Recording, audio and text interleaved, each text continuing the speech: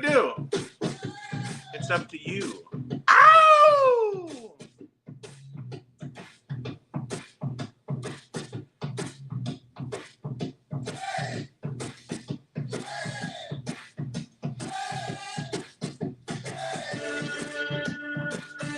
Come and join us, won't you? Come and join us. Perhaps Ro will share this out when he notices that we're going live. And we'll get some people on here. Brett's due to show up at some point. And other than that, we're just lacking off, baby. Maybe we'll see Gilster. Maybe we'll see... Who knows who we will see? Who knows what the future holds for Lak? I'm just checking to make sure. I wonder if anybody's already on. So when you show up, by all means, shout out in the chat so we can see what the frick-frack's going on, man. Let's see. Are we live? Hey, someone's in here. Are we live? Can we get a 5x5? How's our shit? Can you hear me now? Can you hear me now? Wake up!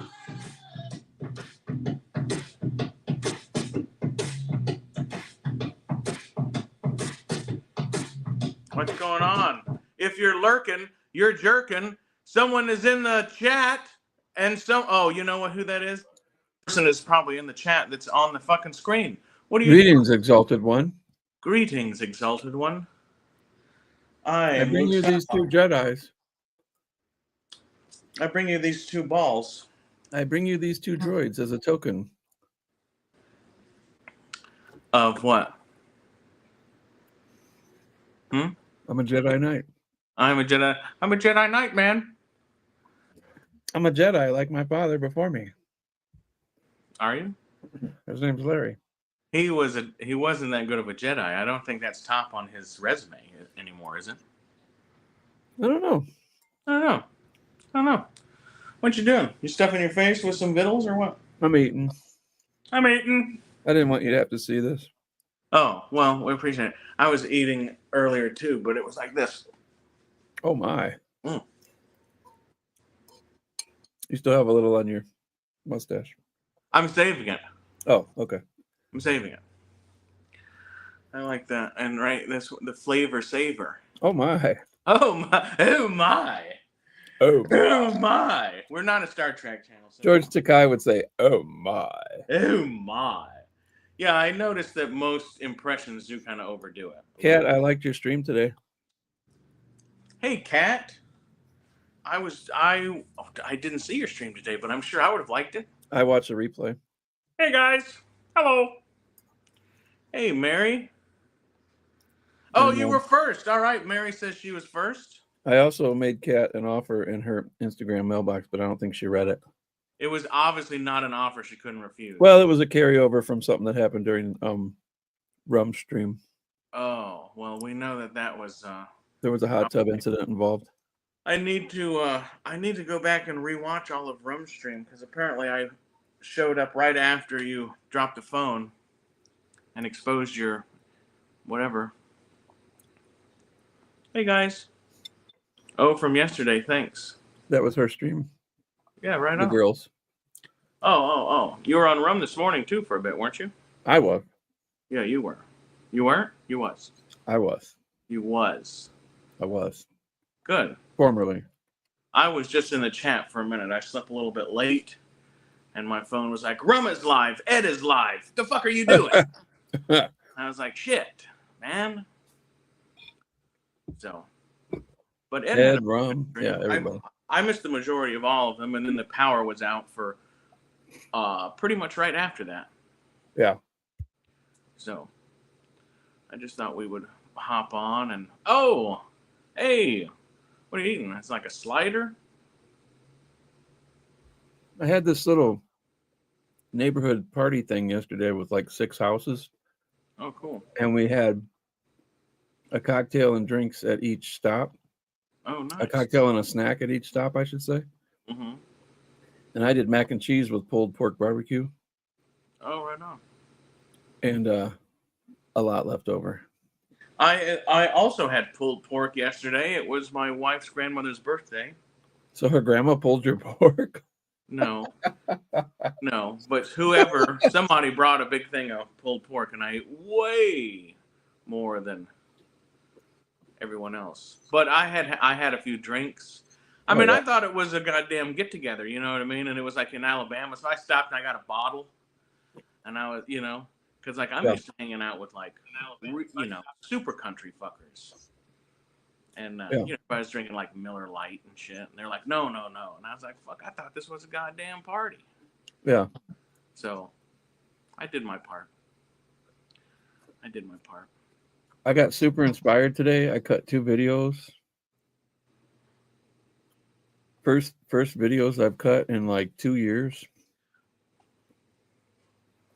Of the ollies, I seen that I didn't have a chance to watch it. Yeah, the members get it first. There's 2 videos. Well, my member appreciates it. There's 2 videos, one tomorrow and one Tuesday. Oh, right on. Yeah, I will definitely watch those. Was not to spoil it, but was it good? Ollie's was good to you? I think so. You don't really collect too much that you'd find at Ollie's, huh? Not new stuff, no, but I got a little turned on by what I found. Yeah, there's some. I used to not do anything modern, and then the more you watch other people, and you go, God damn, that does look cool. Right. And now I'm doing some stuff you can't deny. Yeah, you cannot deny. Tomorrow's Remembrance Day in Canada. Veterans Day in the States. Yeah, it's the same, huh? Yeah. How do you have Go Canada, Rick says. Go Canada. And here's Sebastian. We haven't seen Sebastian. You obviously don't know him. No, Sebastian knows. He knows. And you know, too. You just won't admit it. Haven't seen you in a while, Sebastian. Hope you're doing well, young man. Sent you a message, Brett. Ooh. Uh-oh. Go Canada. Rick. Hashtag, so we're still doing Sword Sunday. It's still Sunday. Cross the Sword Sunday. Do I have to get up to get a sword, but we could do that. Yes. Why not? A duel. We need to put together, me and Ed do need to put together like a Sword Sunday stream, but we need to plan it because I figured we just like go both stream outside and good to be back, Commander. Yeah, good to have you back, young man. I figured we'd do like both streaming outside, and we would just have like multiple targets, whether they be like water bottles with, plastic bottles with water or fruit or whatever. And we just take turns fucking cutting shit. The real sword people call those cut parties. Mm. So if you're into the, brevity thing, go Leafs. There was a cool modern thing that I picked up. Oh, smack. He's got the beer mug. I see that. It looks like do you have him positions like that, or is he? Oh, he's sitting on the edge of my computer. Oh, okay. He's not taking a shit. Like about to drop one. He's not taking a shit. He's got the blaster in his hand. That's exactly what I look like when I'm taking a shit. I got a blaster in one hand, mug of something in the other. Yeah, that's cool. Now that was it the 375? Yes. That had 2. I know that's 375 because I can tell. But is that? And why couldn't the Black Series look this good? Well, the second one I think did. It did. Okay, that's what I was getting at. It was a Black Series that had 2. But this one had cool little accessories like. Oh my god! This I just made balloons happen. Oh shit! What? How'd you do that? I don't know. You just find a new one? Where's all that coming from? I don't know. Look, there's another one. He's even got these little removable hands. Oh, no shit. With the vibro knuckles. Well, that's definitely something you don't see. And he had like some fruit. Ah, is that a Meluron? Something. A Meluron? And then he has the lightning that was from the show that pops off of his knuckles. Oh, yeah, right on. His backstory is pretty unique. I used to do something called the Mailuron Mail Run to try to keep it Star Wars. I remember that. Yeah, well, you know what? That was not Mailuron is not like a tag word.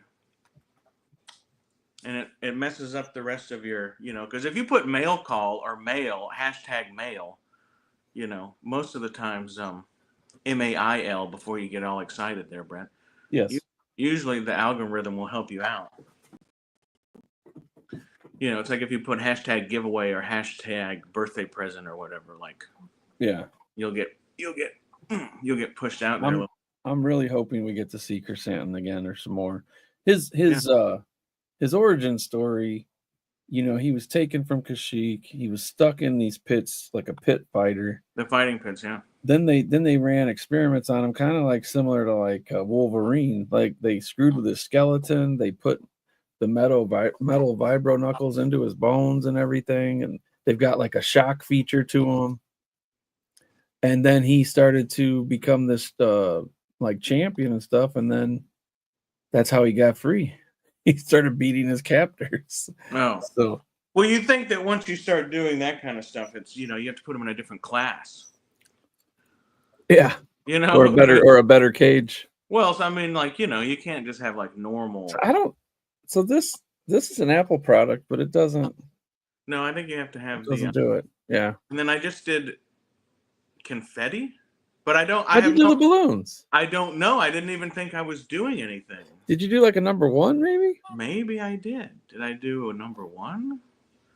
I don't know. Whatever. It's like the thumbs up. Like I can just stand here and it does it. You know what I mean? You don't have to show a lot of. You don't have to show a lot of thumb either. Whoop! Hello. I thought I thought Left Coast was saying he wanted to see some more Burger King. So it's a good thing that you said Black Chrysanthemum. Okay, there's a lot of them. You ready? I'm ready. Let's do them. Hearts. You make a heart shape with both hands. Okay, I know how to do that. All right. I got that one. Thumbs up. A single one says that you like something. Right. A thumbs down, a single one shows you dislike something. Right. I know that one. Both thumbs up is fireworks. Yeah, we got that. 2 thumbs down is a storm cloud. Is the storm cloud? Yeah, I figured that out. Yeah, there it is. Yeah. Okay. Give us a peace sign with one hand will be balloons. Really? Oh. Sunny Beach. Look at that. Make a peace sign with both hands and it's confetti. And confetti. Ooh, there it is. And then make the sign of horns with both hands for laser beams. I was about. This. Yeah. Okay. Interesting. Yeah, interesting. It says you can use these hand gestures in FaceTime too, but I'm using a FaceTime camera and it's not. That was the first time I found it. I was FaceTiming somebody and I was just like, I think I pointed at something. Must be just on the phone. And I was like, what? What is that? Weird. It won't be long before the thing can fucking read your mind. You don't have to tell your buddy, hey, I'm looking for some new tires. And then when you open your phone, it'll be inundated. You'll just have to think about it. Like, I need some new tires for my truck. And then all of a sudden it'll be. You remember, I say this all the time, but you remember that Tom Cruise movie where they fucking scanned the eyeballs and you had to get new eyeballs? Was that a Minority Report? Something I don't remember. Where he was like the futuristic detective, and it was like they would see a crime that you committed in the future before you committed it. Yeah. And then they got him hacking into it. And then they got him. Yeah, we are dangerously fucking close to that. Yeah, and he had to get the eyeballs. He bought him off the guy in a just like or something. Just like getting a kidney or whatever. And then they put him in the chair and said, "We're going to change your eyeballs now." Hey, you want a toe? I can get you a toe this afternoon. Ricardo, what's up? What's up, Ricardo? Good to see you, brother. Kat would also like more Burger King because she loves the king. Or Burly Knuckles? Burly Knuckles. Something like that. I don't know. What's I don't have any plans. I queued up Rock and Roll Part 1 and 2. And so I got this copyright thing, and then I looked at it and it was like, from me. No, it's set. No, because I looked at it and it was like, You played a song, Rock and Roll, Oh, by the G-Man, but it's okay because he allows it on YouTube. And I was like, I bet he fucking does because I think I think he's indisposed. yeah. He ain't got no choice in the matter. And I wonder if that's why they don't play that song at fucking hockey games anymore. Maybe for the kids league. I don't know. I mean, hey, they played the shit out of that when I played hockey, man. Man, that was the number one. The number one. I think so. Are you asking about Gary Glitter or somebody else? Is that the one you're talking about? The one that's like dun dun dun dun dun dun dun dun dun. Bong, bong, dun, dun, dun. Yeah. Yeah, well, and you know what's weird about that? So like they do not. they do, but they did, right? Like, cause like, man, when I lived in Alaska, and I think in Alaska, you will still get that song at the hockey game. Possibly. Yeah, cause dude, they still play the Who. Like, is that guy like the only guy that's right insulated from that sort of? Is he in jail? They got him in. No, they like basically got away with it or whatever. No. Glitter, Gary Glitter. Didn't he? The last I heard, yeah, he went to Thailand and they caught him in Thailand, right? I tell you what, if they're like, man, a lot of shit flies in Thailand. He was paying for services of how do we say that without getting kicked off of here? We just don't say it. Underage human beings. Yeah.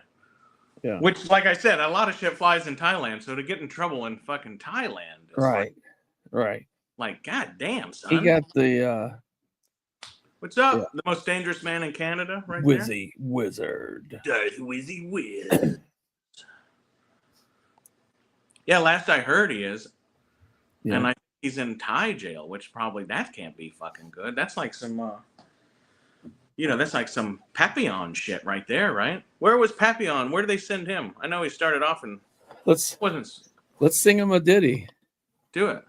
I don't know. I haven't played this guitar in a long time. Hold on, let me mute. Hold on. He's got to practice. He's practicing. I had to make sure it was in tune. This thing's been hanging on the wall for like 3 years. I think I played it a couple times drunk or something.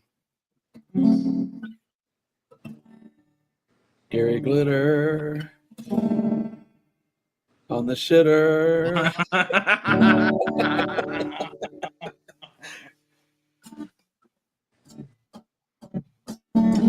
Who's in jail? They're talking about Gary Glitter.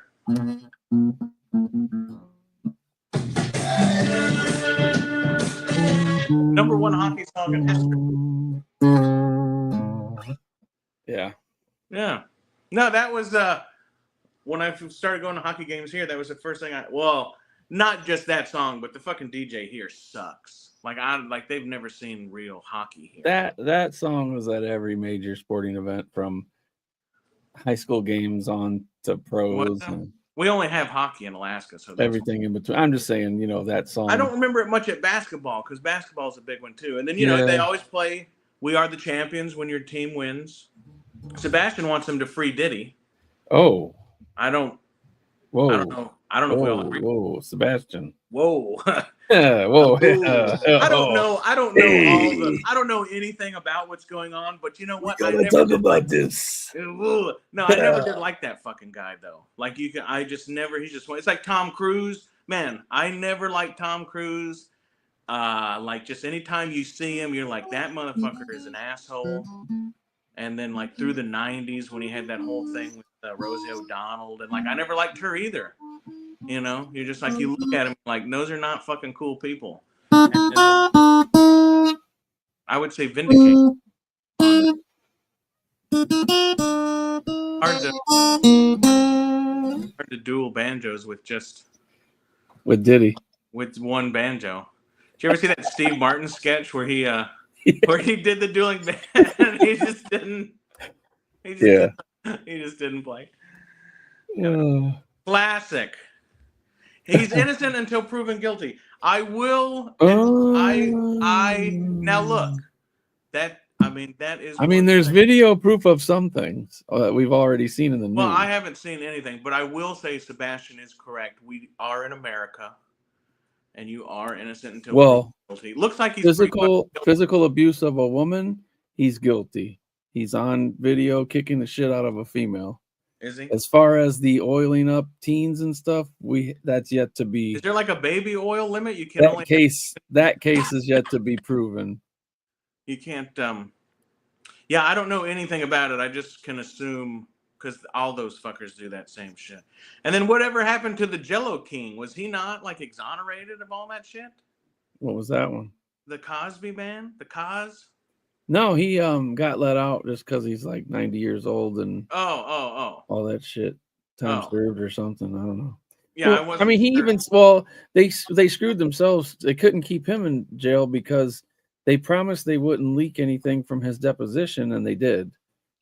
They said we won't use this against you, and then he had like 2 cases pending, and they used facts from his private statements because that was to settle something. Mm-hmm. And he admitted guilt there. He says, "Yeah, I slipped stuff in their drinks, whatever."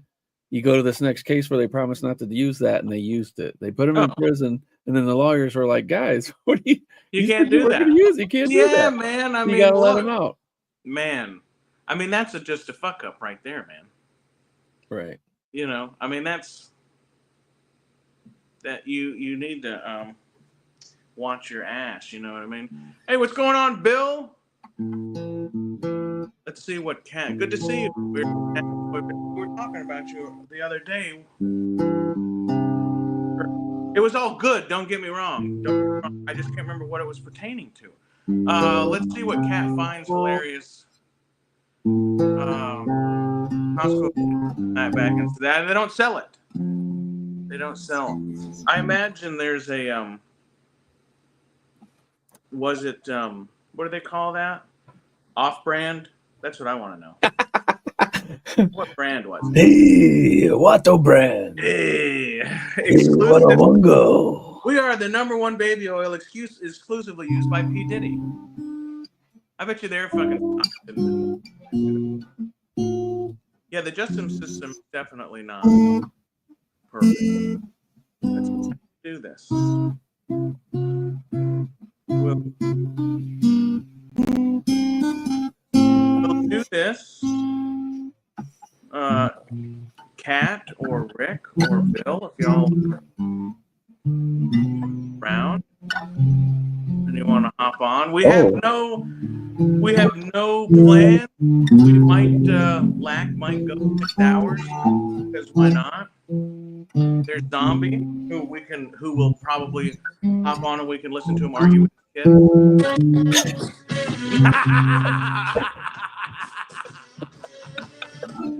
It's like days of our fucking lives over there. Holy shit. He said, "Where's my fucking change?" He said. Like, I don't know. That's all he gave me.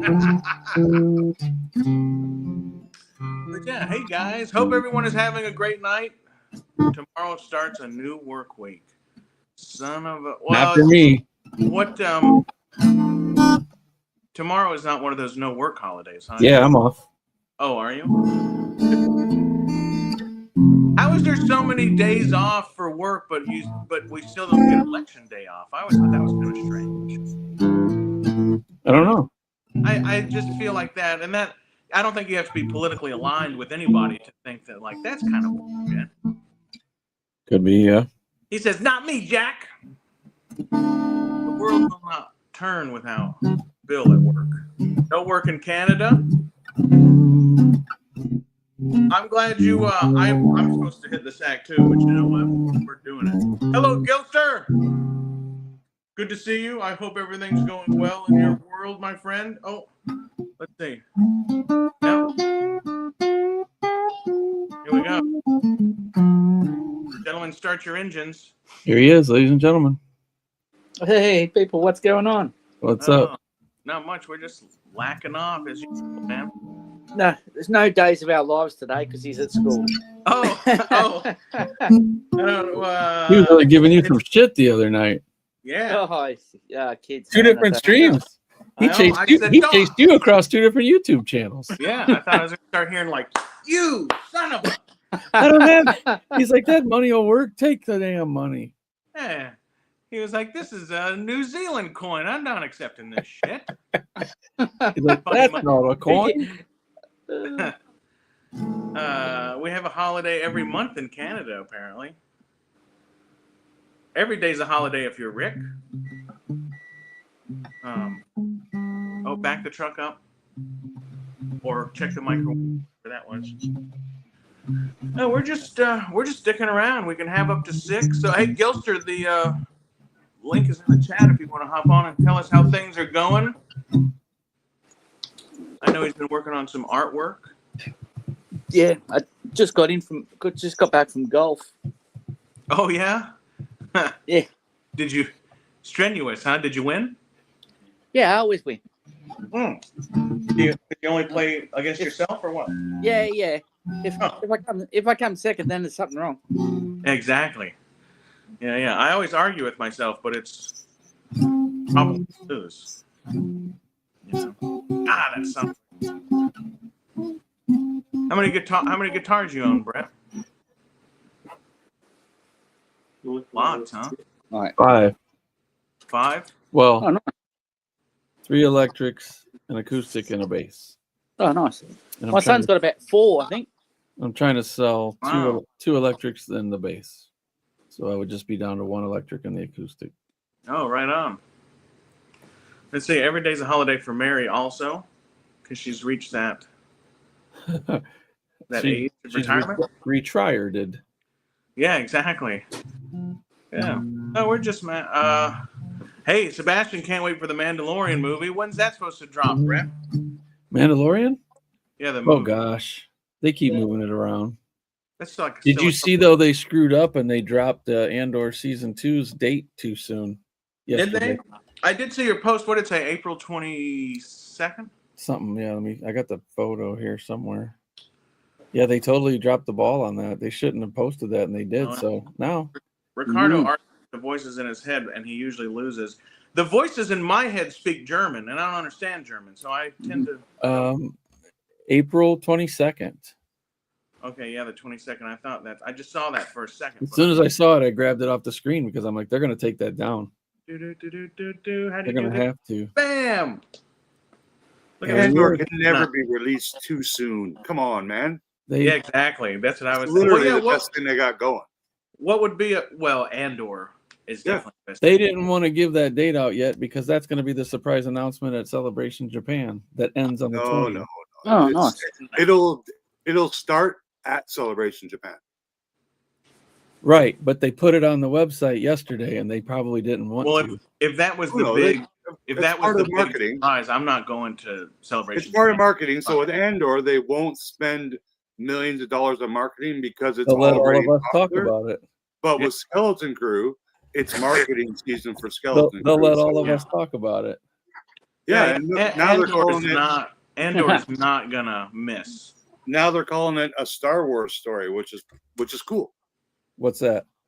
Andor. It's now called Andor, a Star Wars story. I thought they did call it that. No, that was only Solo that they called that. Oh, okay. Oh, really? You guys can't hear my fan in the background, can you? No. Yeah, man. It's unless he's 17. No. Gilster said George Lucas is looking to buy back the Star Wars after the lawsuit. Nope. Won't happen. Yeah, he's too old. He's too old. He won't be able to. If he does, he's an absolute genius because he sold it from a shitload, and now you buy it back at a quarter of the price. There's no way. There's no way. If it ever gets sold, it'll get sold for a profit. It's exactly Star Wars. It won't get sold for a George loss. Lucas does not have enough money to buy it back. So that's hopeful. That's wishful thinking. He's too old. He doesn't have enough. They bought it for what? 4? He's 6? spending billions. They would sell that for 12, and they would get it. Museum. So the museum's not even going to have Star Wars in it. It will have very little. A lot of Star Wars stuff. Very little. What's up, Bill? What's happening, man? Hey, Phil. Rick, we're just hanging out. You been doing all right, Bill? Oh, doing pretty good. Just enjoyed my weekend. We just got back from over at the church. They were having a harvest supper over there, so I got me a pretty good bit of food to eat there, turkey and dressing and all that good stuff. Oh, right on. Yeah, Lak Roll, it's holiday time. It's time for that food to come in. We've got Thanksgiving here in the United States coming up. yeah, when is that? The 20. 24th is usually around the 24th. Yeah. I think it would be a cool thing if George was brought back to at least direct like an episode of Mando. Yeah, that'd be really cool. They give other people like, have you never directed before? Here, direct the episode of Mando. I really appreciated the fact that Favreau invited him to come to the set and like. What do you think, if he didn't invite him, like pick his brain and he could just go on his own. Like he's got the key, I think. Well, yeah, but it was nice of him to invite him down there and say, "Hey, what do you think?" He should have invited his ex-wife. Absolutely, and I hope we find out. I hope we find out one day what kind of input he had. Probably did. He didn't have none. He obviously had. They're like, "What do you think?" He probably didn't have any on season 3, but he probably had some on season 1 for sure. He had input before it was even announced. Like, for sure, they had to ask his permission. Like, can we make a Baby Yoda? Right. And if he said no, don't do that, then they wouldn't have done it. They didn't ask Kathleen. They didn't get all the character stuff like that. They asked George, "Hey, do you think we should do this show and have this little Baby Yoda?" Well, and that's why they let everyone and their cousin direct it, because they said, "Hey, don't ever say where he's can't from, fuck it up, and don't ever say the name of his species, and you're good to go." Right. Yeah. Oh, 100%. He should even be in the credits as a producer. Because I'm pretty sure Lucas had very little even to do with the original trilogy up until this, right? Oh, he wrote it, and his wife edited it, and other people basically directed it after the first movie. He directed the first movie, but when you make a movie, you have second set director, third director. So there's usually a group of directors that are filming at different locations, throughout your 8 months or a year that you're filming a movie. So they don't always get the credit. But, well, he sure turned him. The special editions came out, man. That's what he said. He said, "I wanted to remake it the way I wanted to." Which is his prerogative, right? Yeah, I mean, it's his prerogative, but I think he really showed his ass. And when the fandom started to break a little bit was when he did that, because there was a portion of the original fans. They're like, "Boo! Don't do that! You ruined my childhood." Like, really? Did he really? Or did he reintroduce it to your children? I guess he reintroduced it to some, but I have to say, man, like if you want to add, or if you want to, revamp the colors, if you want to add, that's cool, but do not take away. That's where I think you fucked up. Don't take away. I felt like that was a real. Well, I think they were all longer. Yeah, but the thing is, George, when George sold them the IP, they got every character. They got the rights to everything. He opened his safe at his home and gave KK his actual pad that he had all of his ideas for the future movies on. And they still went into these new movies not using any of the old shit. Yeah. None. Oh, Chewbacca. Okay, great. Oh, everybody likes Chewbacca. Yeah. Throw the lightsaber in the water. Well, that's probably. Why would we give us the old feels first? Start us out with the good old school shit, and move us into the future. You can't even find original trilogy alien walking by. Go to Galaxy's Edge in Florida. I was there the week they opened. There's nothing old there. The Falcon's got the wrong dish on it.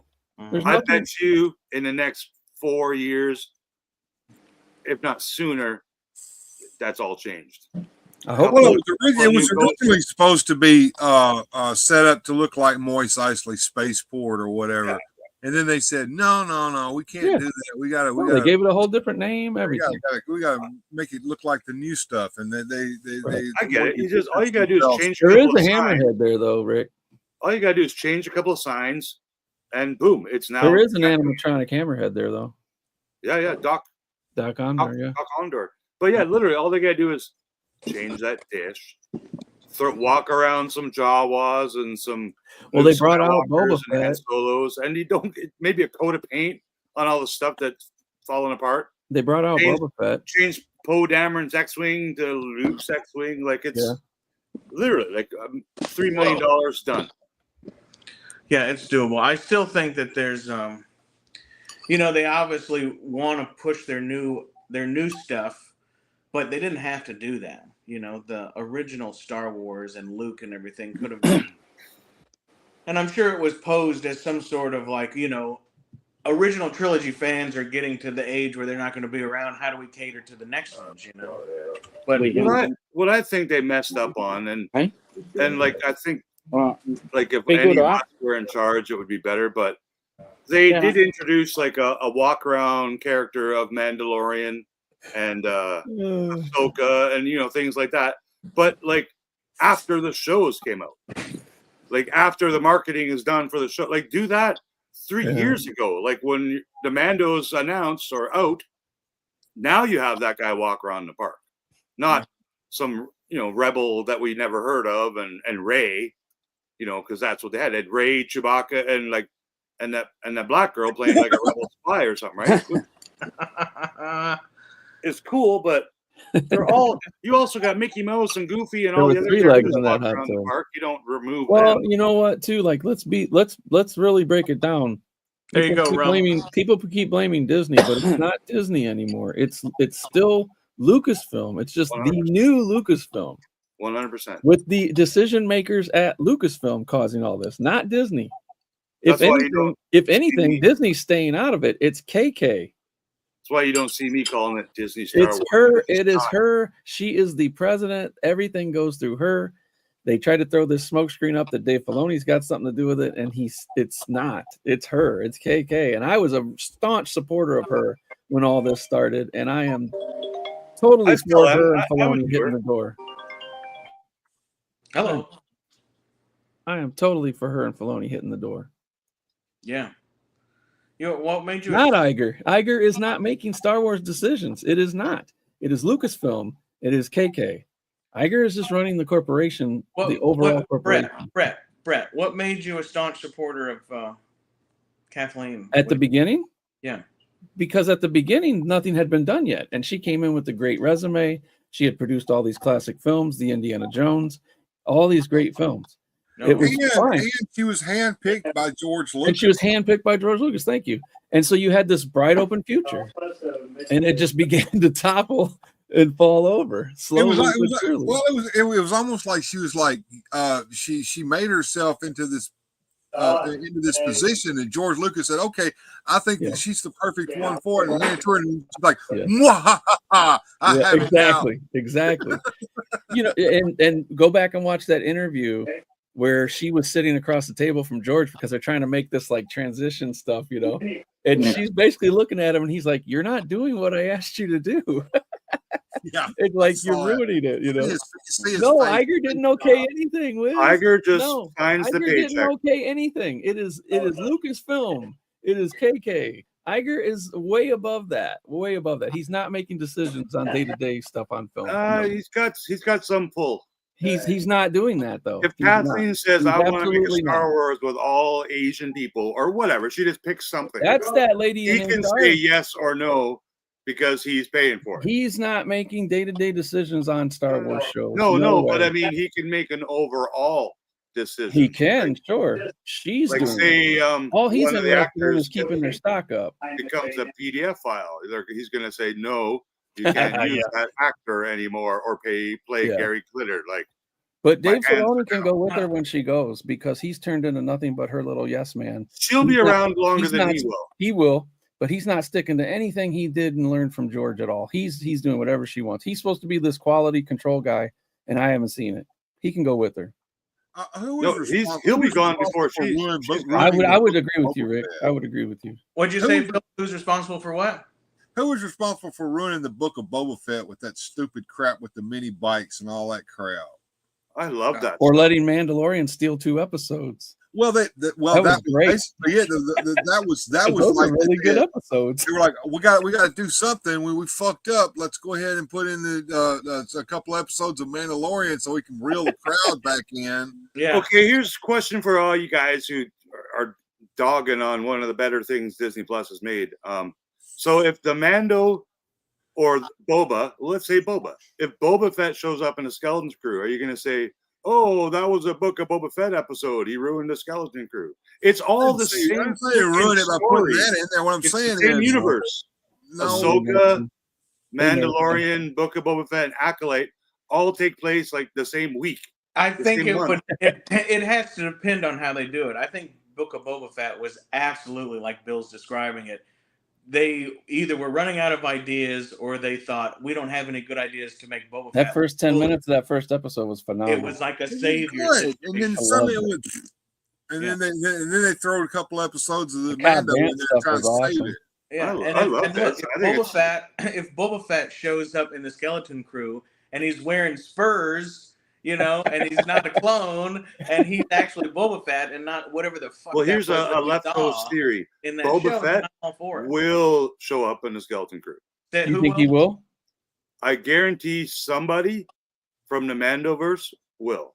So whether it's the lady in the pit droids, Cobb Vanth, Boba Fett, Mandalorian, Fennec Shan. You think it might be somebody from the animated world too? What's up, losers? Bjorn. Oh, 100%. Like, we know there's going to be a bunch of Weequay characters, right? Especially from that trailer that, you know, and the pirates.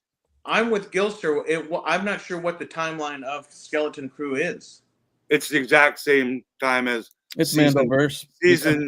They talked about season 2 of Mando and season 1 of Ahsoka. Well, they had talked about previously. They had talked about it merging into that whole Mandoverse with. That's exactly right.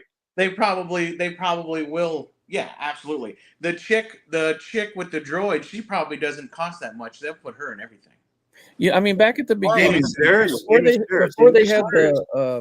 before they had the shows start, Kathleen Kennedy did something at Celebration where she showed all the shows, and she said all of these over here in the Mandoverse at some point will come together, and we'll do like a finale, a movie, another show, something. And I feel like they kind of got off of that path because that to me would be awesome. No, that's still the same. And I'm hoping they still do. But you know, they got to. That's why they're making a movie. They keep making terrible shows on the way to it because the king is here. There he is. What's up, Rom? Long time no see. Guys, I know you're having a really good conversation, and I hate to break into this, but. Something just happened, and I need to tell you because it's hilarious. So, tell us. I was watching Papa G's been streaming, right? And so I'm on the sofa, I'm watching Papa G, and I'm commenting on his stream on my phone, just chit chat. And then Papa goes, right, I'm off, so I'm gonna be off in a minute. So I go back onto YouTube. I see you guys are streaming, so I flick the TV onto you guys, but and I see Brett, and so I start typing in confession time. I choked my chicken and rubbed my willy whilst I saw Brett's legs in the hot tub. Send, and then nothing appeared. I'm thinking, okay, Brett's filter. So I'm going to change it. Confession time, and I put gaps between the word willy, and I changed the language slightly. Sent it, still didn't go. I'm thinking, fucking hell, what the hell was on his filter? So I did another one and sent it. And then I looked at my phone and realized I was putting it on Papa's stream. I flicked back to Papa's stream, and he's got the message up on his stream, and he's going, and all I can hear him say is, I don't want to see that. Anyway. Papa's lying. He wants to see it. He wants to see it. For sure. I thought that might amuse you. Oh, absolutely. I fear doing something like that, so I always triple check before I put something. I don't want to think I'm somewhere else. Before you turn your camera on, do I have pants on? In jar. Oh, it's like Bjorn. He's Captain Rum's look about Nico pirate from the Mando. Yeah, all those pirates, they were looking for the bar that got turned into like a school. All those pirate guys are in the Skeleton Crew. You know who would be good to show up on Skeleton Along with Crew? the Wolfman guy and Urkel. What if this guy showed up on Skeleton Crew? So what if Urkel becomes the most badass character in Star Wars history? Will we all be mad? Who are we referring to as Urkel? Urkel, the guy who is the actual Urkel, guy. The guy who is Urkel, like hello there with the suspenders and the glasses. He is a bounty hunter pirate dude in Star Wars. Yeah. Did I do that? That's his thing. Did I do that? He'd probably be better than that Swamp Thing one. Oh, I love that guy, the Captain Broccoli Head or whatever. I mean, Darth Pizza. Yeah, that guy was Pizza the Hut. I just don't there was a little understand. Why did There's a someone little at Star Ugnaught Wars, guy with like suspenders too, like. why did someone at Star Wars decide that a pirate, even a space pirate, has to be like an absolute mirror of like an Earth pirate, with a peg leg and everything. Yeah, and like he had like a trichome hat and stuff, and that's the kind of goofy that I don't like. That don't like. Yeah, I don't blame you, Lak, 'cause I'm the same way. It's like it's a totally different universe. They should be totally different things completely. It is the same universe. And if it is going to be similar, galaxy, right? They don't know us though. You know what I mean? Rum can attest to this, right? But like the hookers in Andor that were in the bubble, right? That was much like the old red light district in Andor, right? They had the window and stuff. I love how Lak went to from advice from Rum on the hookers. Yeah. So, well, I mean, he knows. Yeah, I like how the Jude Law character, who's also going to be a pirate. Spoiler alert. And the Wolfman pirate looking guy, how they have like those literal pirate guns, like Oh yeah, and their guns have to. But as soon as they fire them, lasers are going to come out, so it's going to be like, oh. Are they possibly what did they call the Tusken Raider rifles? No, they're literal pirate guns. No, I know, but a Tusken Raider's rifle doesn't shoot a laser; it shoots an actual ball, like a gun from our universe. Older technology. I'm right with that. I remember them shooting at the pod racers. Well, but originally they were supposed to be I'm trying to think of what it was called. It had a name. Musket. Well, it never fired in the original. Loader, flintlock. No, that's in the Star Wars universe. The Tusken Raider rifles are called something that I can't remember that eluded. And in the old days, maybe they changed it, but they were like an actual, like a slug thrower or something, But it shot a bullet like our idea of what a firearm is, because the Tuskens didn't have the technology to have lasers. Like those were supposed to be actual thing. They shot a projectile. Well, they only had the guns in episode 1 when they were shooting at the pod racers, because in episode 4 they had sticks. They had the gaffy sticks, but they had the rifles too. But they never fired them at anyone, right? Like really, really long rifles. Yeah, they just went like this. Yeah. That was the gaffy sticks. They had gaffy sticks, but they also carried those really, really long rifles. That was right. Yeah, they were gonna shoot. Boba had one of the guns, right? And gaffy stick. But in the first Star Wars, they I can't remember, but they were gonna shoot Luke, right? And they had him in their sights. Yeah, they had him in their sights. And those are supposed to look like those Middle Eastern muskets. But I know the lore originally, those were not laser firing weapons. And in some of the old games, when you got that gun, it was called something. It was like called the slug thrower or slug thrower. It was something, but those were not ever supposed to be. And my point in saying that is maybe the pirate guns are not necessarily all laser weapons. Maybe they shoot an actual. I think maybe. Cool. But have you ever seen a knife in Star Wars not like vibrate? It's a space knife, right? So, Lak, does this sound familiar? The cycler rifle. Cycler rifle, yeah, that sounds right. The standard projectile weapon used by Tusken Raiders of Tatooine in ranged combat. Yeah. Brett, are you on the Tanqueray there, Brett? Is that a Tanqueray? Do you want a Tanqueray? Yeah, can I have a Tanqueray, please? Yeah. I reckon they need to bring ET into the Skeleton Crew because he's canon, and then we could have ET could finger. We could have we could make ET's finger canon. Can we? Well, Yeah. if you look at Like, one of the earlier Finger. ones, what's up, Rex? he was actually in the Senate. ET, there was a species ET. We're in the Yeah. in the little. That's what I'm He saying. was. That's what I That just was, said. that was Yeah, Yeah, so it could be. the That's what I'm joke, saying. you know. That's what I'm saying. Yeah. Well, Rum is saying that he would like to be like that to be expanded. I think. Yeah. I think when Nice, Rex. when the kids like they obviously get in that ship and then it throws them into some other planet or whatever, right? When the doors open, the first person they find should be an ET, and they should Yeah. ask him where the phone is, and he Yeah. should, Yeah. he should just they should ask him something, and then ET should just point Yeah. The glowing finger. that Yeah. way, the phone's over there or something. I saw an interview with the showrunner for the Skeleton Crew, and the interviewer asked him, "So everyone's saying, oh, look, it's like Star Wars Goonies. It's like," and he's like, "Excellent. That's exactly what we wanted. That's what we wanted to write. That's what we wanted to make. So when people say that, They we're see like, it, yeah. thank you. It's working. Like Right. what we're doing is working. So like Right, it's just one of those other things that people say, like Yeah. Disney, Rex, Star Wars, or Rex, I can only speak for me and Bob, but what's up is our cholesterol. Yeah.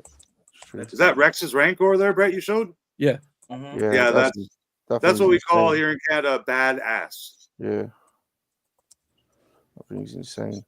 And where Java had a Rancor head, was that in the sail barge? Didn't he have? Well, it was in the toy. It was on the wall, wasn't it? It was on the wall. Yeah, in the toy. In this movie, he had the Tauntaun head and another beast. Yeah, but like in the sail barge, he had that brass. Yeah, like a statue. Like a statue, right? Yeah. It was the whole body. Yeah, it was like a chest mount or whatever. Did you guys see that freaking dragon toy from Mythic Legions? Yeah. Oh, I haven't. Jesus, Murphy, man, that thing is like, it's 5 feet without the tail extended, and it's 6 feet with the tail and the flame and the extended neck. And I watched a video on it today, the guy describing it, and it's sounding more realistic that people will be able to afford it and get it, because the body part, the main body part, is what they call rotocast. Mhm. So it's like a thinner. It's not injection molded. It's more of a softer kind of plastic, which makes it lighter. And then all the add-on parts, legs and heads and tails, will all have the harder PVC injection molded plastic that articulates and doesn't break. And he says so with the rotocast body, it saves on some costs. We don't got to make big, huge steel molds for that, because the molds can be, silicone, if anything. They can be reused. He's like, we're putting our money in on the paint apps. He's like, this thing is going to look like this right here. This painted sample here, they're all going to look like this. And he takes pride in that. And if you've seen any of those Mythic toys and action figures, they are by far the best painted and, they're cool. best looking toys that exist in the market, right? So I only have I have 2 moose and 2 horses, but they are. Oh, I got 3 horses because I got that headless horseman one that they did. I think the second run, but yeah, Mythic Legion, and I'm on order for the bear. I know Dino, I think, is on the list too, and I don't know who else, but the bear looks awesome. it'll come in a few months. In a few months, we'll start seeing that. Is it? Yeah, I think I can't remember. They had it on display at the Legion Con, but not like for sale. It's not ready yet. Guys, I'm gonna have to go here in a sec. Lak, down there, I've got shared a picture of the Tuscan cycler rifle. Oh, okay. Yeah, let me make sure I know how to do this. How old would those be, Bill? Look at that. There Yeah, you go. That's what that's a Tuscan cycler rifle. I looked that up on the Wikipedia. I don't know how accurate that site is, but that looks about like what they were carrying around there.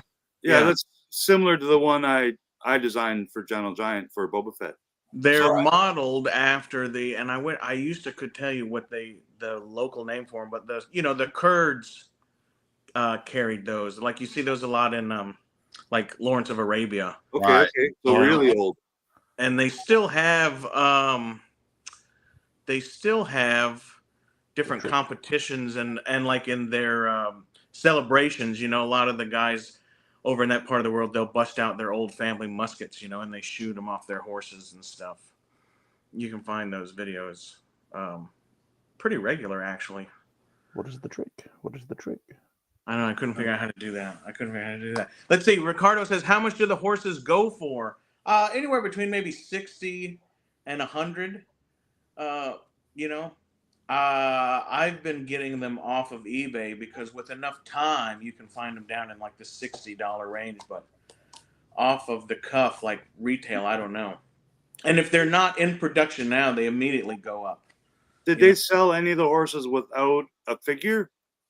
Or were they always with a pack-in figure? No. The two horses that I have, which is that red fire one, it came with no figure, but you could get it with the figure. But they had one without it, and it still came with like 2 or 3 swords and a couple shields. And then the black one I have, which has like the wings, it's very like the bad guys in Willow, how their horses had all that, like the leather wings on their fucking heads and shit. It also came with no rider, and I'm not sure if it was available to get with a rider, because I think that was one of the first horses they did, and they hadn't really thought about that. My buddy Jay got the moose, and that is smoking awesome, man. The moose is awesome. I have 2. I was looking for a moose and couldn't find one, and I told Captain Spaulding, I said, man, I sure want to find this moose. And literally the next day, he was like, my friend has a moose. It was super affordable. I sent him some money, and he put it in the mail. And then like the next day, my wife was like, look what I bought for you. And I was like, no shit, now I got 2. Oh, because you have the moose, right? I got 2 of them. One's still in box. The moose is pretty rad. The moose is... Who makes the moose? Mythic Legions. Oh. It's like the horse body with that added parts and stuff. Yeah. And it is... Does it have an elf saddle on it?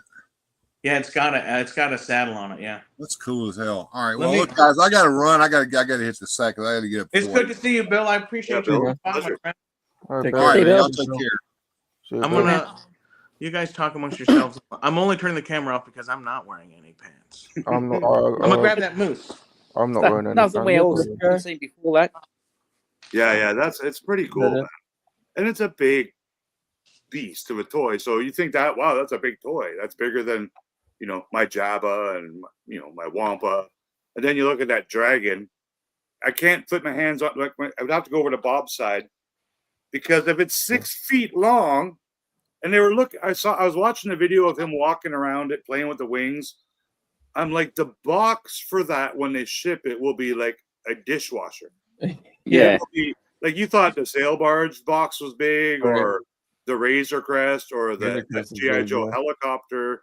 It's like 11 inches shorter than the USS Flag, which is 7 feet long, and you need a pool table for that. Like literally, you need. Yeah.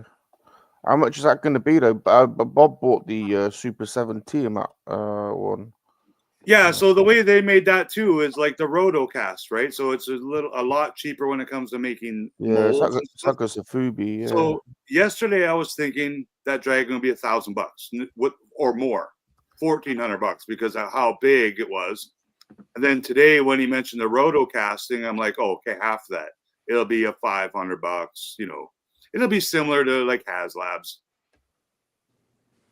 There's the saddle that Bill was for Santa. Oh yeah, that's what I got it for. That's what I got it for. Dig this. Let me put this guy on it real quick because I had him in a different pose. Do you have any, Bob? Do you have any Mythic Legion guys? No, then go down that road because that's a dangerous path. It's an expensive toy, man. Even on the aftermarket. I like the Knights. If I had one, I would get the St. George Knight. The Knight. Yeah, Mark was hot for that Templar looking knight too. Yeah, the white and red one. Yeah, I think they make a. I gotta run, brother. You gotta run. Here, check this Santa out on this moose. That's cool. I like it. Yeah, Canadian tuxedo on. I like it. Yeah, totally. All right, take care, Brett. Hey, Brett. Take it easy, All right, man. let's see, guys.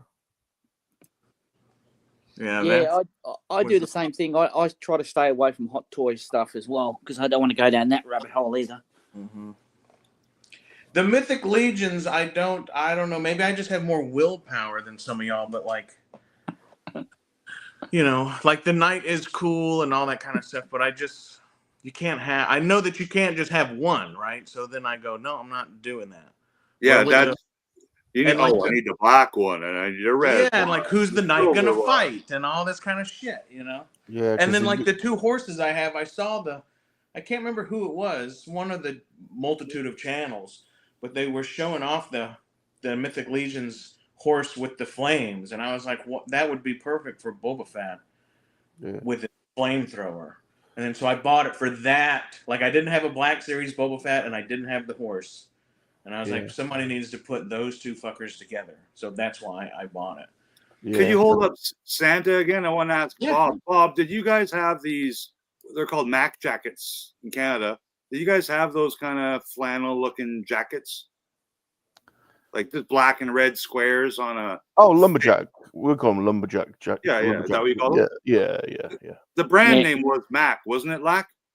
That's maybe in the old days. Like I have a Filson, which I'm going to show you here in a Filson second. is a more modern brand. Yeah. Like 1898 modern. Oh, okay. But Mackinac is definitely like the style.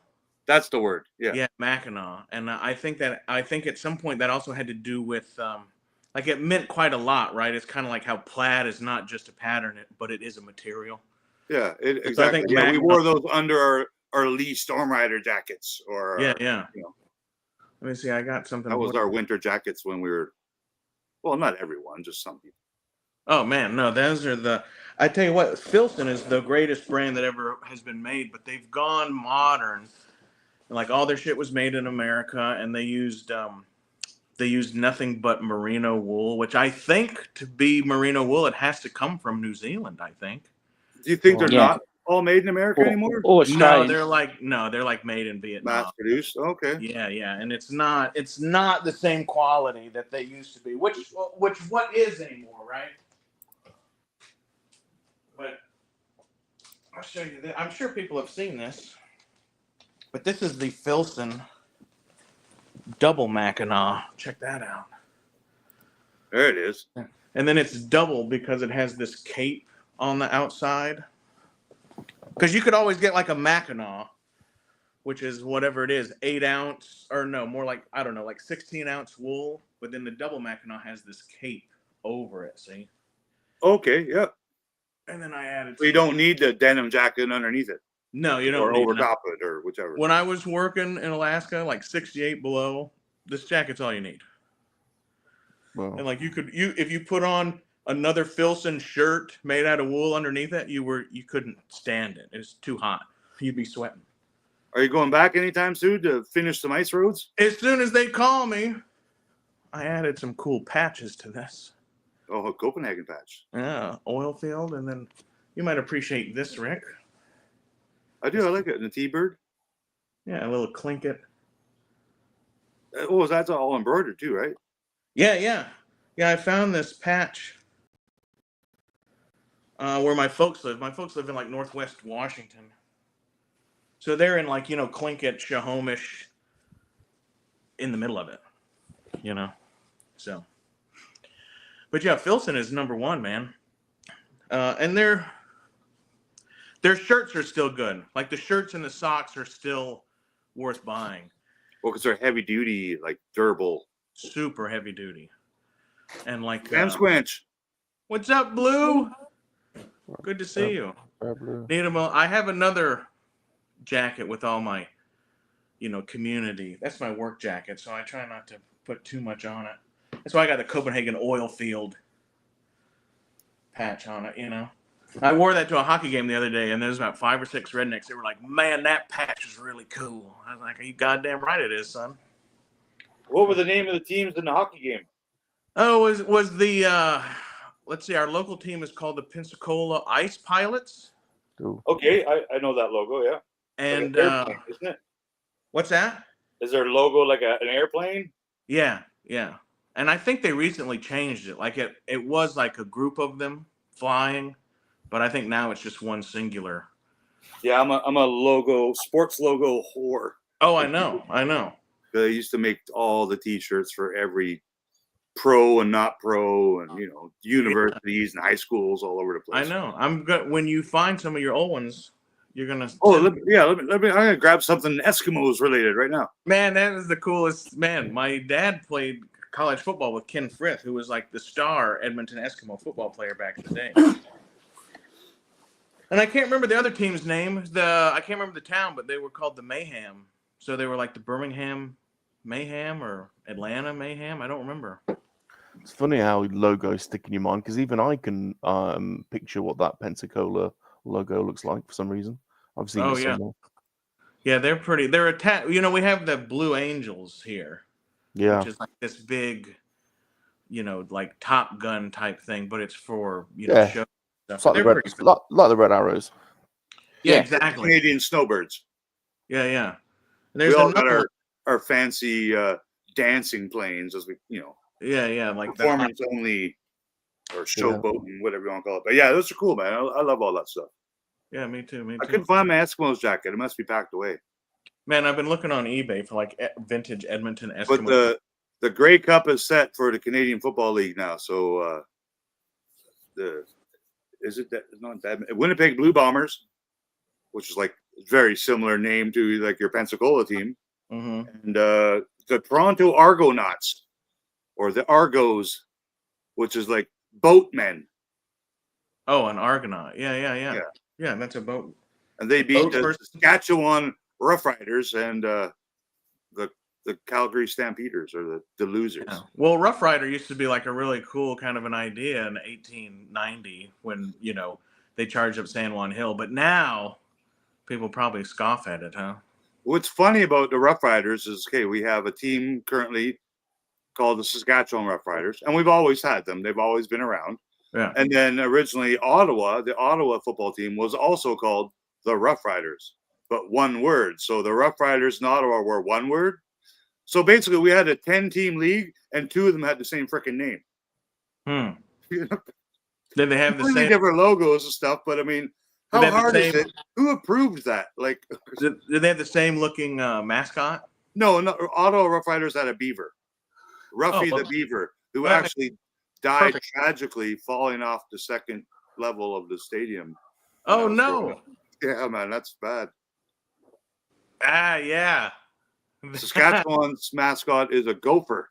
So, yeah, I guess they're close. But now Ottawa is called the Rouge, they're called the Red Blacks, or they're called the Rouge Noir because Ottawa is bilingual. So their name is both. Well, that's a team I could go for. Their mascot is now a lumberjack guy. Oh yeah, right on. So it's like, have you seen that? Did you see Rum open this blobby? I did, yeah. Yeah, that was cool. Palpatine painted that. Yeah, that's badass, ain't it? Oh, Bob disappeared. Oh, I'm still here. He's still here. Yeah. He just didn't want. How can you be here and not on the screen? Well, we're looking at the thing. I'm here. I told Palps I might steal that because we could do a whole. What do you turn off that you're not on the screen? He just moved the camera. Oh, I'm sorry. Fuck, I'm looking at the toy. Yeah. Sorry, and I'm completely sober. What's up, Darth Muzza? I don't know about completely sober, but yeah. Hey, Darth. How's it going? I don't know. Is that a Bandai kit that he painted, Rum? Do you know? I don't. I think so. Yeah, it's either Bandai or Revel. Yeah, that's definitely. Yeah, it's got the. It's the one with. I don't know if you can tell Muzza from the base. It's that. Have you built one of the Bandai Astromechs yet, Bob? Oh shit! Yes, I have. Okay, I think I saw Kat do one of those once.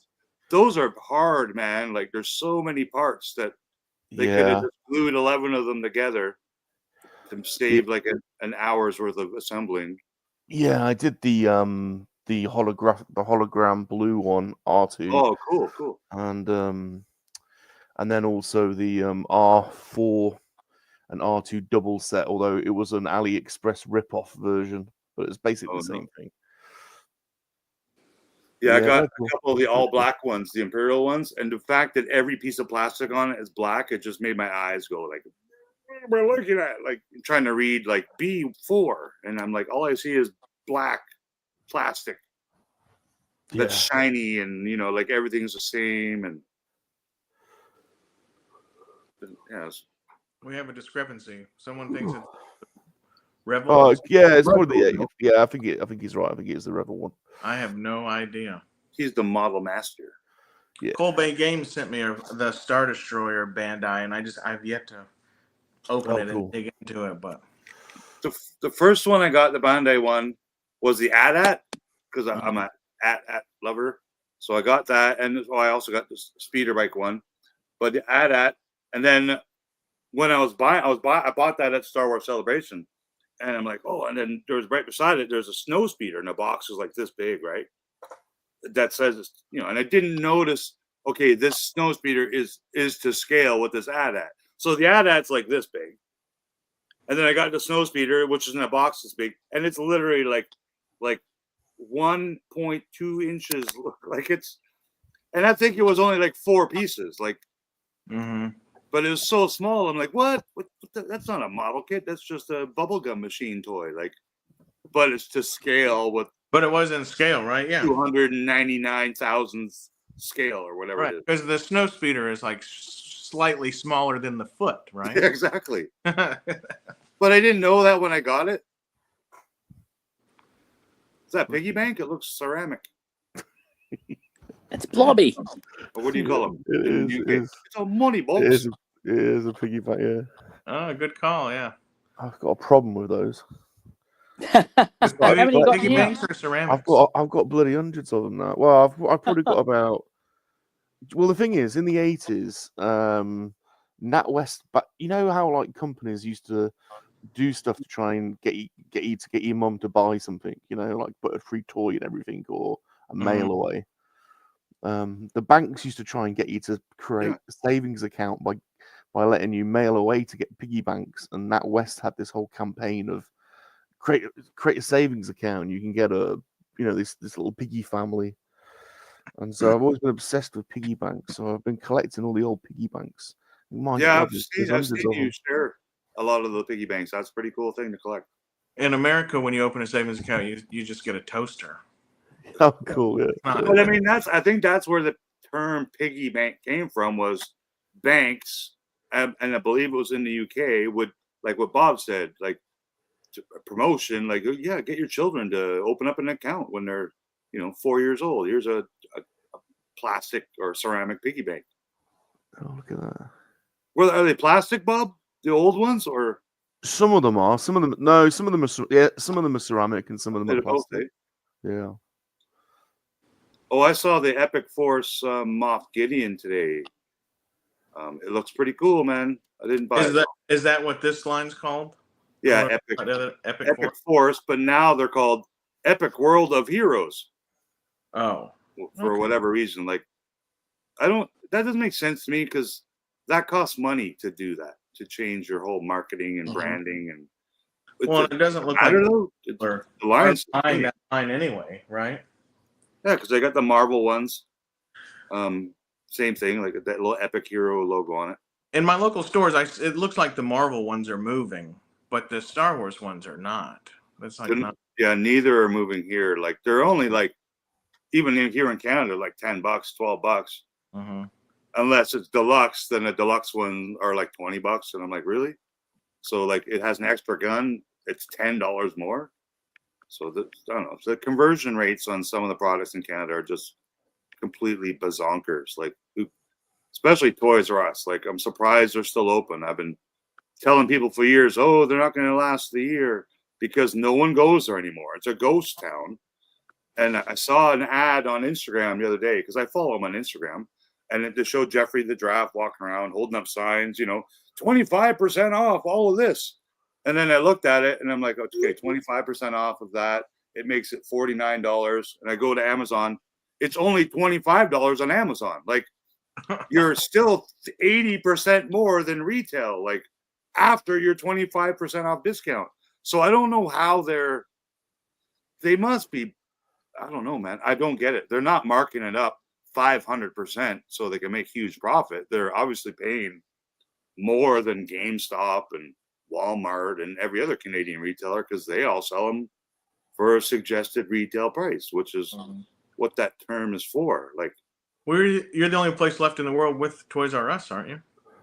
well, they got little fake ones in the States and airports and stuff, I think. Oh, do they? But they're like 80 square feet, and they only have like a couple of Lego sets, a couple of Funko Pop, like whatever. And it's just, and they're extremely high priced, like things in airports and the We've back got corner of Macy's. Like, I think what do you guys have? Smiths, right? Yeah, they brought the brand back over here, but they take up some. They have Toys R Us now in some. I want to say it's supermarkets or I don't know. It's in some one of the Sam stores. Scotch is right. So now 1/4 of the Toys R Us store is like records and CDs.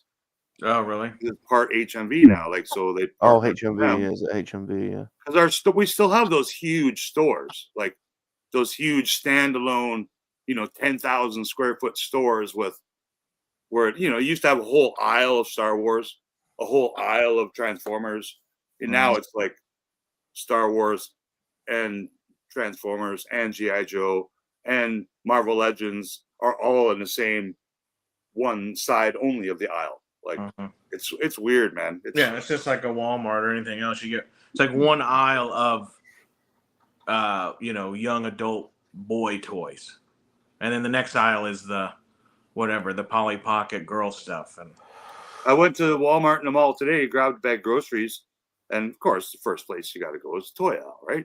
Yeah, the store was packed, man. It was like cool. Apparently Christmas shopping started today because the stores were just packed. So I wonder if it's like that everywhere. Well, I don't know. I didn't go to a store today, but I tell you what, I've been Christmas shopping for my kids for the last 8 months. No, don't stop. Yeah, that's the best way to do it.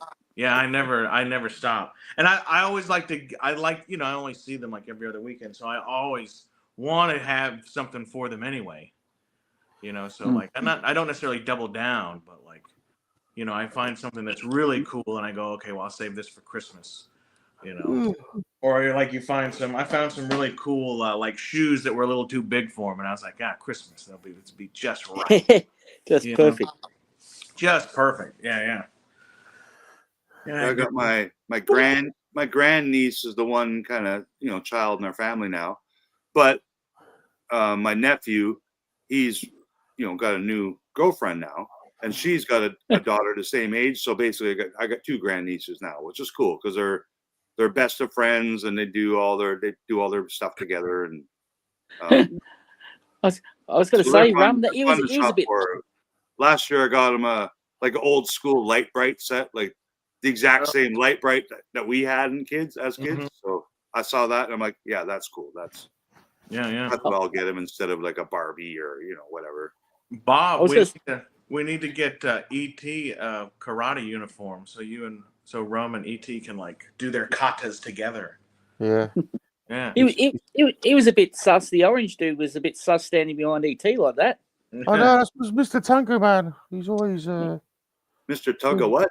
Mr. Tango Man. Tango Man. Tango Man. He was a bit sus standing there behind E.T. You have Tango in Canada, don't you? Tango. Oh, we got Pokeroo. That's something else. Pokeroo's something else over here.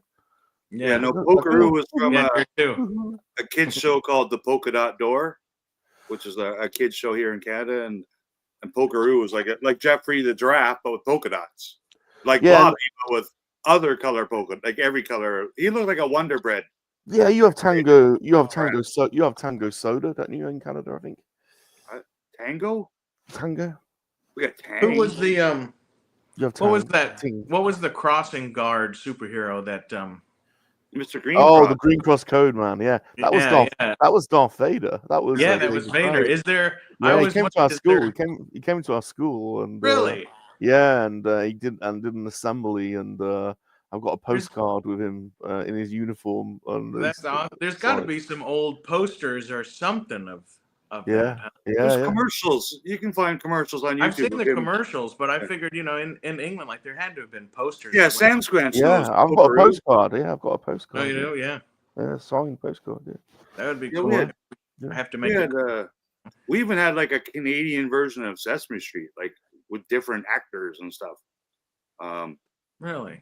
What else do we have? Well, Mr. Rogers originally came from Canada and then went down to America because we had Mr. Dress Up, who kind of taught Mr. Rogers his craft. And then who's the other guy with all the puppets? Jim Henson. No, like he was just an old man with a puppet in a castle, and Casey and Finnegan were the puppets. Oh. I just remember that being a part of the Mr. Rogers. Casey and Finnegan were Mr. Dress Up, but one guy was like, there was a king. I don't remember what it's called now. Did you guys have long time ago? Did you guys have Thunderbirds and Captain Scarlet and no? Were they cartoons? They were marionettes. No, Yeah. I knew of them, but I don't think Thunderbirds are go. go. Yeah, I we think had more that. of the And Stingray. that movie in the 90s. I remember. Yeah, Didn't they make the Thunderbirds movie for like adults? Yeah. Puppets are cool, man. Like it's the practical effects thing, right? And the other thing with the Skeleton Crew, which again, I easily get excited for new Star Wars until I watch it and it's Ahsoka and it's garbage. Exactly. But I mean, it's a lot of practical. It's a lot of practical effects. So guys in costumes and not blue screen and not stagecraft, like actually building stuff, right? Like yeah. Book, Team that's why I America like it the was. Book of Boba Fett. The Book of Boba Fett did not use the stagecraft like Mandalorian and Ahsoka did. Like they used it a lot. And Acolyte actually didn't either. So the Acolyte, that was one of the bonus things about it, is that it wasn't all blue screen, green screen, stagecraft crap. It was, the practice. They built stages. Will Jude Law prove out to be a Jedi? Well, either that or he did a trick to make that key float, because in the trailer he makes a key float, right? To let him out. That's why people think he's a Jedi, because I haven't even seen that. He makes the key float. Oh, see, I didn't see that. I came to that conclusion independently from seeing, because I haven't seen that trailer. But there's one where you see like his haircut and he's got his robe on, and I'm like, well, that's a fucking Jedi. Yeah. It's not like a Jedi, it's a pirate. Obi-Wan. It's a pirate trench coat. I don't know. But what we know about him is he's leaked it because he's had lots of interviews now.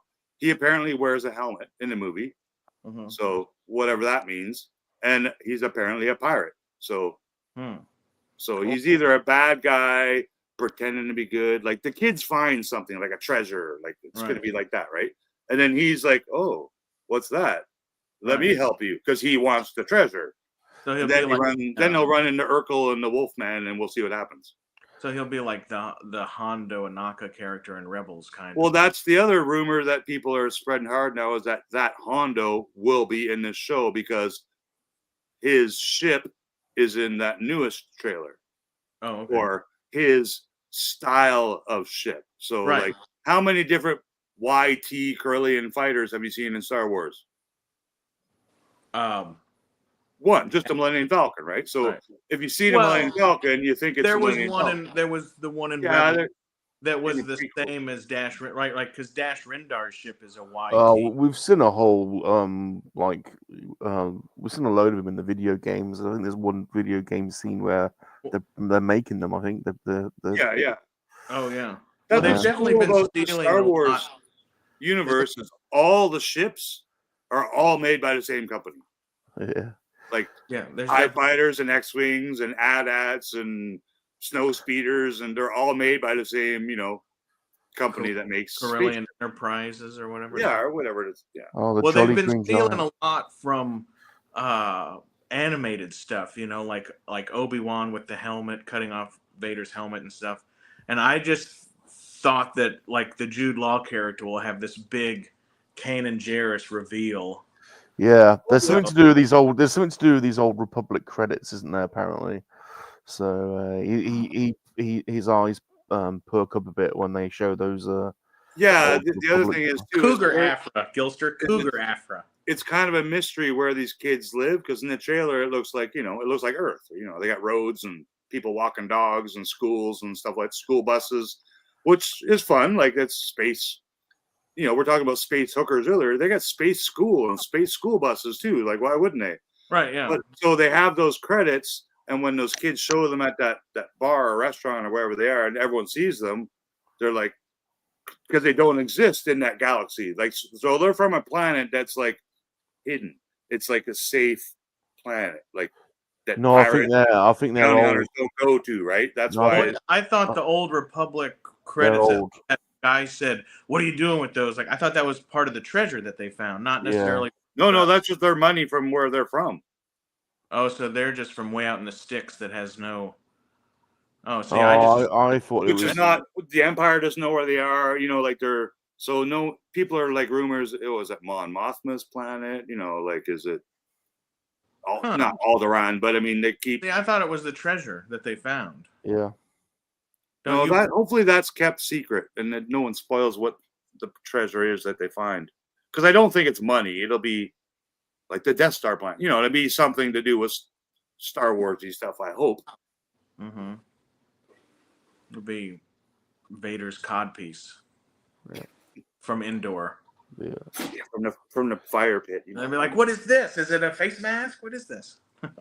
I'm excited for it. It looks. The word I'm going to keep using is fun. It looks fun.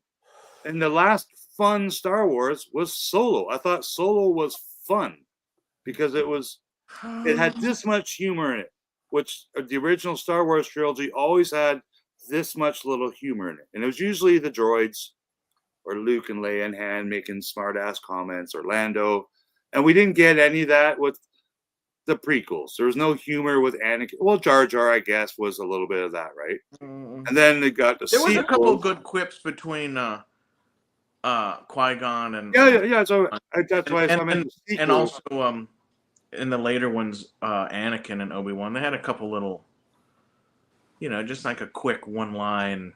And you need you're that. kind of a fucking asshole kind of a line, Even Stand By Me was a very serious, coming of age, young guy movie, but that's silly fun stuff too, right? Like, hi, how are you? I am new. I'm sorry, I am new.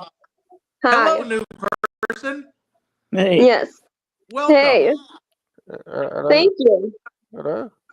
Are What's you your- a big Yes. collector? What's I your name? like to make new friends, like where I go. Yes, I do. I'm a nice person. I'm not yes, those Well, people. I know. Yeah. Rum will be the judge of that. Yeah, watch out for Ron. So, are you talking about movies? I like to talk about movies. Yeah, we're discussing the new Star Wars. Oh, show. is that coming out? Like when? When is it coming out? When is that? We have who knows more than me? Rick, take it. Skeleton Crew comes out mid-December. December what? Like in about a month. And then we have the new. I don't know. It could be like 44 days, but I don't have a calendar marked. And then we have the new Andor season 2. What did Brett say? April 22nd? Second, yeah, next year. And then James Gunn just made a post on Instagram, Peacemaker season 2. All he said was in 2025, and I'm like, really, dude? Like, not even a which month. one? Peacemaker season 2. That's a TV show. One of my favorite TV shows. Do you have a favorite movie? We're all Star Wars nerds, but I like all kinds of movies. Old stuff, new stuff, all of them. Right on. All right, favorite movie of all time.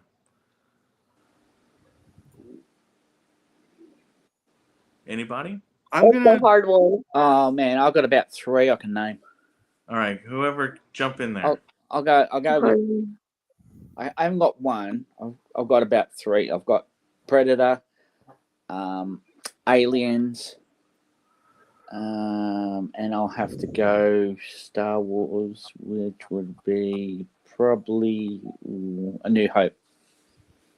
All right, that's solid.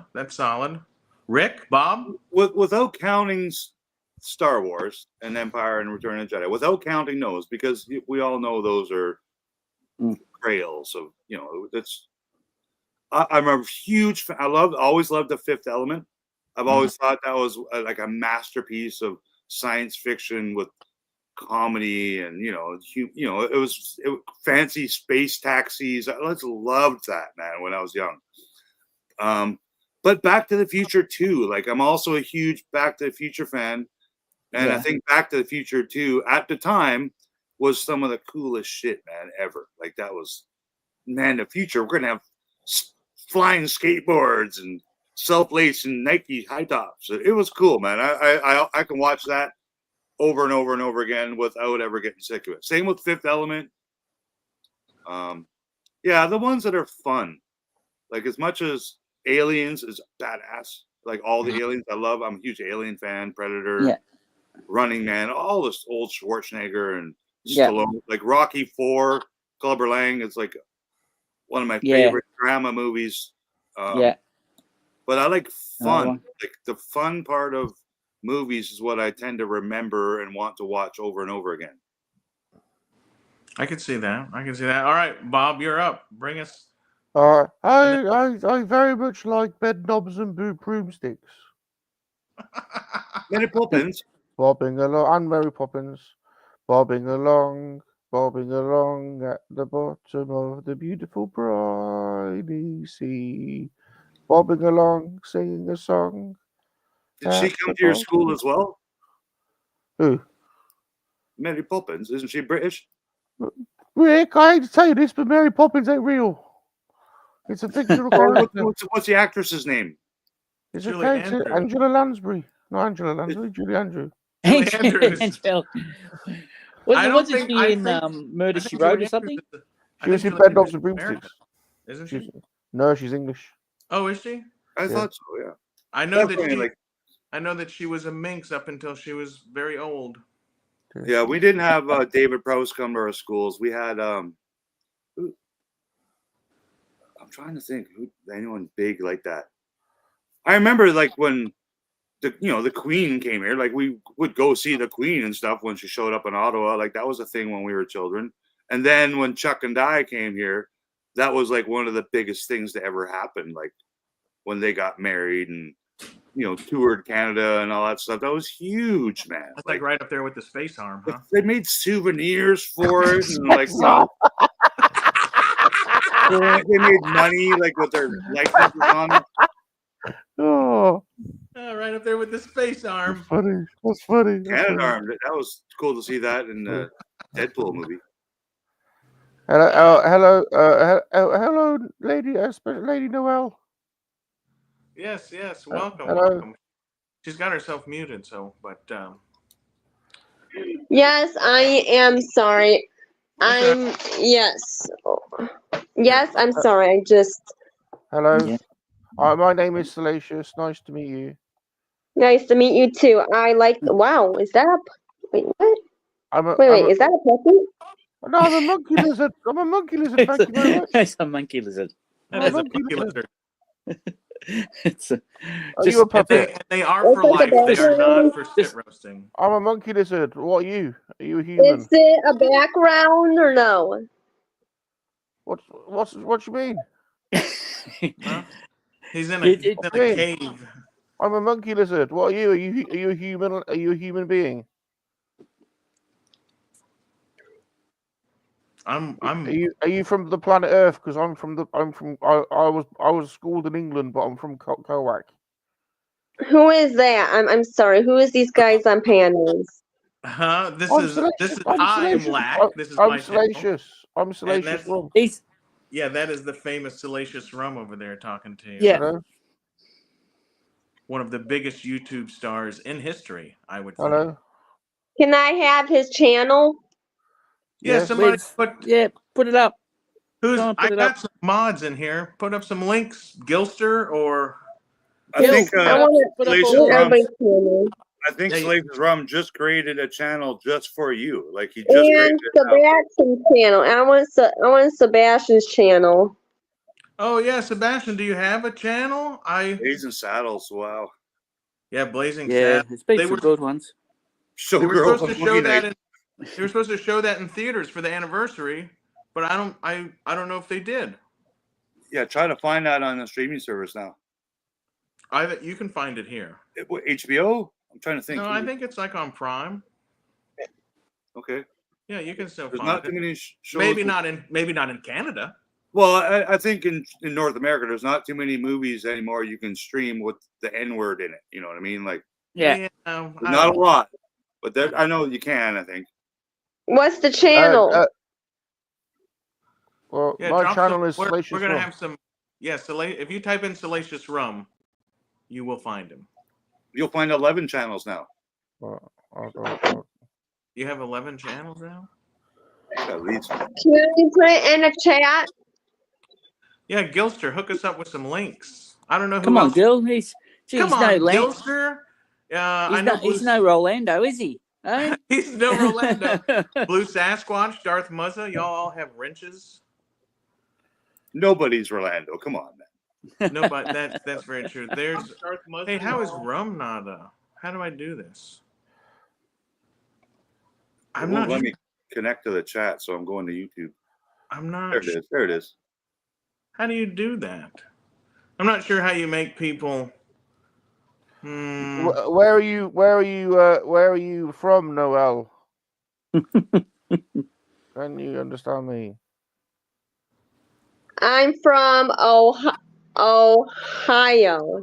Ohio. Oh, hello there. Yes.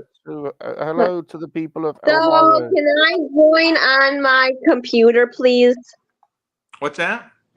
Can I join on my computer? Send me the link. Yeah, sure. Log out and log back in. We'll see you. Can you send me the link? I don't see it on my computer. Where's Lando? Is Lando in the chat? I don't. No, he's not. I don't know what he's doing. I think you need some better mods, honestly. Well, I think a couple of them left, and I Gil would needs to pick up his I game would a bit, make I think. some more, but I'm not sure how to do that from your phone. Oh, there you go. Oh no, did you do? That's Oh, that's the a link StreamYard. for the StreamYard. So yeah, if you get on your computer, you can find that link right there that I just put in the Salacious chat. Rum and Bim for the Bum. You'll find him. And then how do I think you need. If Brett was here, he could tell me. Yeah, we need Brett. Brett, where are you? Yeah, I'm not. I don't think I can make mods on the. No, you have to do it in YouTube. You got to do it in the YouTube. Like even right now during the video, you can go in the YouTube chat, click those little 3 dots, and make someone a mod. Oh, or block them, or just put them in timeout. Hi. There you go. Yes. Oh, a different view. Hello. Right on my computer. Yes, it's me. Ohio, the Buckeye State. Oh, Yes, hi. Ohio. Yes, it is. Hello to Ohio. Hello to Ohio. Hi. Yeah, Calling from England here. Are you from? Where is everybody from? I am from England, but I'm a monkey lizard. England, He's from Ohio, England. and Australia. Australia. Yep. Australia, and I am in the south of America. And I am in the left coast of Canada. So this is a very multicultural show. Yeah. We're all over the place. All over the world. Which is awesome. Like I do like that about our YouTube, friends and community. And what's your channel? Let me subscribe to it. Put it in the private chat. Oh yeah. If you're, gosh, I don't know how you do that. Oh. Gosh darn it. Come on, Lak, you got to get up with it. Come on, man. I don't. There you go. Salacious got it. I want everybody's channel. There was one there in the private chat. I don't think I can find mine. Oh, I don't got a wrench. Yeah, I'll get on that. Sebastian is from California. I know Mary's also in Canada, which is very cool. Yeah, we got lots of Canucks in the chat. Sam Squanch is Canadian. Mm-hmm. Mary. Put my channel in there too in that private chat. Yeah, if you go back through I go back through. We're on your channel. Yeah. So the people in your chat would know that it's your channel. Wow. Oh yeah. Well, I just meant in the private. Whoa. Yeah. Whoa. You have 8K. Wow. Oh yeah, you I, got have lots. I've got my army of Monkey fans. lizards. How would you do that? I have his channel, but I subscribe to those 2 channels. Yes. I do. awesome. Yeah, and then Thank you, Rick in thank the private chat put mine in there too if you want to I subscribe. just did. Oh, okay. I Right. subscribe to yours. I already subscribed to And he yours. put mine in there. Gilster is from Mandalore, America.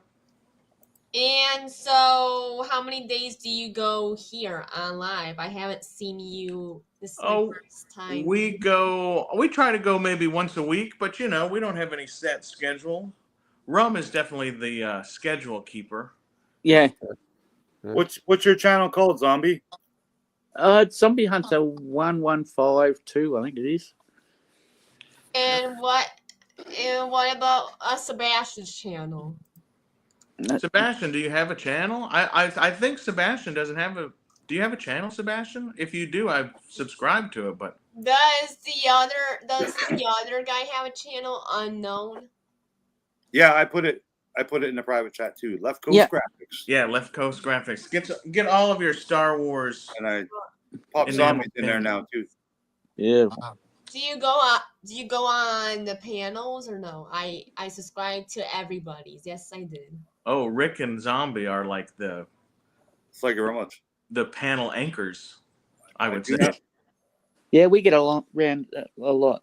So New Brunswick, eh? Awesome. Did you make Zombie? Did you make it to Cats recently? I did on Saturday night, which is Friday night for her. I didn't yesterday because I had to work. So. And I heard Bob made an appearance last night on Cats. Yeah, he was there somewhere, I think. Excuse me, who has a panel I can go to, like, for talking? I'm sorry, to make friends. No, it's all good. That I might be the lonely guy who posts the link in the chat, huh?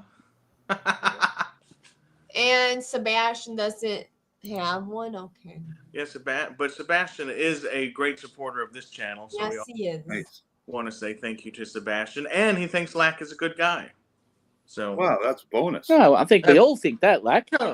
well, for the exception of Brett, who's kind of an asshole. No, So, how long you guys gonna go for this channel? For a long Oh, time? it's at least 6 Probably. hours, right?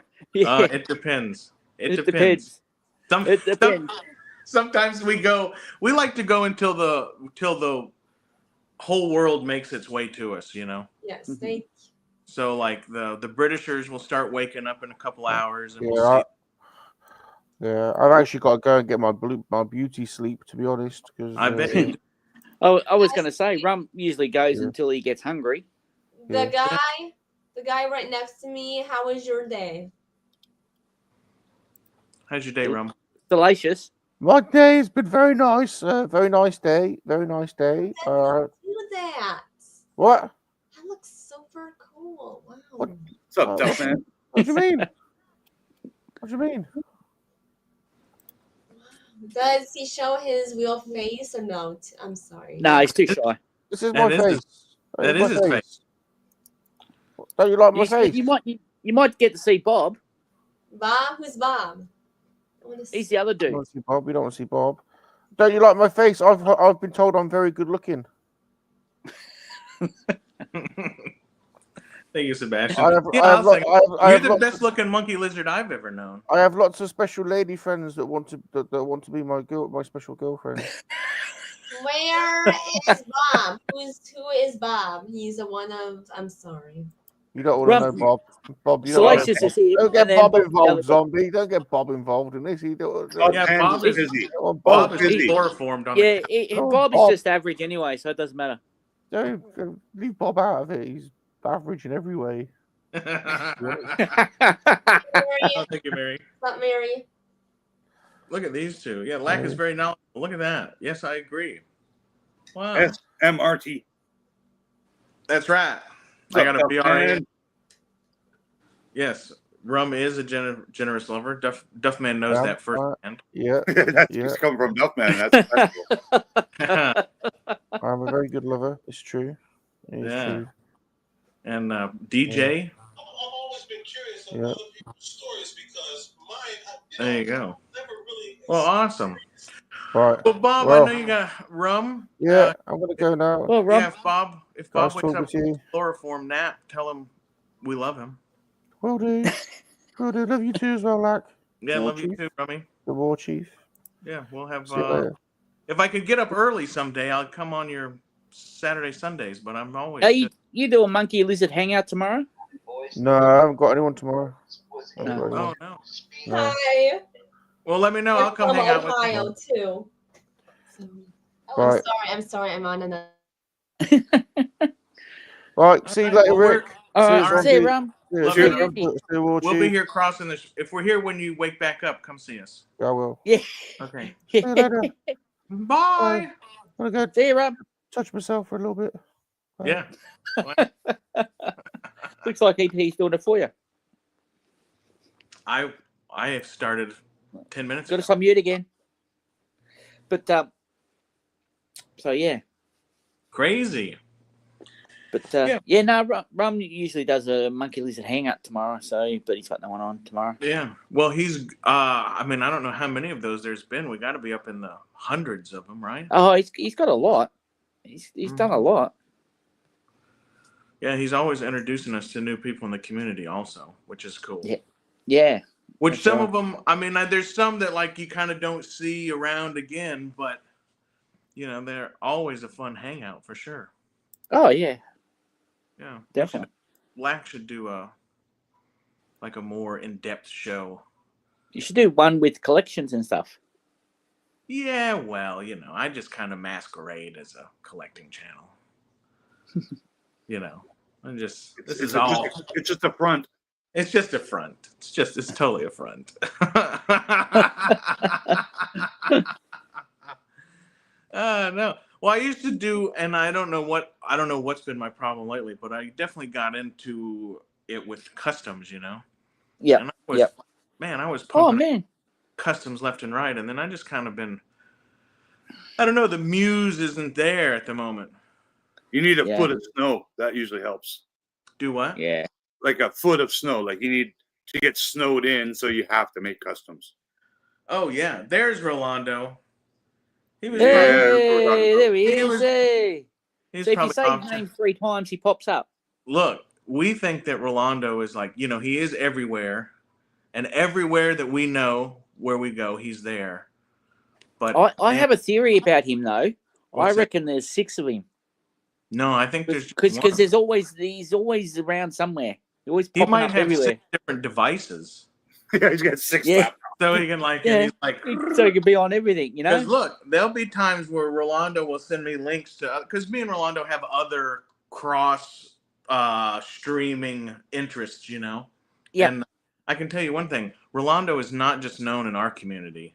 There's Oh no, he's everywhere. Yeah. Man, no, he is everywhere. It's not just us. It is everywhere. Stuff that's completely unrelated to different things, and all of a sudden there's Rolando. You know, dropping links and all kinds of stuff. It's crazy, crazy stuff. But hey, yeah, it is good to see you, Ro, and the other 8 people who might be here.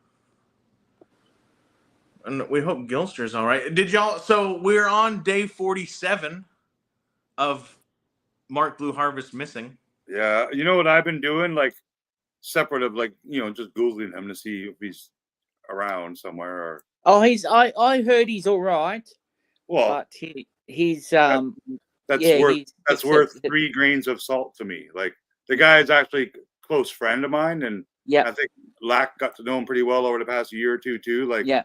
so you know, in a way, if he is all right and he has at least 3 fingers still, he Right. should reach out to us if we've all messaged him. So that's why I think he's not able to. Nah. Like when I'm in YouTube chats, even in this one before I came on, like I do at his name in a lot of chats to see if he's in there watching, right? And Yeah. from a hospital bed or jail or wherever, like just because we're worried about him, we're concerned. The guy, Yeah. like if I go missing, I would sure hope that at least 2 of Someone you will be would reach out. worried. Yeah, exactly. Yeah. No, I Oh, feel yeah, the of same course. way. I would hope that So, like, we do care about you, Mark. Like, No, Yeah. I have been on the phone tree,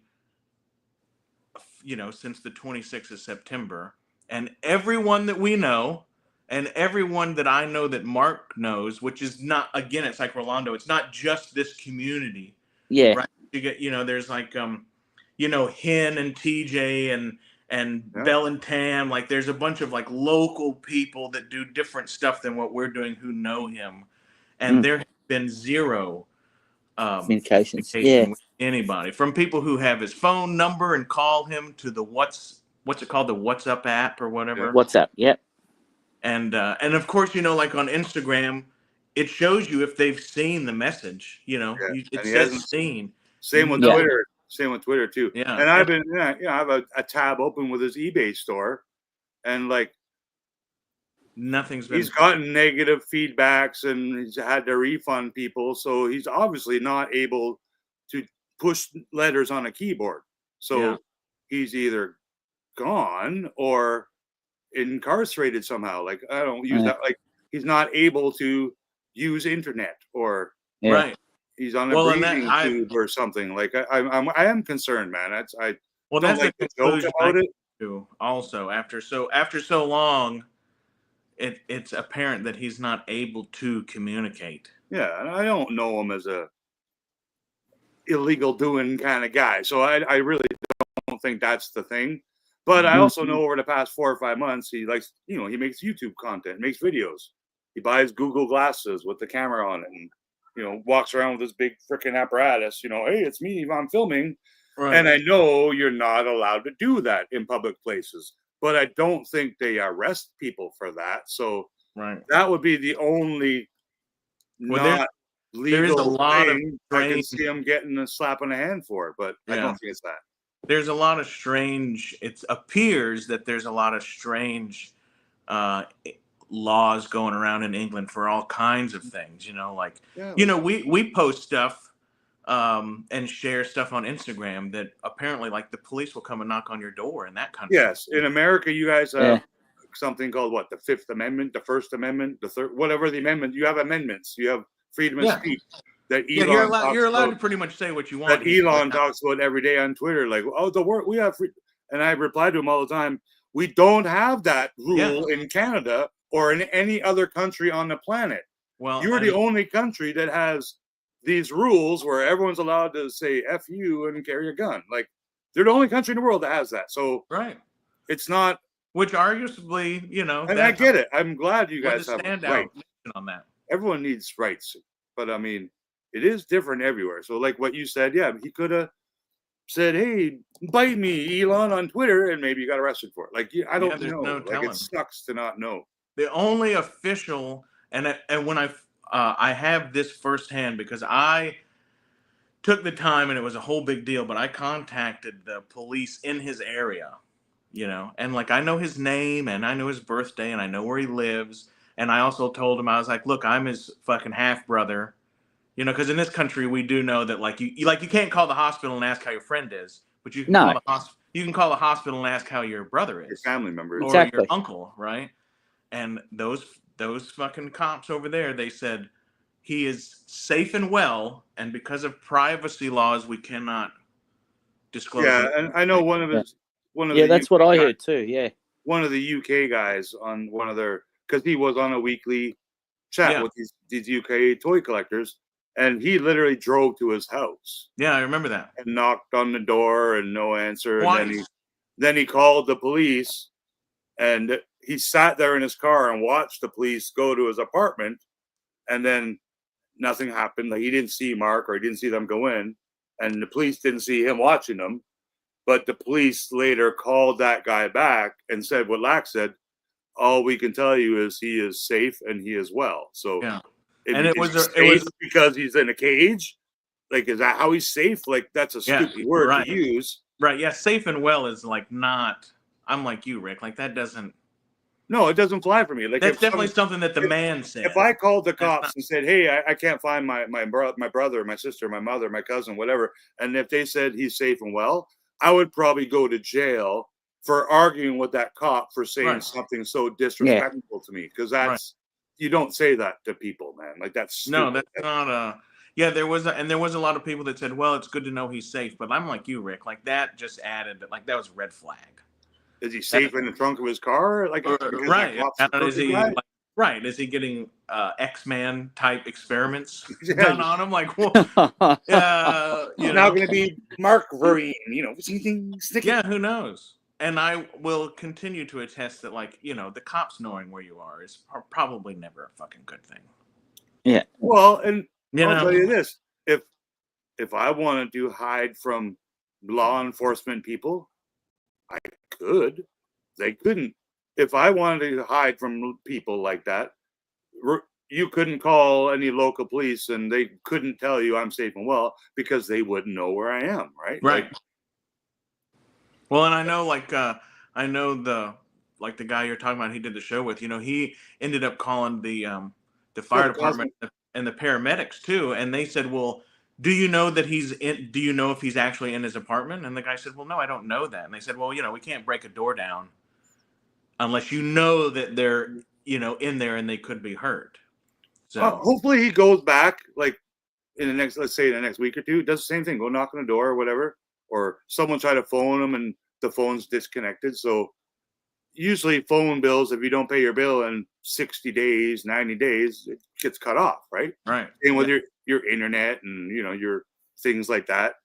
And if he's not living in his apartment anymore and he goes and knocks on the door December 1st and another person answers, exactly. then okay, he's not living there anymore. Like, what shit, man? Yeah, I know.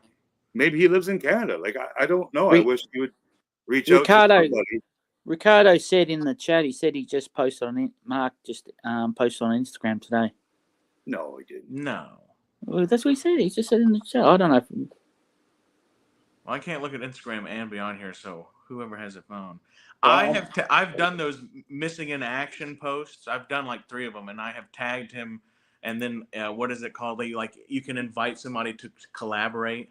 No, I can confirm he did not post on any. And look, I have messaged that fucker every day since September 26th. 17 weeks ago. Yeah. Maybe he's talking about a different Mark. Oh, maybe. Or 7 weeks ago is when he posted a picture, because his last video was Hasbro sent him a box of Transformer toys. Yeah, it's just which weird. He has not listed on eBay yet. So to me, that means he can't get on something happened like within a day or two of that video, because I know Mark, and I know keep a couple of those toys, give a couple away, and for kids and Christmas, and sell a couple on eBay. There's a subgroup of friends of his who feel it like inappropriate to hypothesize what might be wrong with him, but I don't find that to be a disrespectful thing. No, and those people have a problem with me saying something. They can contact me personally. Right, we give a shit, and we're genuinely concerned. And of course, everyone is. That's what it is. You wouldn't be buddy talking about him if you weren't concerned and you worried don't about his welfare.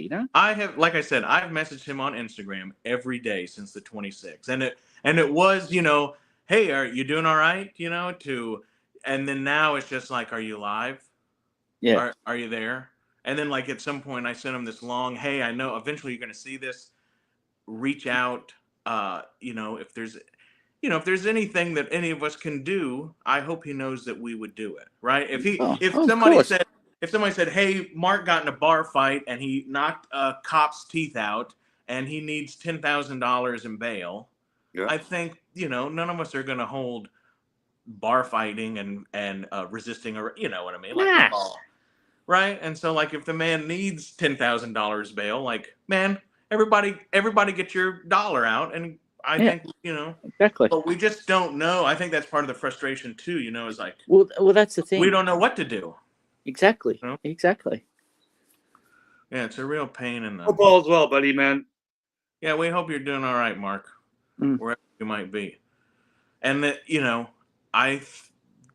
there can't be too many reasons why even the few people that he knows that live near him who have access to seeing him, they don't even know. Yeah. No, and that's the part that really concerns me more than all the other things that are, we talk about possibilities. That's the thing that concerns me. Like, he still has a mom and dad that are still alive, and Mark's not 19 years old, so his parents are 80 or whatever years old. Mark's 50, like me, and almost you guys, some of you guys. So No, I'm 54. health So is a yeah, thing. Like Mark had a bad neck or a bad back or a bad hip. Like he had health things he talked about sometimes, but most of us kind of keep private about personal health stuff unless we choose to make it a shareable public thing that we want people to worry about. And same with Mark's mom. Like Mark, I've always heard things about Mark's mom being in good health and stuff. He's never said she's sick and I gotta go hang with her because so I don't. I always think it could be any of those sad things like family members being sick or dying. Like I know if my mom died, you probably wouldn't see me for a little while. But if you message me every day or several times, I would reply. Yeah, exactly. And say, hey man, my mom passed. I need some time. Thanks for understanding. I love you. Boom. Yeah, and I would think anybody in the community, and like every once in a while, there's a few people, and some of them are in the chat. Y'all know who you are, but like, if I don't get a shared reel for a couple days, I go, I wonder where they at, and I go, hey man, you doing all right? And it's always some, I had a rough couple, whatever, and thanks for checking in, and like, I think that's what makes our community. I have not seen any other place on the internet, on the YouTube where people are doing that. I mean, there's plenty of people who have thousands of people in their chat or whatever, and those people don't even say hi to one another. No. They're all just constantly trying to get the guy to read their shit or trying to push their own agenda for their own channel. And like, I hate those streams because you wrote hello everyone or something and it just flashes by. You don't even get the chance to read it because the chat goes crazy. Rolando posted it at 7:32. There you go. It's Blue Harvest Toys. Yeah, he's Blue Harvest. I've even messaged him on eBay, like under a different email that he wouldn't know. Hey, I'd like to buy this. And he didn't reply, so that means he's not able to access the internet. Yeah, exactly. Or he has no digits to do it, right? Yeah, there was a few things because I had talked to him on the 26th of September, and he was showing me things. He was like, "Oh, I got this and I got this," and he says, "Oh, look, I bought this lot, for $57. I just sold this for $45. I'm about to put this on there," and none of that, came to fruition. The one thing that I noticed on eBay is like someone gave him a negative feedback, which if Mark gets a negative feedback on eBay, he will spend the next 90 days contacting that person and eBay to get that reversed because he likes 100% positive, that's a pride of his, right? And I get it. So someone actually in the past, 3 weeks, 2 weeks even, left a negative feedback and they said, thank you for the refund. So, but if you buy something from someone on eBay and you pay eBay and then you don't get that item, you contact eBay and say, hey, I didn't get this item. eBay will refund you the money. So Mark doesn't have to be there to do refunds. Like, that's just the way that kind of. Well, and I've known Mark long enough to where if something doesn't go smoothly on eBay, I hear about it. He'll make 3 videos about it. He'll make 3, and then he'll Instagram message me, and he'd be like, "This fucking cockwobble, told me that my mint condition whatever is not mint," and I just, because he takes that shit seriously. Yeah. I know that's one of his major sources of extra income. Because he does have he has a neck issue and he has a hard time. It is his income. Yeah. He can't go work in the salt mine. He can't do things like that anymore. Because he's got an injured neck with, like some metal and shit in it. So he has issues, And but yeah, that's like his major. That's why he's always looking at those auctions and he's going back and forth and he's thinking, well, okay, if I can get this if I can get this whole box for $60, I see one thing in there I can sell for 30. There's another thing I can sell for 20 and another for 10. And I'd really like to have that one piece. I'll clean that corgi car up and I'll put that in my thing. Yeah. So then that's how it's definitely, and that's why there's a bunch of there's Tam and Bell, gosh, what do they call? I can't remember. Anyway, there's this lovely couple named Tam and Bell, and like they're resellers, I guess you call it. Like they hit all. Yeah.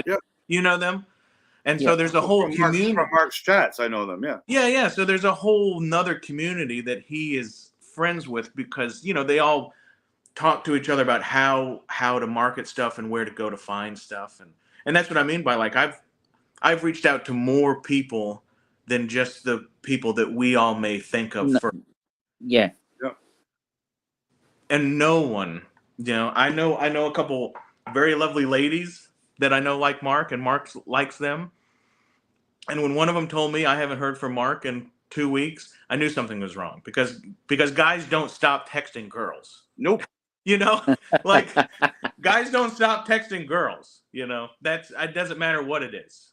There's gonna be a communication there.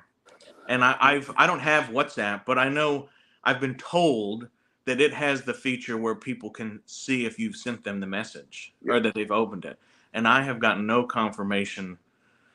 I was in that WhatsApp, but I had to leave it because literally 3 a.m, I just get bing, bing, bing, bing, bing, bing, bing, bing, because that's when they're all awake in the UK. And I'm like, nope, not doing this. Nope. Yeah, no, I know what you mean. There's a couple things I'm a part of where I had to like stop. I just check in with it, once a day, and I remember when all those chat groups started, like because they did them on Twitter and Instagram and Facebook and WhatsApp. Like there's all these little chat groups for little groups of friends and collectors and stuff like that. But I remember when someone invited me to one on Instagram, and then literally like every 8 minutes, I was getting like phone calls, like because you can call those chats unless you disable it, and phone ringing at 2 a.m, and then you're like, what? And then it happens like 2 hours later, and people are like, oh, it was a mistake. I'm like, no, you pushed the call button. Don't do that ever. Yeah, it's a crazy. I don't know what to. The next thing is to get a plane ticket over there and start. Like I don't know what you do, and I have a few local people that we know who are much more local to Mark than we are, and I hound them. I say, look, because like you can't even hardly look up stuff. Like here in America, like it took me a long time to get a phone number for the police over there. It's just like this thread of shit. It's like all of a sudden I was on the internet in China or something. Like I was like on North Korean internet, and the crazy part about it, like the country that Bob and Mark live in, is like the size of my city. I think walk across England in a day, I don't know. It's just Well, you can fit, but none of them have cars, so that's the thing, because every once in a while Mark's like, well, that's an hour away, and I'm like, what the fuck? That's like that's like going to work, dude. When I lived in Alaska, there were people who would get I lived about 5 hours from Anchorage. And like Rick, you'd appreciate this, but like there were motherfuckers that would get in the car and go to Anchorage and get an eighth of weed.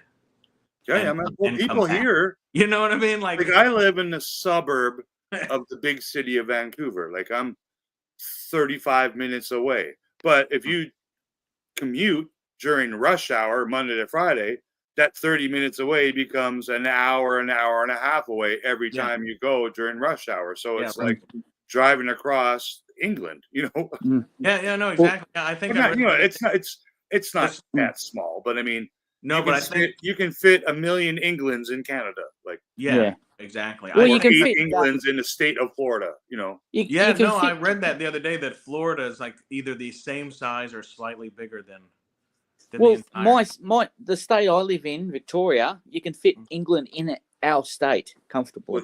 Yeah, you're huge. Oh yeah, in the state. Yeah, you got like 35 time zones in your country, man. Oh, it's crazy. Like you could drive 14 hours and still be in the same state. It's crazy. Yeah, I remember when Usual Mike told me, he's like, oh no, between this part of Australia and this part, it's like 13 hours difference. And I'm like, what?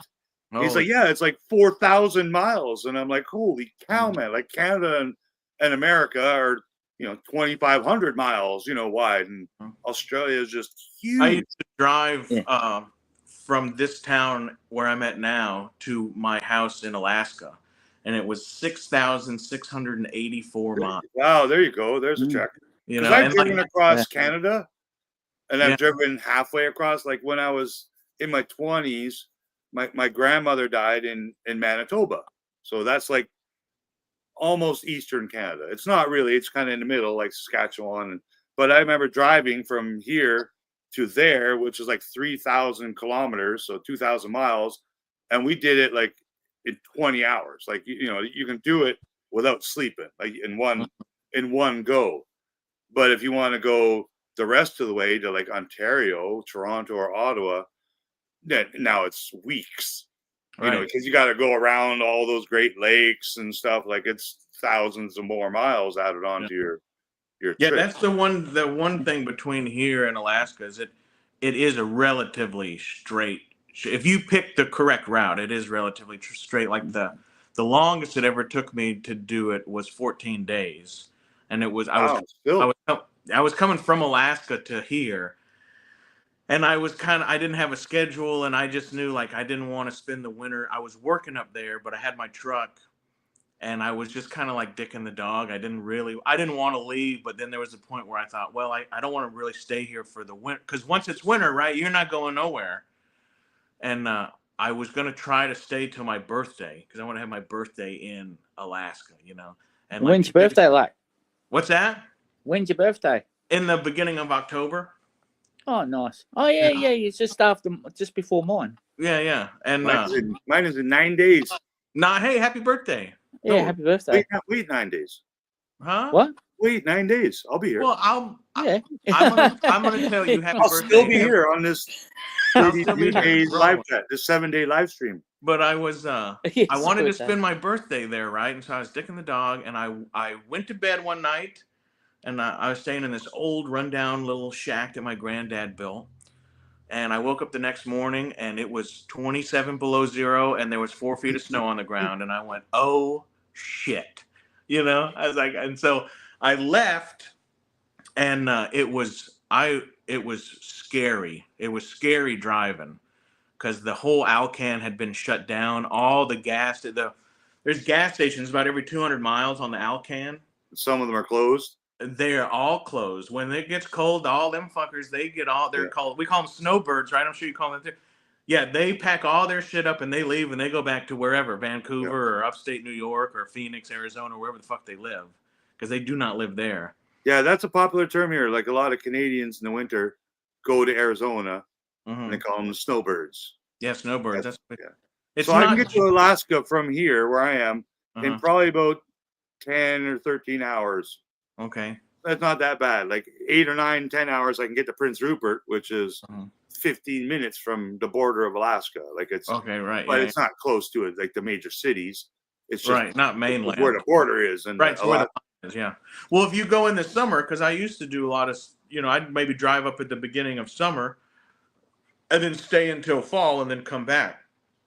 But when it's, man, when it's daylight 24 hours a day, all of a sudden it's really easy to do 1,000 miles in a day, when it's, and one time there was a friend of mine, and this was like the 6th or 7th time I've driven up there. It was getting to be like, I didn't take my time all the time. Like it was a mission to get there. It was like a trip, it wasn't like this fun vacation. But I had a friend, and I worked with him, and he was a cool guy and everything. And he said, man, I'd like to go to Alaska. And I said, that'd be so cool. Come with me, and I'll show you all the cool shit to see, because it'd be kind of like it would make me stop and enjoy the trip more, Yeah. And so we drove from here to Montana. We get to the border, and this fucking guy, which to his own credit, none of us knew this necessarily, but so this fucker had like some sort of lame, weed possession charge that was like 8 years old, 10 years old when he was like in high school. Yeah. And they would not let him into Canada. Bloody hell. And it was this whole big, and like the border was where we crossed the border was still, 2.5 hours back into America to some semblance of society, I couldn't leave him at the border. And so like he called his sister or whatever, and they said, okay, he ended up getting a plane ticket the next morning from somewhere in Montana to Fairbanks, Alaska. And I said, okay, I'll meet you in Alaska. Because I'd gotten him a job up there and we were working and all these kind of stuff. So I drive 2 hours back, drop him off at a place. We end up spending in one more night because the day was kind of shot. So we spent the night. He got up, got on some shuttle to go to the airport. I jumped in the Suburban and I took off. And I drove from, what's the name of that? Sweetgrass. That's the border crossing. Sweetgrass. I drove from Sweetgrass, Montana to Fairbanks, Alaska in 58 straight hours. And did not stop. So whatever that is, that's like, just about 3,000. It's far. It's a long way because I remember when I was younger, I drove from here to Queensland, and that was 21 hours straight. Mm-hmm. And is that on the other coast, or is it just up the coast? Just straight up. It's straight just up. Okay. Straight up the east side of Australia.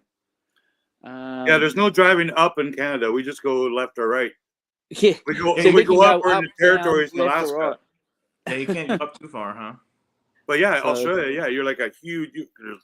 There's like cities up here and down here, and then the middle's just a big rock. Yeah, rock. It's just all desert. It's all on the outside. All the people live on the outside. Inland, huh? Yeah, the only place that a lot of people live is in Tasmania, which is the little island down on the right-hand side. Mm-hmm. That's where they have people everywhere. But in Australia itself, we're all basically around the coast. How about New Zealand? Is New Zealand just a couple cities and bare land, or is there people everywhere there? No, there would be people everywhere. Not densely populated, but there'd be like farms or ranches. There's some big mountains in the middle, right? Yeah, I think well they do a lot of snow skiing, so there probably would be mountains in that there, and they did the Lord of the Rings there, so for the backdrop. Yeah. So I know New Zealand is because I used to be a big game guide, and I knew New Zealand is like a big man, like all the big time hunters who go to Africa and come up to Alaska, and like New Zealand is always top. It's like Africa and Alaska ties usually, because there's been times in history where it was cheaper to go to Africa than it was to go to Alaska. Oh wow. Yeah. So there's people that, back in the old days, people always went to Alaska first, and then Africa was like their big save up. But when I was younger, there was, for whatever reason, it was cheaper to go to Africa and hunt for quite a while. So, then we'd see guys that, I've been to Africa twice, but I've always wanted to hunt in Alaska. But all of them fuckers loved New Zealand. And they all go to New Zealand for like the red stag and the axis. And I think there's fowl. Now, and I don't think everything they hunt there is native. I think there's obviously some stuff that's, when I say not native, like, they've been there for 100 years, but they're really even like horses were brought to America from other places, right? Like, the Spanish. Well, here's a fun fact. Do you know there's like thousands of camels in the outback, like in Australia? Yeah, I knew that. Yeah? Yeah. I'm on Apple, but I'm not on a phone. So when they brought him in, like ages ago, they just left him in the desert, and they just bred. But well, I'm sure. Did that start like in the silver mining days, and they thought, well, I think I'm not 100% sure, but it was like a long time ago. So I'm willing to export from Canada to America and to Australia and to the UK. I'll export all of our seagulls and crows, all our flying rats. We've got a lot of seagulls and crows already, so we don't need more. You have crows and ravens where you're at? We got them all, man. Crows and ravens. Yes. We don't like walk around and like just see beavers. Like there is beavers like 10 minutes away from me. I say that, but because there's like a dam that the city supports, and it's, but you don't see them all the time. They're always like sleeping. And whatever. But you see the evidence of the trees. So around this little man-made lake where the beavers are, and the beaver lodge, and they can't build a dam there because it's just a man-made lake. There's nothing to dam up. Yeah. But all the trees like around the trails all have like fencing around it. Mm-hmm. So the beavers can't chop all the trees in the park down. It's kind of funny, but well, what do they eat then if they don't let them? Oh, there's a lot of trees in Canada. They just they have to eat the ones on the path. You know? Mm-hmm. Yeah, man. When I was a kid, man, beaver fur was probably one of the last furs, besides maybe wolf and wolverine, that really kept its price up. You know, and the meat is excellent. I've heard people say that. Yeah, especially the tail, and then the dog mushers. We used to make a lot of money off dog mushers because the smart dog mushers who win the Iditarod and they win the Yukon Quest, they feed their dogs beaver meat. No shit, really? Yeah, and there's so many guys that like you know, that you always see dog mushers like, hey, so and so's horse died, you know, can you come help me get it for my dogs? You know, and like those guys never win. And like when the Iditarod used to come when I was little, when the Iditarod would come through our village, man, we were making like $25 a beaver. And like, you know, my granddad had already skinned them.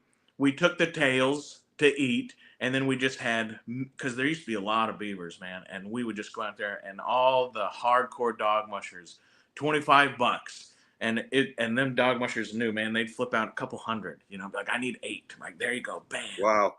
And like those guys consistently back in the day, they won. A lot of them old guys aren't even hardly racing now, but the ones that know their shit, they pack beaver meat for those dogs. Oh, the other wild flying rat I want to export to all you guys is Canada geese.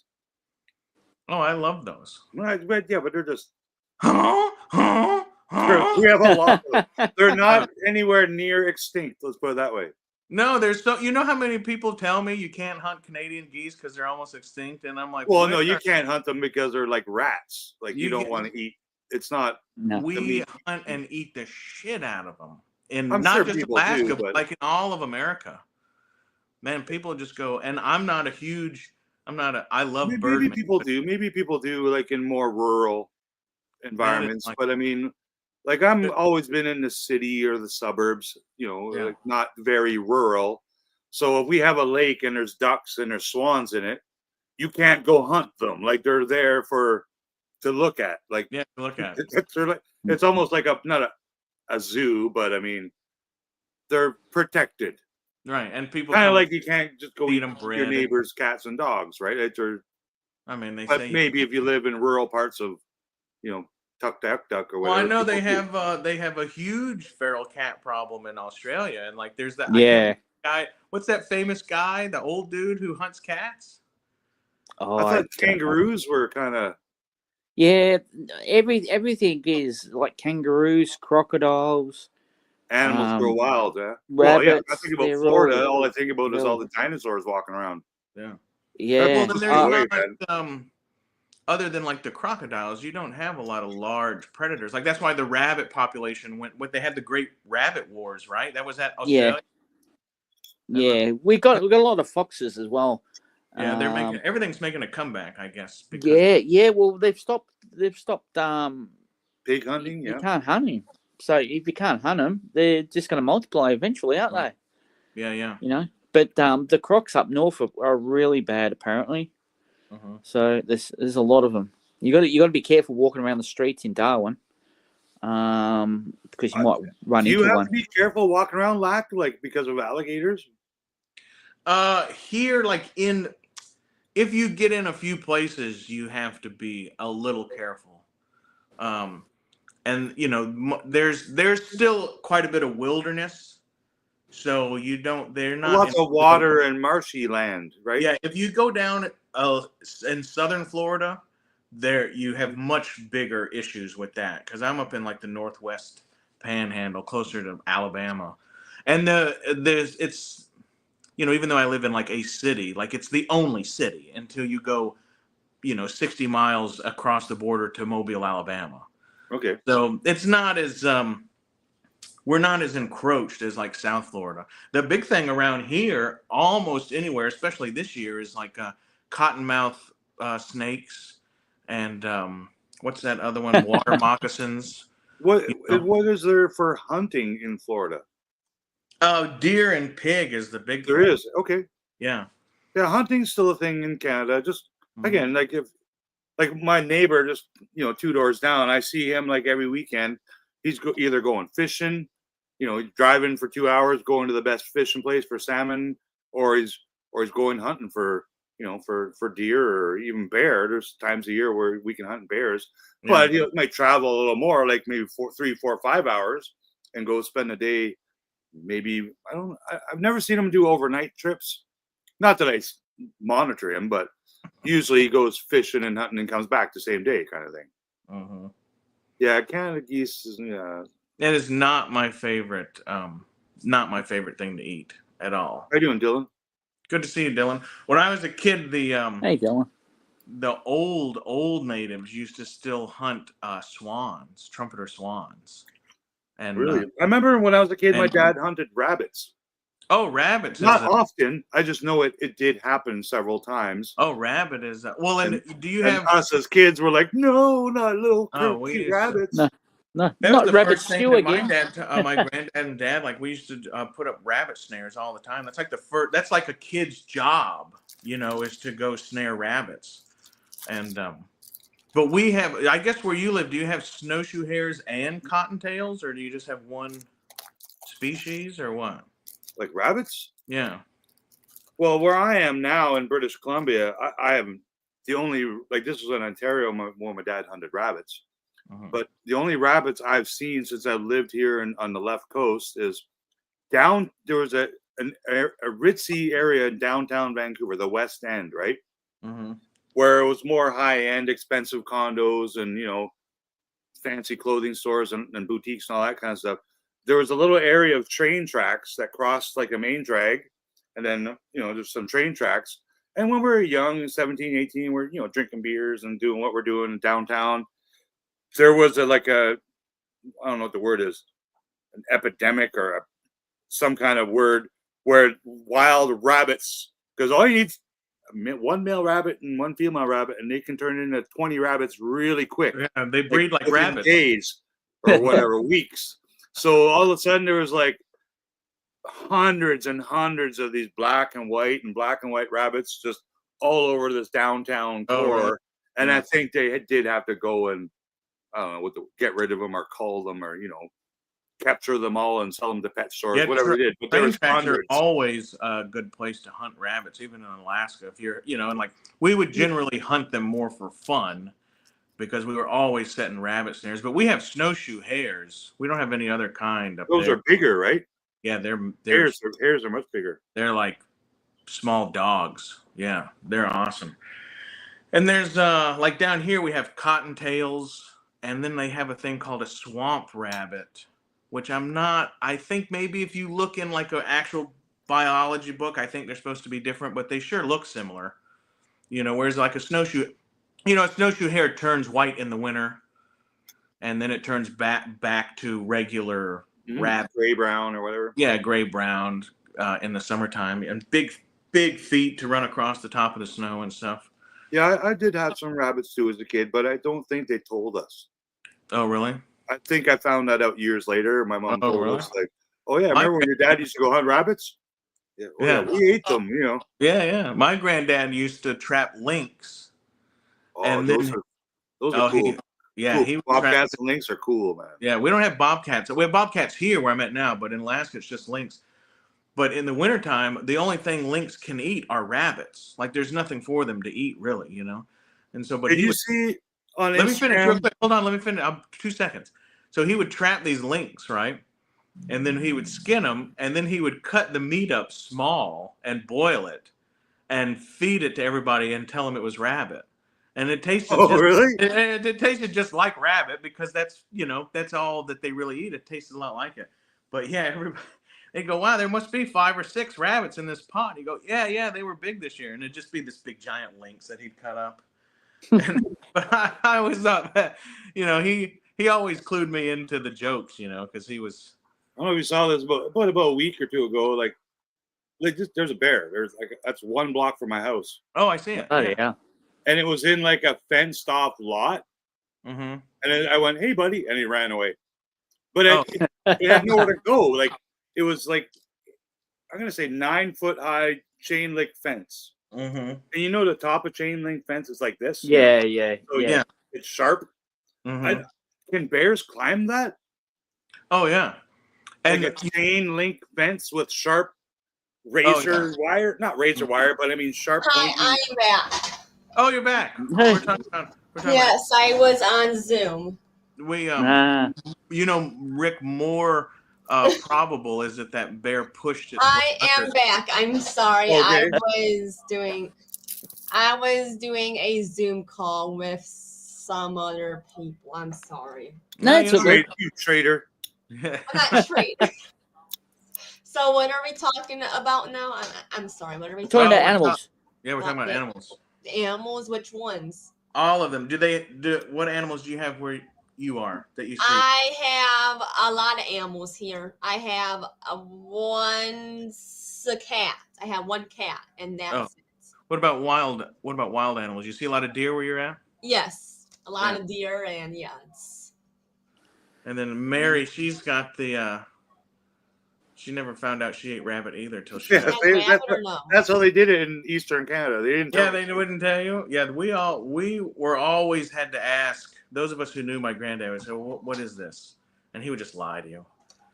But Mary has the snowshoe hare. Yeah, if they turn white in the winter and then they change color, that's a snowshoe hare.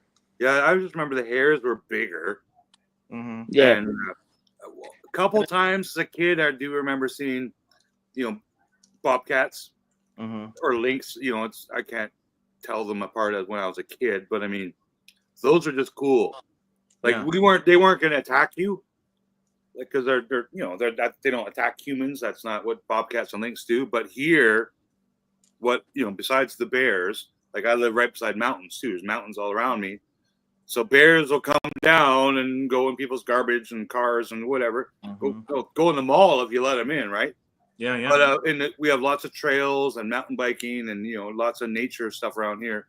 But mountain lions, that's a thing. Like then they do like not like them, but they will attack people, chase them, eat them, bite them, all that stuff. When I was younger, I lived in Colorado. We lived in a super rural area, and a mountain lion killed the next door neighbor's wife when she was out jogging one day. Wow. That's a scary creature, man. Oh, man, you do not want a cat after you, that's for sure. No. What kind of cats do you have in down under? Yeah. None. We don't have any. We see a lot of roos. Like you get the domesticated cats. I mean, no, but there's no no, there's no bobcats, mountain lions. No, absolutely nothing. Or bears, really, right? Whatever they had, the farmers eradicated them in the old days.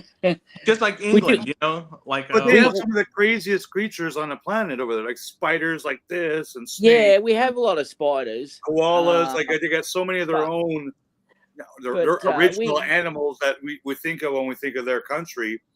Yeah. And it's weird to think they don't have, they have deers, but I mean, bears and wild mountain lions. Yeah, we have nothing. The only thing we have that we have to be careful about are basically the crocodiles up north and the great whites in the water. Yeah, sharks too, right? Well, you've got a lot of venomous snakes too, right? Oh, yeah, we got snakes, but we rarely see them. You rarely see them, even if you go out back, out in the bush or something. Zombie, I was going to say this earlier. Alaska and Australia are the only two places I know that call it the bush. We call it the bush too. You get on a bush plane, you say I'm going to the bush. Yeah. Walmart used to have, before the days, like now, you can get on your computer. Or back then you could call Walmart or Sam's Club and you would order all this stuff. You'd say, I want a pallet of this and right? And then you would have, and it was called the bush department. Oh, wow.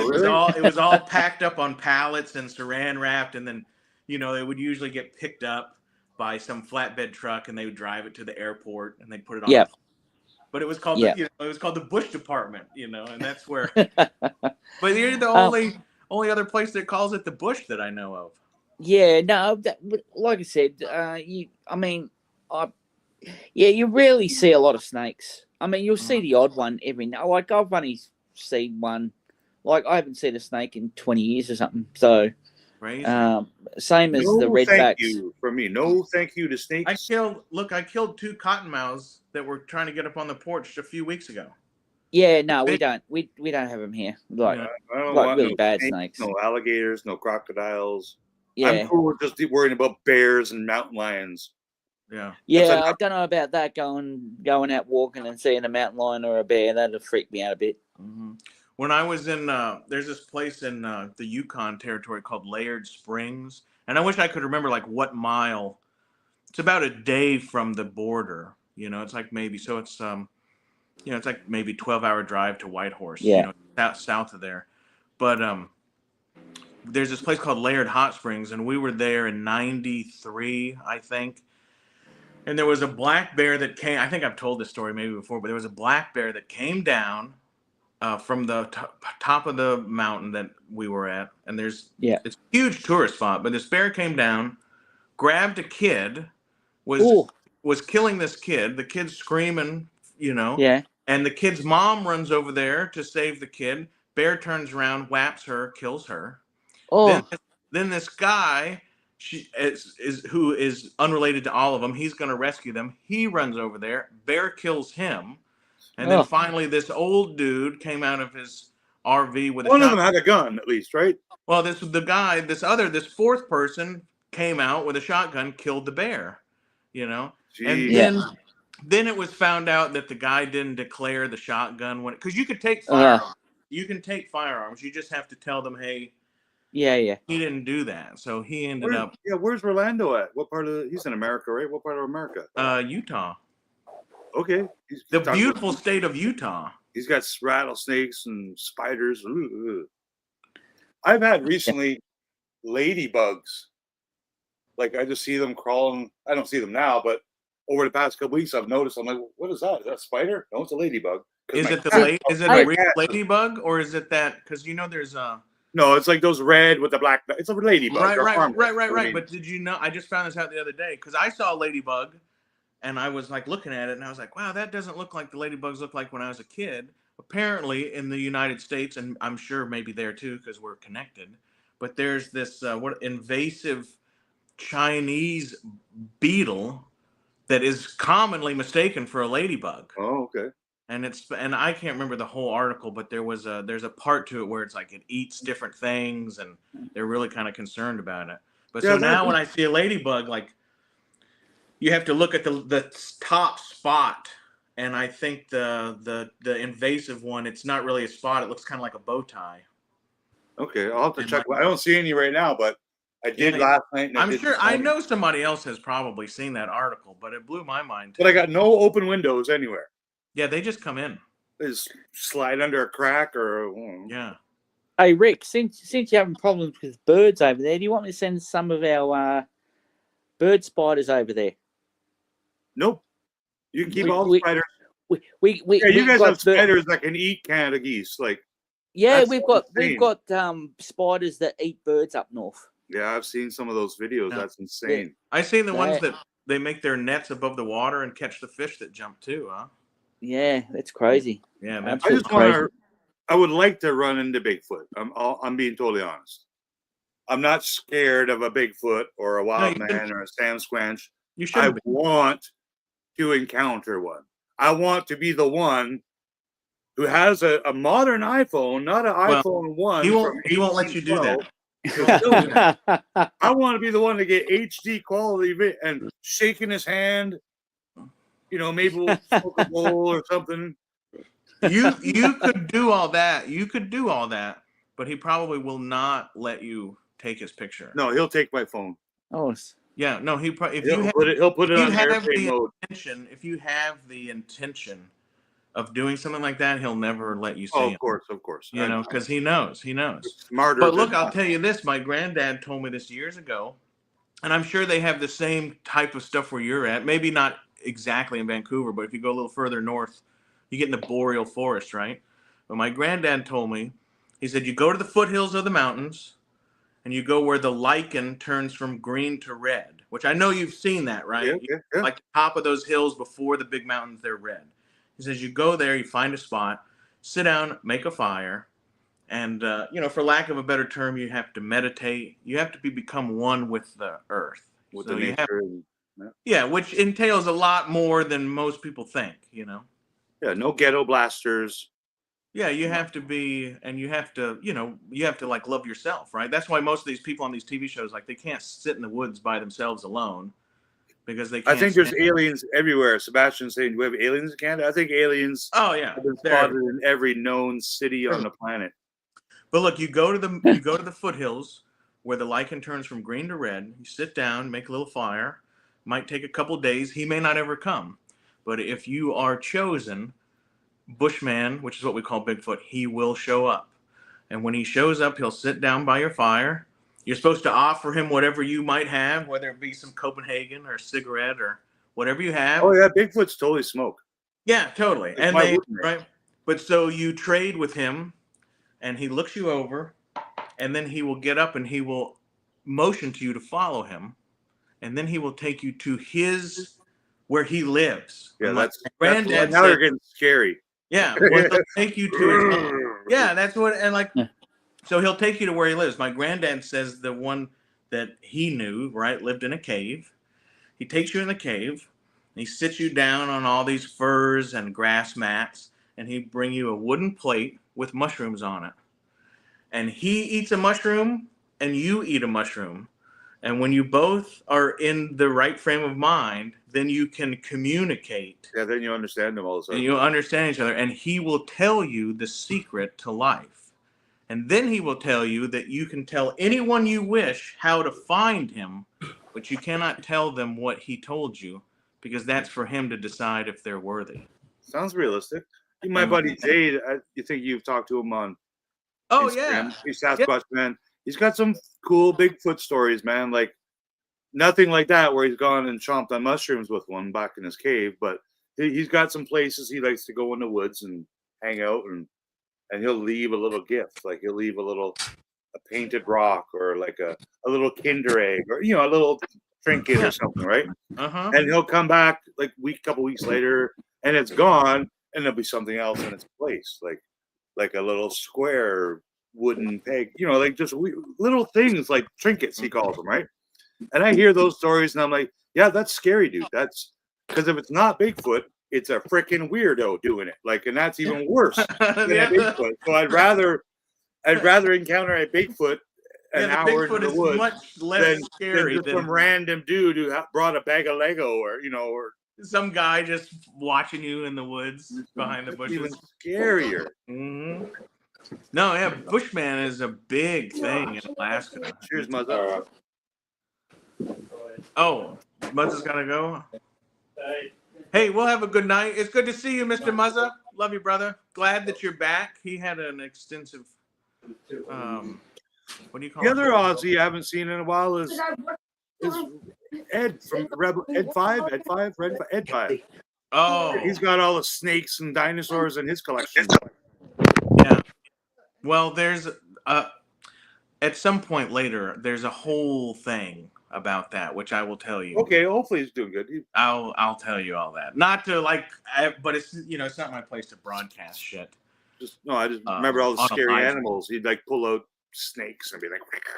Oh yeah, well he had all those pet ones, yeah. Snakes are all right as long as you leave them alone. Yeah. Well, the snakes here too are like we have some water moccasins that get pretty aggressive, and like I was paddling around in a boat, and I was with Dylan. Dylan came and visited me. Dylan and some other folks were whatever they were doing, and I was like, I'm gonna take the boat and paddle over here and check shit out. Well, like I left my gun with them or something, because they were on the bank in the woods, and I was like going in the river. I was like, I don't hear you. And I go, there was this real like alligatory looking. I was like, there's got to be something over there. No way. Was this in Florida? Yeah. Okay. Yeah, Dylan is in far south. Because I was going to say, if that's Alaska, it's not an alligator. Like it's No. He came and visited me here. We're like, what are we, like 8 hours apart, something like that? And I've driven down there once, and then he's come up here a couple times, and we go out in the woods and look around and look for places to hunt and shit. Dylan's a cool cat. But I paddled around this little area where I just thought there would be a real nice little something to see, and I see a snake, and it's a big ass water moccasin, and I go, oh, that's cool. There's a snake, and this fucker's like 40 yards away from me, just kind of going across the thing.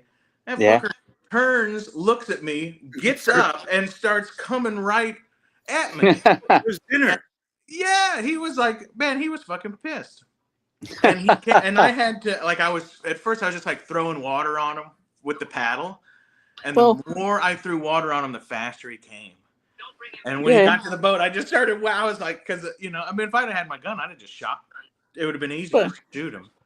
Well, he's seen a lack in the wild, so he would have been pissed. Holy smokes, man. Yeah, but that fucker came from like 30 yards, and he just went and stood up like a cobra. And he just beelined it to me. And I thought the gardener snakes, we called them here when I was a kid, like just small little black and yellow ones. Like rat snakes and stuff. But since I was a kid, I don't think I've ever seen a snake unless it was someone throwing it up on YouTube or, Oh, really? Or I was in a pet store, or, looking from far away, like, yeah, nope. I've heard those stories too, Sebastian. Yeah, that's definitely, there's a lot of stuff going on in all those deserts, even Colorado, Arizona, the whole area, the high desert, even up there where. That's where all these stories come from, right? Like whether it's, Bigfoot stories or stories of, the gods coming down or, like that all comes from, like, it's not directly our heritage per se, but I mean the heritage of our land, like so the Aboriginal people, then even the people that were before the Aboriginal people, like their ancestors, because they're the ones who created not created, but who had originally told these stories, right? Whether it was based on fact or history or whatever they had. That was zombie dropping something. It sounded like bang, bang, bang. Bang. And then it gets, my son's just got those similar stories are like he's got a here in North America or in Australia or Asia or Russia. They all have stories of like, there is not a creature or gods coming down from golden chariots in the sky, like in India. Like everyone has. That's why I'm fascinated with all that, the ancient aliens and all that stuff to do with that stuff, because the guy he'll go to Mopanteki, like, or South America, and go to these old ancient ruins, and like, look at how this face is, or this eagle has one wing, and but they did the exact same thing in England or in North America, and it's like, well, there's not like a real culture, thing, There's not a culture in the world. They weren't phoning people. No, hey, we got there's not a culture in the world who do not have a Bigfoot or abominable snowman. And they have cave drawings, and they all look the same, and they all have the same types of stories. And like you said, like, these people aren't phoning each other. And Alaska's the only place that I'm aware of. Now, I haven't studied everything about Nepal and the indigenous people for thousands of years, but Alaska's the only place I know where they have Bushman and Ghostman, which is Bigfoot and because they're two different. The abominable snowman is white or gray, and then Bigfoot, like the Yetis. Yetis, abominable snowman. We call them. What do you got? You got Yowley in Australia, right? Yowleys. Yeah, something like that. Bunyips or something. Yeah. But I know, like, the Sasquatch word comes from like the white man mispronouncing the indigenous word, which is many more words and syllables, but somewhere in there is the same letters that are in Sasquatch, but there's other syllables and stuff. And America's the Bigfoot, Every culture too, has a like, I used to hang out with in the Mandan village, which is a real small group of indigenous people now. And then even like the Cheyenne and Shoshone, but all the cultures that I've been around firsthand, and I've read about other ones, but they all have stories of a flood. And also like they coincide with the time frame of like the story of the flood of Atlantis, right? Which is it's supposed to be a myth, but the story of Atlantis was told to Socrates' teacher firsthand by the Egyptians. Yeah. thousands and thousands of years ago. Yeah, like it's not are the idea hearing that these stories. Yeah, I got theories for days. Like I think there was, we'll call them aliens, whatever, people on our planet before like caveman. Like, oh, definitely. let's say 50,000 years ago or whatever. Like, between 50,000 and a million, whatever. Pick a number. Like before there were cavemen who didn't have wheels, or they didn't have fire and metal and stuff. There was other beings, I believe. Then that's where I kind of think that had that. Yeah, that's where I kind of think like pyramids and all those Aztec temples and things where people don't know how they lift these 80-ton stones when they didn't have like fire or wheels or like or cranes or science where they can calculate, well, if we go on this angle, the one geologist did that erosion study on the Sphinx, and contributed that it was there from rainwater, right? The bottom of the Sphinx has all those striations, which hasn't been there in tens of thousands of years, like right. And they know that kind of and if you grew up in a rural area, if you went everywhere in a boat on a river, like you don't have to go to college to know the difference between the side of a bank that's eroded because the river rose and ate it out and dropped versus water coming down a hill. And like he's proven that the Sphinx is way older. And like the Egyptians, like we were taught, the Egyptians didn't build those fucking things. They found them. Moved in, Yeah, they found those fuckers. And there's that one, I can't remember his name now, but that head geologist for Egypt, like it's all about propaganda. He's like an Egyptian propagandist, and he safeguards all this information because that's basically all Egypt. That's what they pride themselves on: the pharaohs and the Sphinx and the pyramids and but any geologist, Bryn Forrester, Randall Carlson. I've watched all these guys, and they've done plenty of. And the cool thing about especially Randall Carlson is he can show you what he's talking about. There's so many people who say, oh, this and this, and they just talk from a podium. But like Randall Carlson, he'll go to the side of a small river and he'll say, okay, look at these lines. Like, when the river gets high and it goes over a sandbar and then it drops. And and there's certain lines that make the topography. And you can look at that on a normal scale. And then he goes to somewhere, like in the west of Minnesota, north of Colorado, where the ice came down from your country. And he can show you that same pattern from a drone, 1,000 feet in the sky. And that's what clued me, because I grew up on a river my whole life. And so when they put it in that terms, when they say, oh, what does a wave do when it goes under a bank? And then it goes down. Well, it's called an undercut, right? It makes the water goes underneath it and the bank slumps off. And then you look, in the breakup in Alaska when all the snow melts on the top of the mountains and it runs off at the speed of gravity, it makes a different pattern. And then they show those, which are understandable to us as modern people, because most of us have been on rivers or we've seen that. And then they show what it looks like on the Sphinx. Mm-hmm.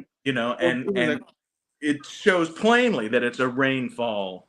And the whole idea of glaciers blows my mind too. Like, because you can go see them now, and they're moving. They've been moving for 1 million years, and they're still moving. They're just making the land. They're making the land what they want to make it. And I love watching those YouTubers and guys that travel up north in Alaska and even more north if they can go there, and to see these actual glaciers and watch some stuff melt off the side, just fall into the ocean with a big splash, and just think that happens every minute of every day forever, yeah.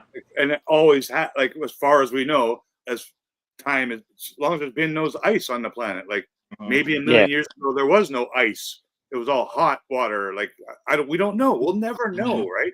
Well, geologists. But in 1 million years, they'll still be there. Yeah. Unless it blows up the planet, those glaciers will still be coming down towards Vancouver and Europe, or wherever they're going.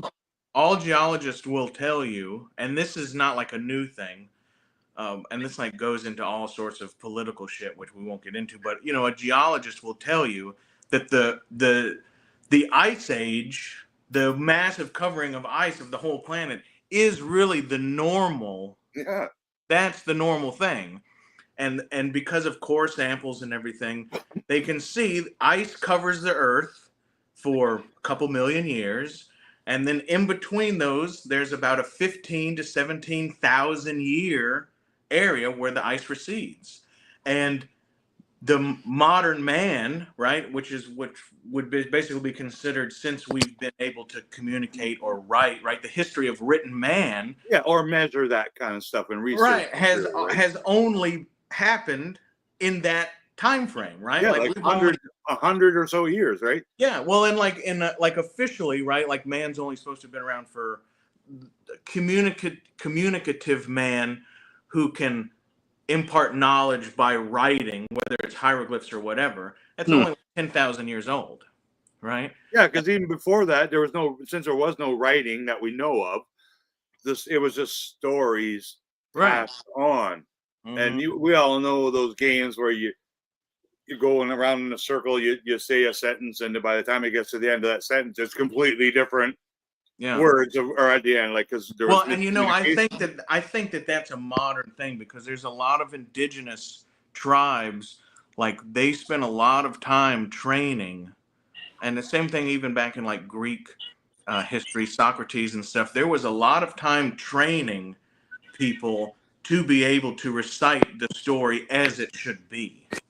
Hello, Stu. Oh, Stu. Very early morning. Yeah, we've been rolling for almost 3 hours. We try to catch we got the whole world in our hands, baby.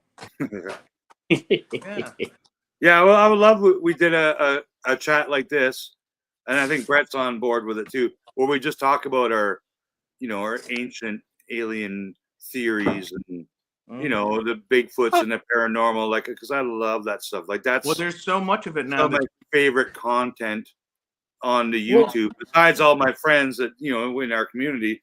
I love that stuff, man. Like the whether it's paranormal ghosty woasties or Bigfoot stuff or other. Well, there's a lot of fringe scientists who are putting a lot of evidence on a lot of this stuff that was just these wild ideas when we were young. Bryn Forrester, who's spending a lot of time in Pacau, Peru.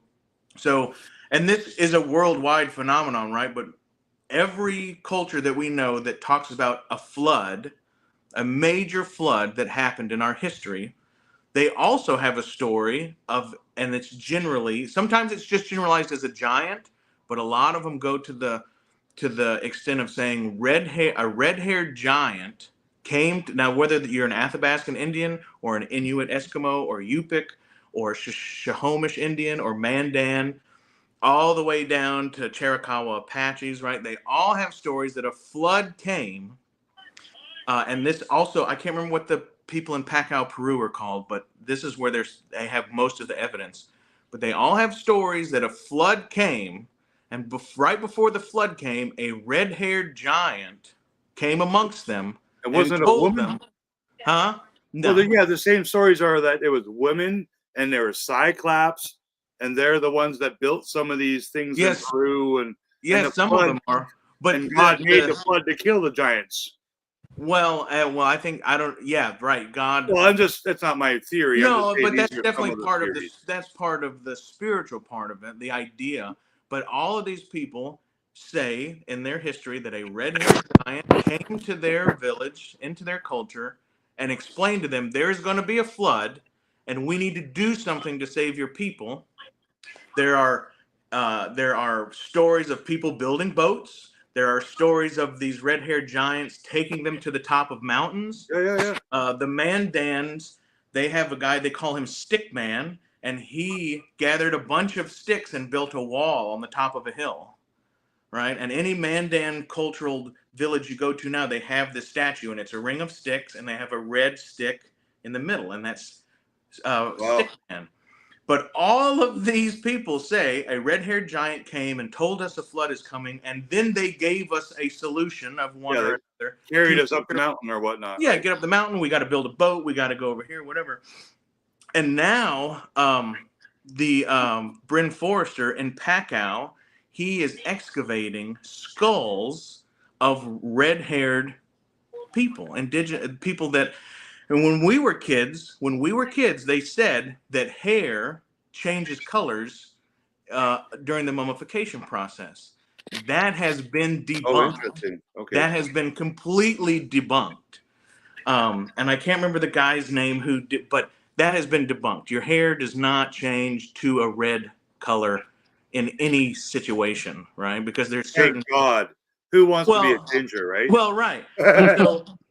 But Bryn Forrester is finding these skulls of red-haired people in the timeline of the flood.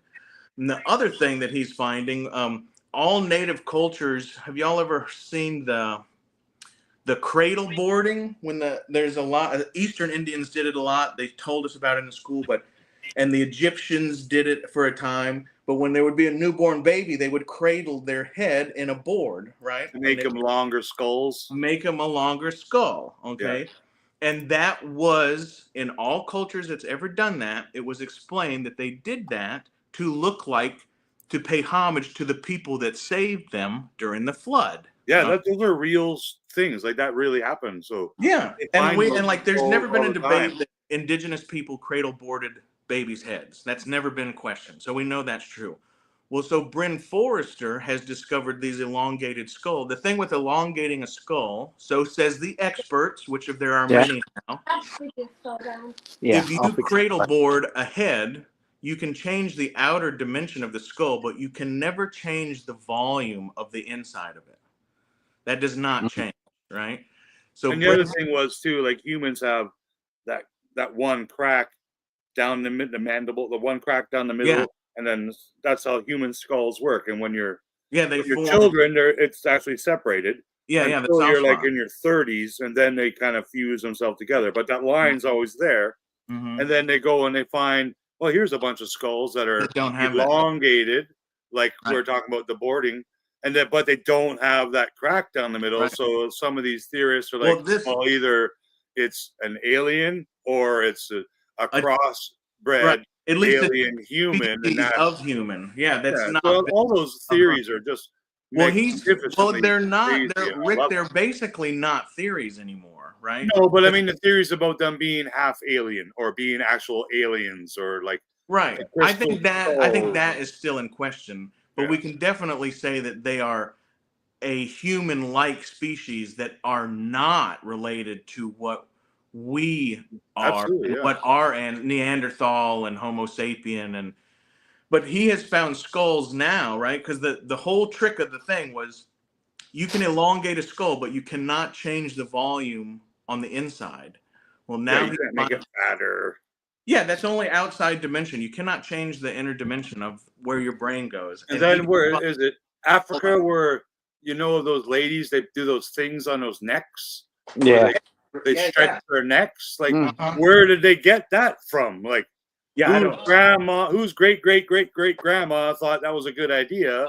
Right. So it's got to be influenced from another something, right? Another something, yeah.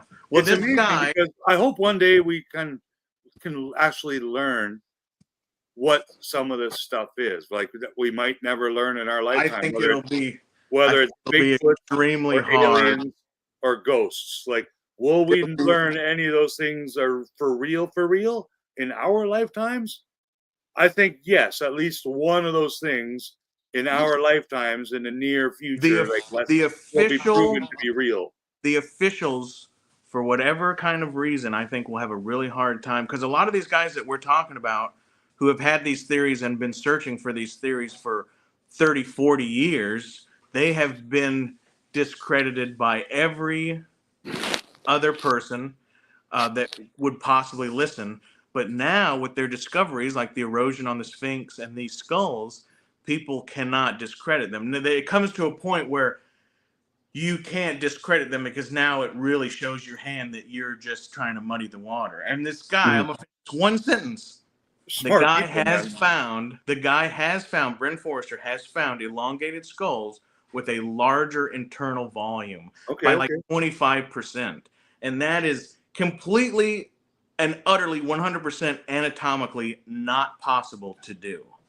And so it proves the fact that there is at very least, a different subspecies of human that existed. Yeah, like we know prior to the flood. All the different scientific names for the different levels of caveman and stuff, right? Like they all mongoloid or what all the different terms that the scientific terms, because they all had different shaped skulls and noses and foreheads and now we are what we are. We're Caucasian people, or we're Asian people, or we're African type. There's all those different races of people. But I mean, back in the caveman days, were there white cavemen, black cavemen, and Asian cavemen? Like that's the things. Like, do they teach a completely different history to kids in China or in India compared to what we've got in North America, so to speak, right? Or even in the UK? Like, I know that's white people. That's where we all came from in North America, is from Europe in those regards. But I mean, prehistory, that's the stuff that's not on paper, and we'll call it rumor until it's fact, because like I said, we know as far back as like Roman type of times, because that's where they're writing shit down and keeping track and calendars, and that's how we have some of that history we know is actual history. But everything before that, it's just, well, is it history, or is it just a story from your ancestors in your continent? Because 10,000 years ago, zombies people were not talking to our people unless they got in a canoe and traveled 8,200 miles, and they didn't do that. I guarantee you they didn't do that. No. I mean, they're definitely, like you said, in modern ancient history, Romans and stuff, yeah, they were able to travel to a certain degree. They definitely have found, hey, AM Dubs, look at this guy showing up. Hey, dude. Good to see you, brother. What you Well, they gonna do, reckon, brother? Step into a Slim Jim. Well, they reckon, like a long time ago, that all the continents were connected, and then people and people walked across vast continents, and then they separated, and then that's how the people became like everywhere. You know what I mean?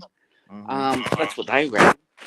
Yeah, it's interesting, because I'm gonna guess, like in prehistoric time, caveman, that they didn't only have cavemen in North America.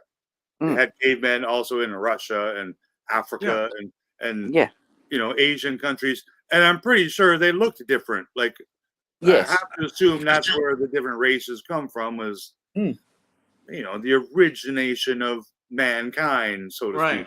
Well, I think that it's been determined that what we as modern people consider race, which does go back to a hereditary sense thousands of years, but it really has to do with environment. Even if you took a tribe of people from Holland and put them in the sub-Saharan desert for a couple thousand years, they would definitely start to take on the likeness, different traits, of course, or like a darker skin, or like exactly, right. You had even hair. Even if you look at native tribes, right?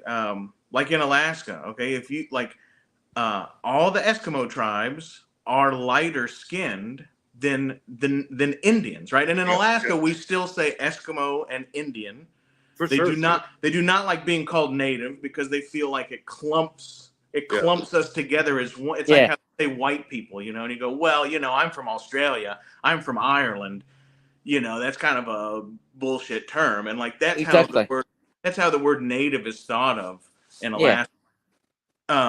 But like, whether you're Yupik or Inuit, any of the Eskimo tribes, they are lighter skinned, and if you just go 400 or 500 miles south to where the Indians live, they're all darker skinned. Well, when the sun is out 24 hours a day, and then in the wintertime, it's still out for people in the southern part of Alaska, the sun still comes up.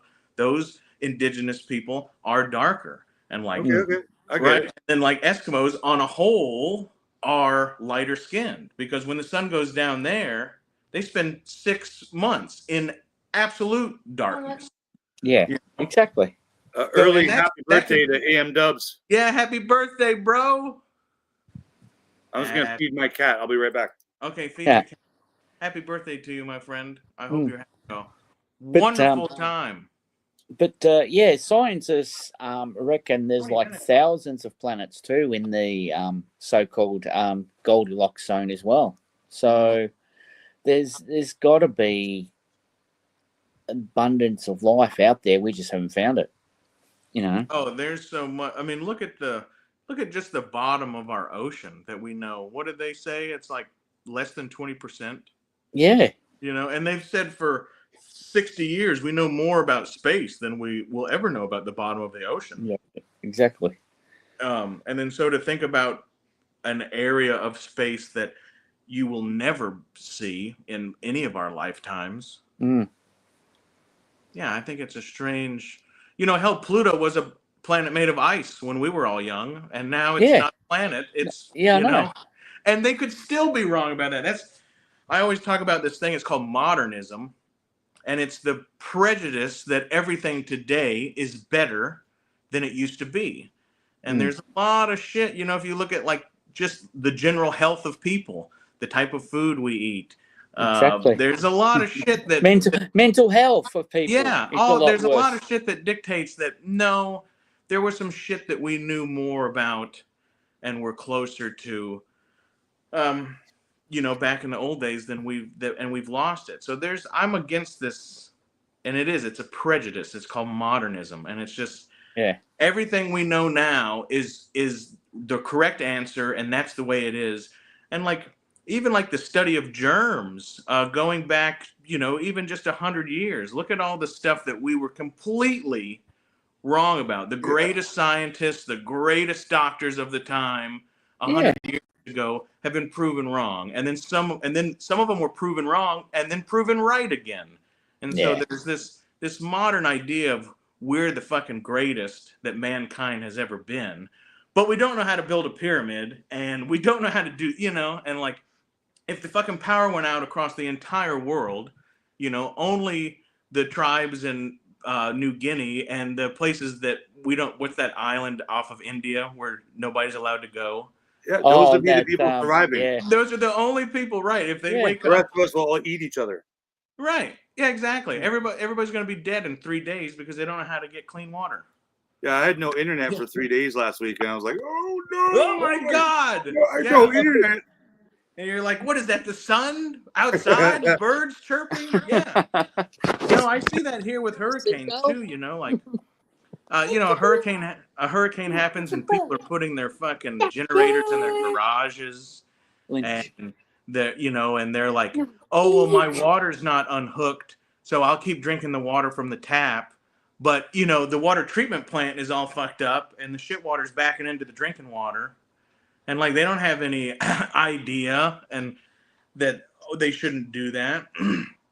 And so, yeah, I know so many people that, I got my 10,000 pounds of rice and I got my 50,000 22 bullets. And I think, fucker, you're going to be dead in 3 days because you don't know how to get water. Exactly. You don't know how to get water, It's ridiculous. You don't know how to make a fire. You don't know how to. It's raining outside right now. How many people would successfully be able to make a fire outside in the rain right now? Exactly. Super low probability that I bet you there's 2 people, me and maybe one other guy in this entire city that could probably go outside and know how to build a fire, find wood that's dry, and be able to make a fire so you didn't freeze to death. It's not as easy as people think, So yeah, modernism is a total bitch to me. I can't stand it. I am glad. Advanced civilization in space. Oh, absolutely, man. Oh, I think so too. There's a town not far from me called Gulf Breeze, Florida. It is the UFO sighting capital of the United States. And then out in the ocean, we have a thing called the 100 Fathom Curve. It's where the ocean becomes 100 fathoms deep. And right here, where my town is, it's the closest mainland to that point. And, you know, like for 60 years, everybody, oh, there's an underwater base out there, you know, an alien underwater base. And like, I've been out there in a boat. You see some weird shit going on out there. You see know what's weird about the that? water, the shit alien, coming out of the water. The underwater alien kind of stuff. That's more of a new, like that's not nothing people talked about in, you know, in the 50s when people were first seeing, you know, flying saucers and stuff, like from modern day time. People weren't seeing them go in and out of the ocean back in the 40s and 50s. No, but I mean, now they are, right? In this area, and I'm sure it would be the same in a lot of maybe other coastal areas with deep water, but that's been known here, like at least since the 60s. Okay. You know, like when my dad came back from Vietnam, because he trained out here for a little bit, but when he came back from Vietnam, he came here and he's a charter boat captain. And like, that was the whole thing, man. There's an underwater base. All the guys would see shit coming out of there'd be a light under the water. They would zoom by you and then bust out into the, I mean, like, that's a pretty known thing, at least in this area. You know, I would have absolutely agreed with you on that if I was still living in Alaska, because there was just, you know, no, as far as it being like on TV and the ancient aliens, like I agree with you in that sense. But man, yeah, that's more or less what I was pointing towards. Yeah, but Dubs, where are you in? He's country boy, so he can survive. I think you're Georgia. I'm just trying to think of his accent. Like, I think he's Carolina. Okay, it's Carolina. Now, which one I can never remember. So North or South Carolina? North or South. It's not East or West Carolina. I know that. What? Cheers, AM Dubs. Happy birthday. Officially. Yeah, happy birthday. We're going to party it up for you. You better stay up till midnight, buddy. Yeah, well, he said 20 minutes where he's from, but he's obviously an hour. Well, he's got to be East Coast like you. No, there's two. I'm in the next one over because Florida North Carolina. North Carolina. Come on. Florida has two time zones, Rick. Really? Yeah. Okay. Yeah, because we are pretty expansive east to west. Oh, you're like that little wiener hanging out the end. Yeah, I'm on the top. You're up here? Yeah, like how do you do it? Super John's down here? Yeah. Yeah, Super John and Dylan are down here, and then I'm 8 hours west over by Georgia and Alabama. Does Florida only border one state? No, I think we border two, Georgia and Alabama. Georgia, I was going to say Georgia's there too. Yeah, Georgia. Yeah, you can go northwest. You can go west or northwest and get into Alabama because Alabama has that little hook in it, like like Mississippi, but the other way. And then Georgia's over here. Yeah. So you can go northeast from here and hit Georgia. But yeah, we got two time zones. So like me and Dylan, we're 8 hours apart. The time zone changes about 3 hours from here in Tallahassee. Okay. The time changes. Yeah, that's what I'd say, because I'm in the ocean and the left coast of Canada. You know, my family originally is from Ontario, which is the East Coast, but it's not the ocean East Coast. So Ontario to me, like Seattle to New York, 3 hours difference. But after New York, there's no more time zones to the eastern states. But in Canada, we still have 3 more time zones from the Maritimes and, you know, Quebec and so on. And like I was saying earlier with Australia, when I learned where Mike said, like, I don't know if he said a dozen but they have more time zones in Australia than like any other continent. Yeah, we have a few time zones here, yeah. But you think Russia would have? I don't know what the size comparison of Russia and Australia. Do they even tell time in Russia? Like, I don't know. I mean, I'm sure the Soviet. They look at the vodka bottle. Yeah. You're not out.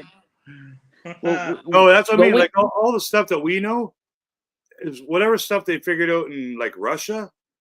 Like we don't know and same with like China.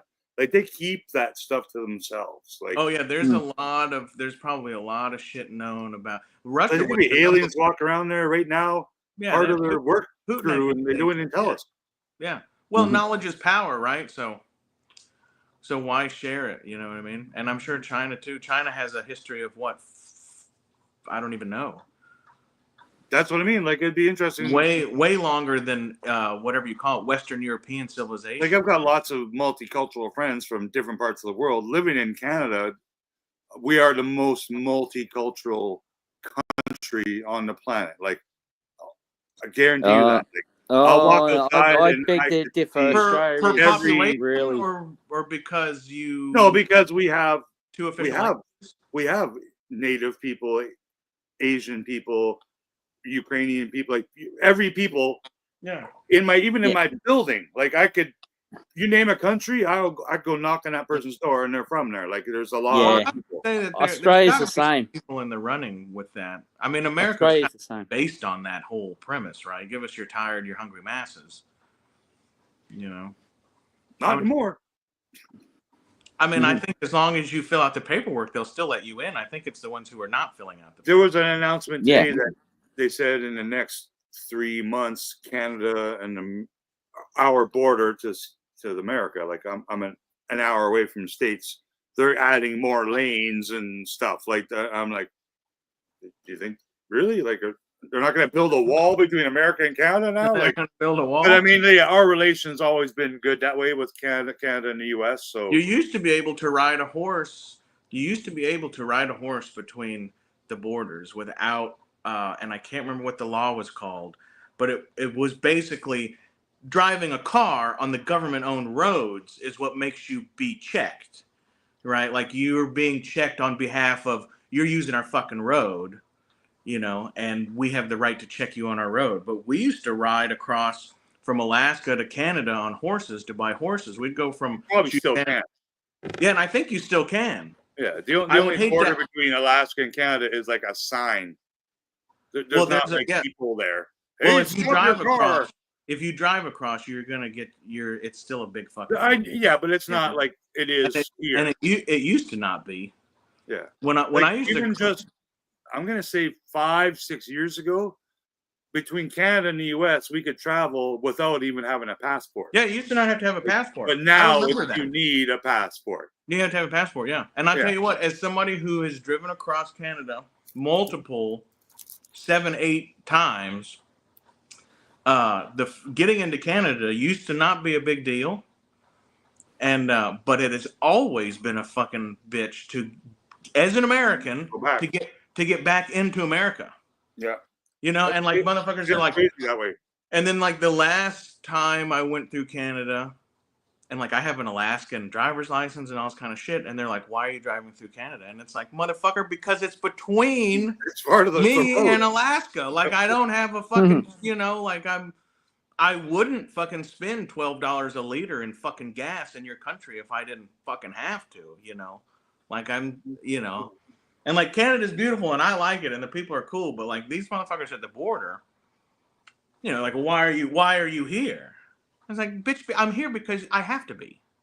You know, it's all the same. We just have different currency. Like, that's how I see it. Like, I know there are some major differences, and the one being the gun thing and the other being like the freedom of speech thing. Like, I can't walk up to our prime minister and call him cuss words to his face. Like, I can't do that, like, by law. Like, I can't, like, burn Canadian money.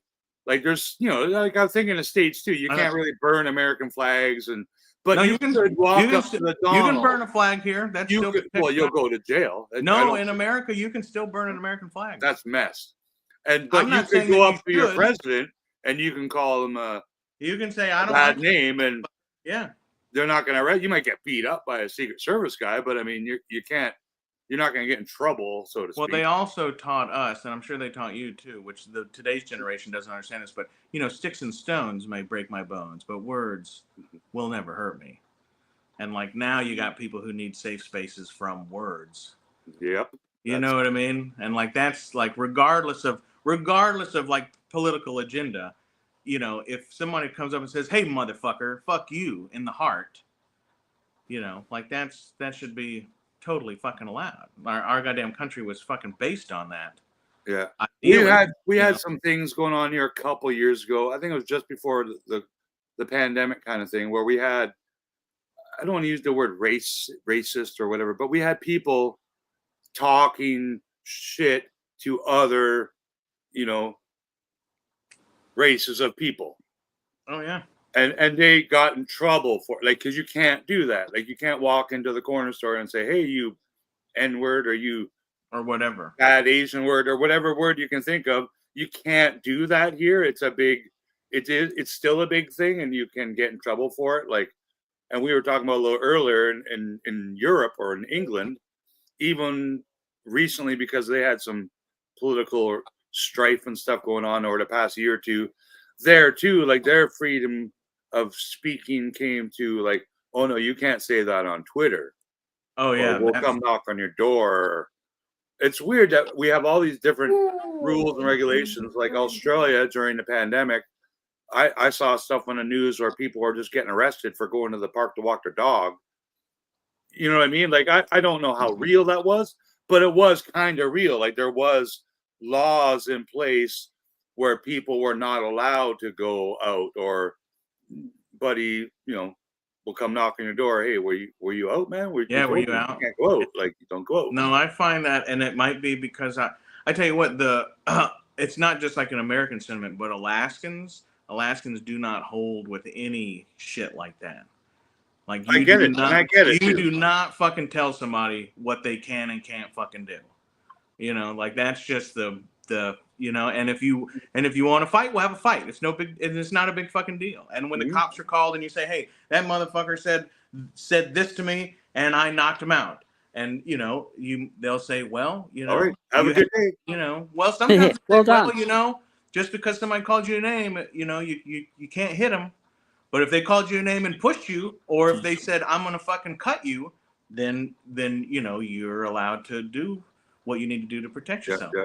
Man, Alaskans do not like being fucking told what to do. And and it's even, and that's like an ingrained Western America thing. You have people that left society, like in the 1840s, to go trap beaver, and then all of a sudden the country shows up. The America keeps going westward, and people keep pushing westward to get away from that. And then when and that was what made Alaska big, right? Everything was a united state, and there was nowhere to go, and bam, people started going to Alaska. They went to northern Canada, where there was just no control, because logistically there couldn't be. And that's sent a lot of people to Australia from our country too. From elsewhere in the world too, like a lot of people. It was still wild, and they said, hey, there was they have silver in Australia, and it's a wide open, as long as you weren't in a town that was controlled by the Queen or whatever, or I guess the King at that time, whatever is, or whoever. Like, freedom is whatever God you believe in, freedom is dictated to that. And I think to have to appease another human being for your right to live happily is a fucking crime, a total fucking crime, Yeah. And Sebastian's Sea Creatures comment.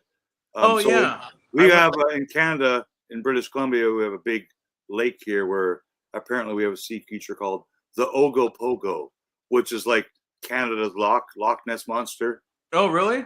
Yeah, it's Does he look? Is he supposed to look like the Loch Ness Monster or what? Yeah, it's basically like whether we both have the same shaped logs, or there is a prehistoric creature that people claim to see. It looks like the trash compactor monster in Star Wars. They got a long neck and little flippers or whatever.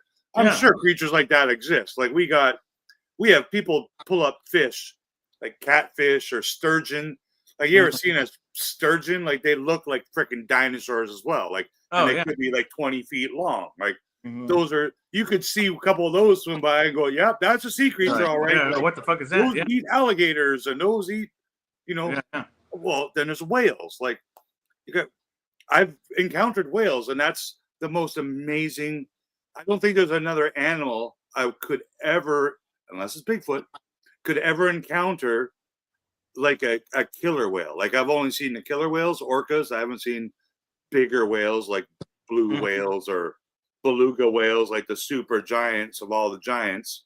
But Yeah, killer whales, we've been in like not a rowboat, but an aluminum boat with a little motor in the back, getting off the ferry and going to my buddy's little cabin on the island, which is, just 15 minutes away, but it's on an island. And you can kind of see the killer whales swimming, even though it's pitch black at night. You can see them in the water because they're half white, right? Yeah. And you see them and you're like, oh no. And my buddy Todd driving the boat was like, it's okay, it's cool.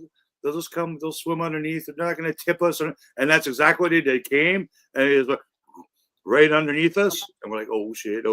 And then, then you see them come out the other side, right? And you're just like, oh my God, man. Yeah, they just that took like 14 seconds for it to pass. It's so big, right? Yeah, I've seen quite a few whales. My mom was always a big, even though we lived inland, like we would go to the coast of Alaska to catch ocean run salmon because they're better. And my mom would always, she'd say, hey, I'm going to, it's like if she didn't, and when I was young, she would take me, but like she would get on those boats to go see whales and we'd go see the glaciers. Like it was one of the touristy things. I would like to do that. I've never done it. Oh, it's awesome. And it's one of the things that like even people who live in Alaska their whole life, like you still go down to the coast and you get on one of those boats. And I've seen some gray whales, which are pretty big, and then lots of orcas and a couple belugas, but the one that really, and I've only seen them a couple times, but the narwhal with the... Yeah, can you imagine, man? Or dolphins even. Like, man, I know I've seen them in like, SeaWorld and places like that, but I mean, to see them in the ocean, like out in a boat, like you said, and all of a sudden, like a bunch of freaking, dolphins go by, and they're supposed to be like one of the top 3 intelligent creatures on the planet. Them, elephants, and maybe us. We're underneath them, but yeah, like elephants bury their dead. Like there's a small list of 5 or 6 or 7 animals. I think some monkeys and apes do it too, but like elephants, like it's a big 4-legged dinosaur-y looking creature. Like they bury their dead. They walk in circles and cry and hold hands, and it's man. There's some intelligent creatures out there, man. Yeah. My to tell Sebastian, my grandfather's people, they still whale hunt for food, but also for lamp oil. That was the big whaling industry. Whale fat, like the fat. Oh yeah, but like the whaling industry, like Captain Ahab, when whaling was a worldwide thing, like that was mostly for the oil, whether it was for lamps or even just lubrication. Yeah, and I've tried Arctic char and what was the other word they call for the candied whale meat? We call it muktuk, but that's just that's it. Yeah, I've tried that. It's not my thing, but I mean, I have tried it. It is it is a thing in Canada. Soaked in seal oil, it's amazing. Okay. And whale oil is one of the only oils, and of course, definitely compared to Happy any birthday, AM Dubs. AM Dubs, happy birthday, brother. It's one of the seal oil and whale oil is one of the cleanest burning oils. Oh, okay. Yeah, you're saying the lamp oil. Yeah. That was whale. A lot of that fat was melted to either not to either, but to do things like that. So it could be used. It's all industrial type stuff. They even used it for lubrication. Back in those days, they didn't have WD-40 and like that's why the Germans or the Germans jelly. The Germans are the ones who like spearheaded the vegetable oil industry because and it was mostly for lubrication of equipment because they had a finite amount of oil that they needed for diesel and for other things. So you couldn't just go, squirting fucking really expensive oil on your fucking lathe to build 50,000, K98 Mausers. And that's where vegetable oil came from, And when I was a big now it's killing us. It's in all of our foods and. Oh yeah, it's a total. You don't want to. That's awful shit. That's like the worst shit you could be. And it was invented as a mechanical lubrication. It's not supposed to be ingested in any way. When I was and I still am part-time a gunsmith, but when I was really big into the industry and I worked with some super super talented, famous older dudes. Sperm, and it's called sperm whale oil. I'm not exactly sure if it specifically has to come from a sperm whale. It's super hard to get. You can still get it from Japan. Hard to import it into this country. But the one guy I worked for, he had a tub of it. And when you would make a spring, that was how you would temper a spring. No, okay. And you would dip it in the sperm whale oil and you would light it on fire. And when it burned out, wow, you could take a regular piece of steel rod, like 60 thousandths thick or whatever, turn it on your lathe to the correct dimension and coils, and then that's how you would temper it. You would dip it in the sperm whale like oil. harden it. Okay. You'd light it on fire, and when it Like, burned out, who invented that? Like, who thought, here's how we harden steel? Like, mm-hmm. even back in the Roman times, like, it was a spring temper specifically, because you could take that same piece of metal, though it looked like a spring. If you smashed it, it would just be smashed. It would just it would just stay like that. But when you dipped it in that whale oil, lit it on fire, when it went out, it was a spring. And like you can still, depending on the hardness, like you can still water quench, depending on like what your metallurgy of your steel. Like if you try to water quench something like stainless, it'll crack. It'll break. Yeah. Yeah. But if you have a milder steel, there's a lot of people that are still like, even the I think traditional katanas are water quenched. They put the clay on it so the heat doesn't get to certain parts as quick. But the very tip of the blade, I'm pretty sure that is water quenched. I don't think there's any oil. You know what show I miss? I miss that Forged in Fire show. Like every Sunday, I bug Ed, Sword Sunday, I go, because I love, I'm not like you guys. I'm not a swordsmith, but I love that stuff. But that was a great show. I used to thoroughly enjoy watching people build blades and swords in a competition environment. It was pretty cool, man. Because that's how I learned my swordsmithing, was watching those guys. Yeah, that was a fun show. I'll send you the page, but if you're into swords and maybe like a little bit more, certainly metallurgy and a little bit of the historicalness, there's a guy on YouTube, Scholar Gladiatoria, Matt Easton, and he is the premier sword guy. Does he make like big Conan swords and stuff like that? No, he's an antique arms dealer and a HEMA practitioner. Okay. But he studies all the real swords, swords that were used in battle when armies were having to produce swords that they used. And he's also a big combat. He studies historical European martial arts, does a lot of saber fighting and stuff. But the knowledge from metallurgy to how stuff is built to how stuff is ground, like he covers it all. And it's, as far as sword shows on YouTube, he is the absolute best. And then there's another guy named his channel is called Todd's Workshop. Have you seen that guy? Who? Todd's Workshop. He built that big trebuchet.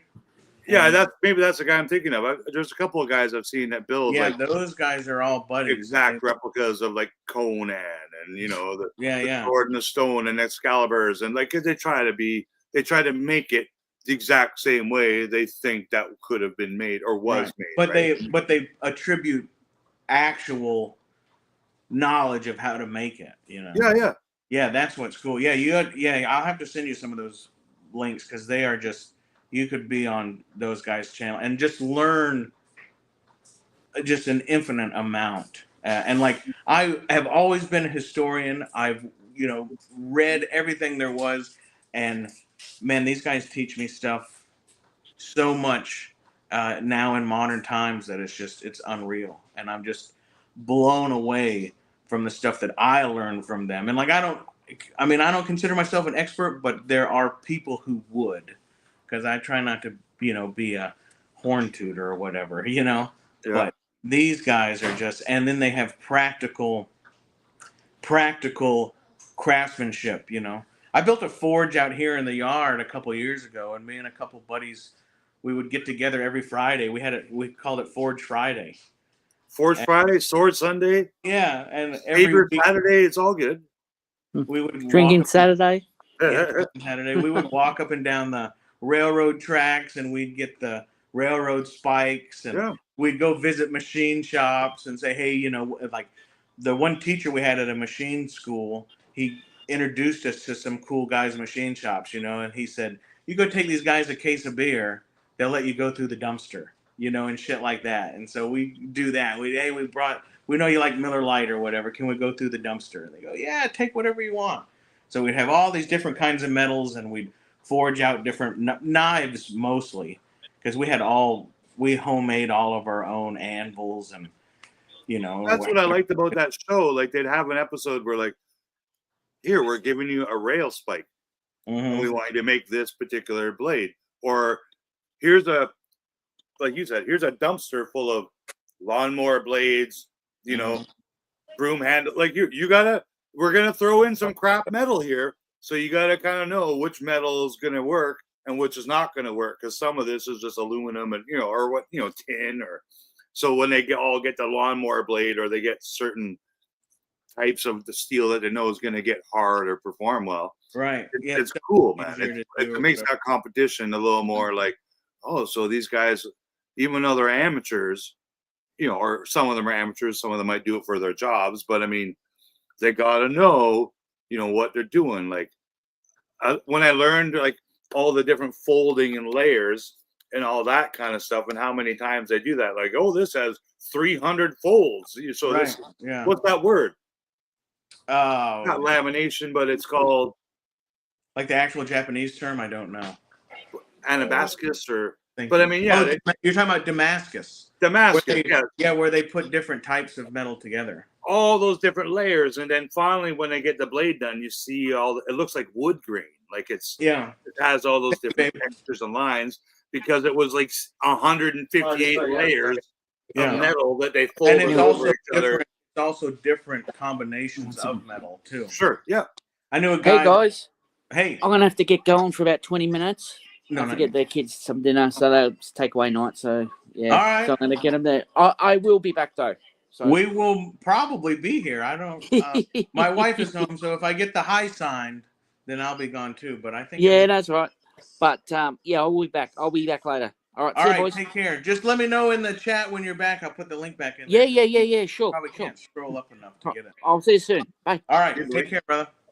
Sebastian, your blade will kill. It will kill. I tell you one thing though, that it will kill guy. He is a knife expert, but he really, like, there was the one.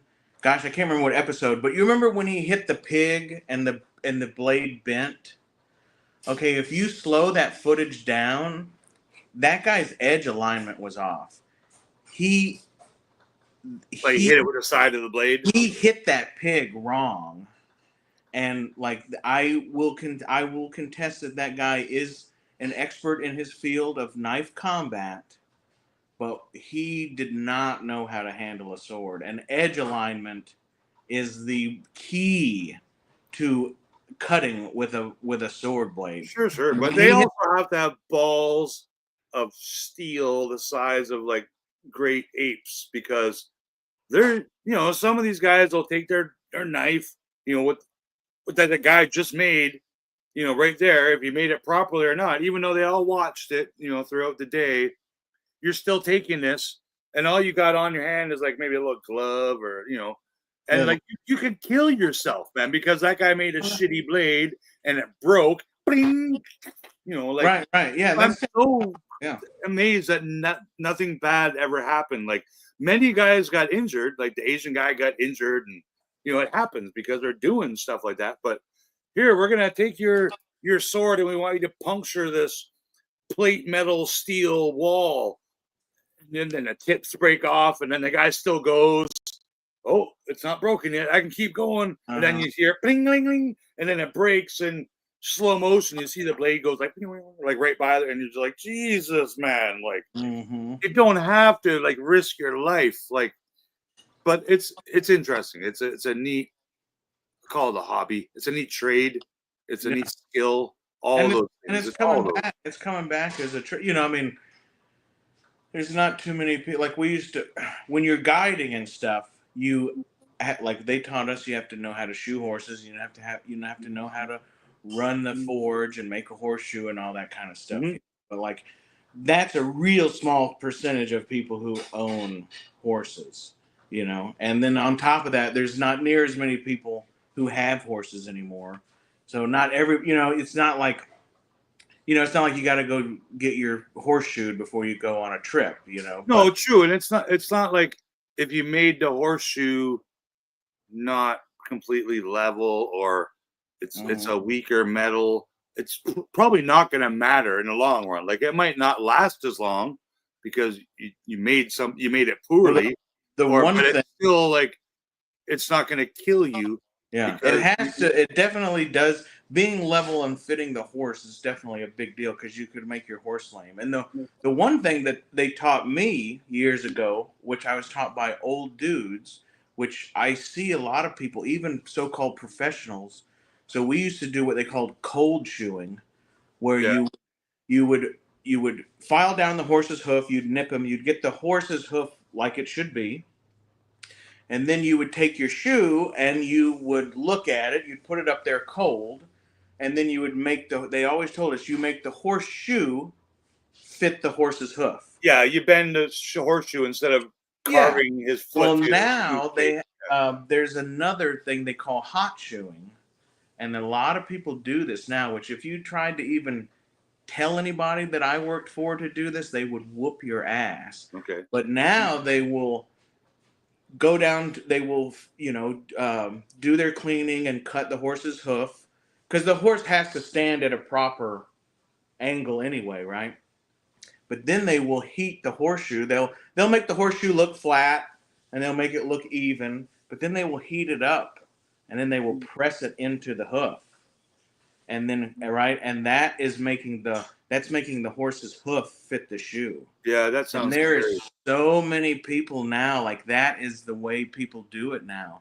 And man, if you tried to fucking do that when I did that shit, you would be laughed out of the fucking place, and you would never work anywhere. Makes sense, yeah.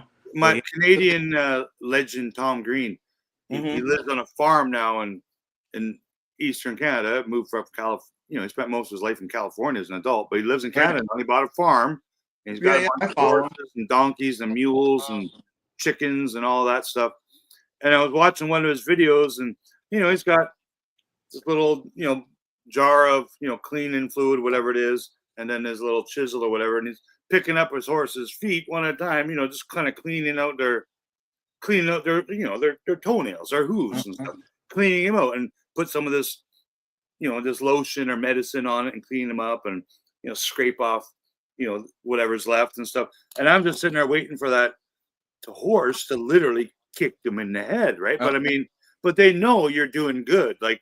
Yeah. Well, there's like cutting my cat's nails. Like if I try to cut my cat's nails, it'll try to kill me. Like it's unlike that. Look, the horse knows like, oh no, you're cleaning my wound. I have so I'm not going to step on you. Yeah, no, I've worked with it when you guide, because like most of the horses you guide with, when winter comes, especially in Alaska, when winter comes, you take the shoes off of them, and you put bells on a couple of the ones that you can trust. And you cut them loose, and they're free range all winter long. With no shoes or nothing. Yeah, no shoes, and they are wild, and they fend for themselves. And then you got to go, and then when it's hunting season, you got to go round them up, and you got to shoe them, and some of them you got to re-break, because horses are a lot like people. They don't want to work. Horses do not want to work. They're like humans. There are wild horses in Canada. Like it's still I bet. They're trying to get rid of them in Arizona.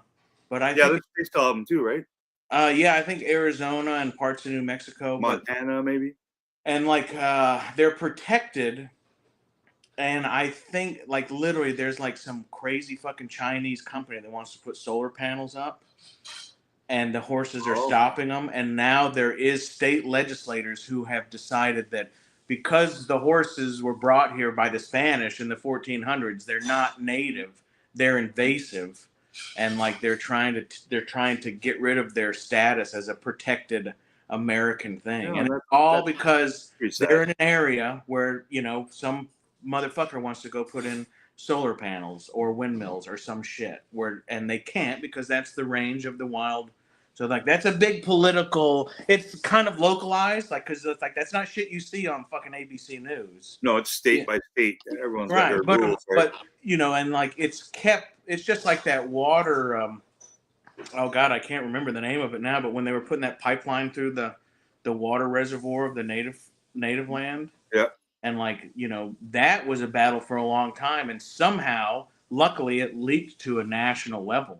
But like this horse thing is not, it's been like a 2-year battle. And like, the powers that be, like, because those fucking news outlets, the big ones, like they're fucking paid, they're paid to fucking say what certain people want them to say. It's much more propaganda than it is news. And you get something like that horse thing that will never be shown the light of day in a national thing because, like, there's not a person in America, regardless of, what political party you belong to or whatever. There's not anybody who's going to say, yeah, kill all those fucking wild horses. Fuck them. No, of course not. Like, nobody's going to some like, of that, the news, we'll call it mainstream news or whatever Elon calls it. Like some of it is like legacy a media, paid advertisement, in a way, right? But it's a little different in Canada. Like in Canada, we can turn on local news or the national news here, and it's not fake. Like it's actual. Yeah, there was a fire at the house on Queen Street, and it's here. The drinking age has been raised since like it's news. It's not like more political based news in the from, same like, way it Russell is in the Brand. States. More people get their news from somebody like Russell Brand now. Yeah, and Elon tends to think more people get their news from Twitter now. And me as an educated person, and I'm not the most educated, but I'm smart enough to know that Twitter is the absolute last place I look for news. Yeah, you don't want to get your news stories off Instagram or... No, it's not. It's just people's opinions. And I get it. Everyone's allowed opinions. But what is now illegal in Canada is like our local news, our provincial news, and our national news is not allowed on social media. That's a law here now. So really, yeah, I used to like. You can probably go on Facebook and see like the local news channel, right? We don't. We don't have that anymore. It's been banned. Yeah, you can. I think, and I don't know why, because you think that would be a detriment on either side. Like, well, it's because people go on there, whether they're liberal or not liberal, whatever the terms are, it's different in every country, go on there and make comments on their thoughts and comments on whatever the story is, and then it turns into a big clusterfuck. And when you turn on your channel, when you turn on the news on TV at 6, there's no chat in the bottom where people are like, right, screw the liberals and screw the Democrats, or screw the, it's just honest television. It's not they could just any way motivated by political beliefs or religious beliefs or personal beliefs.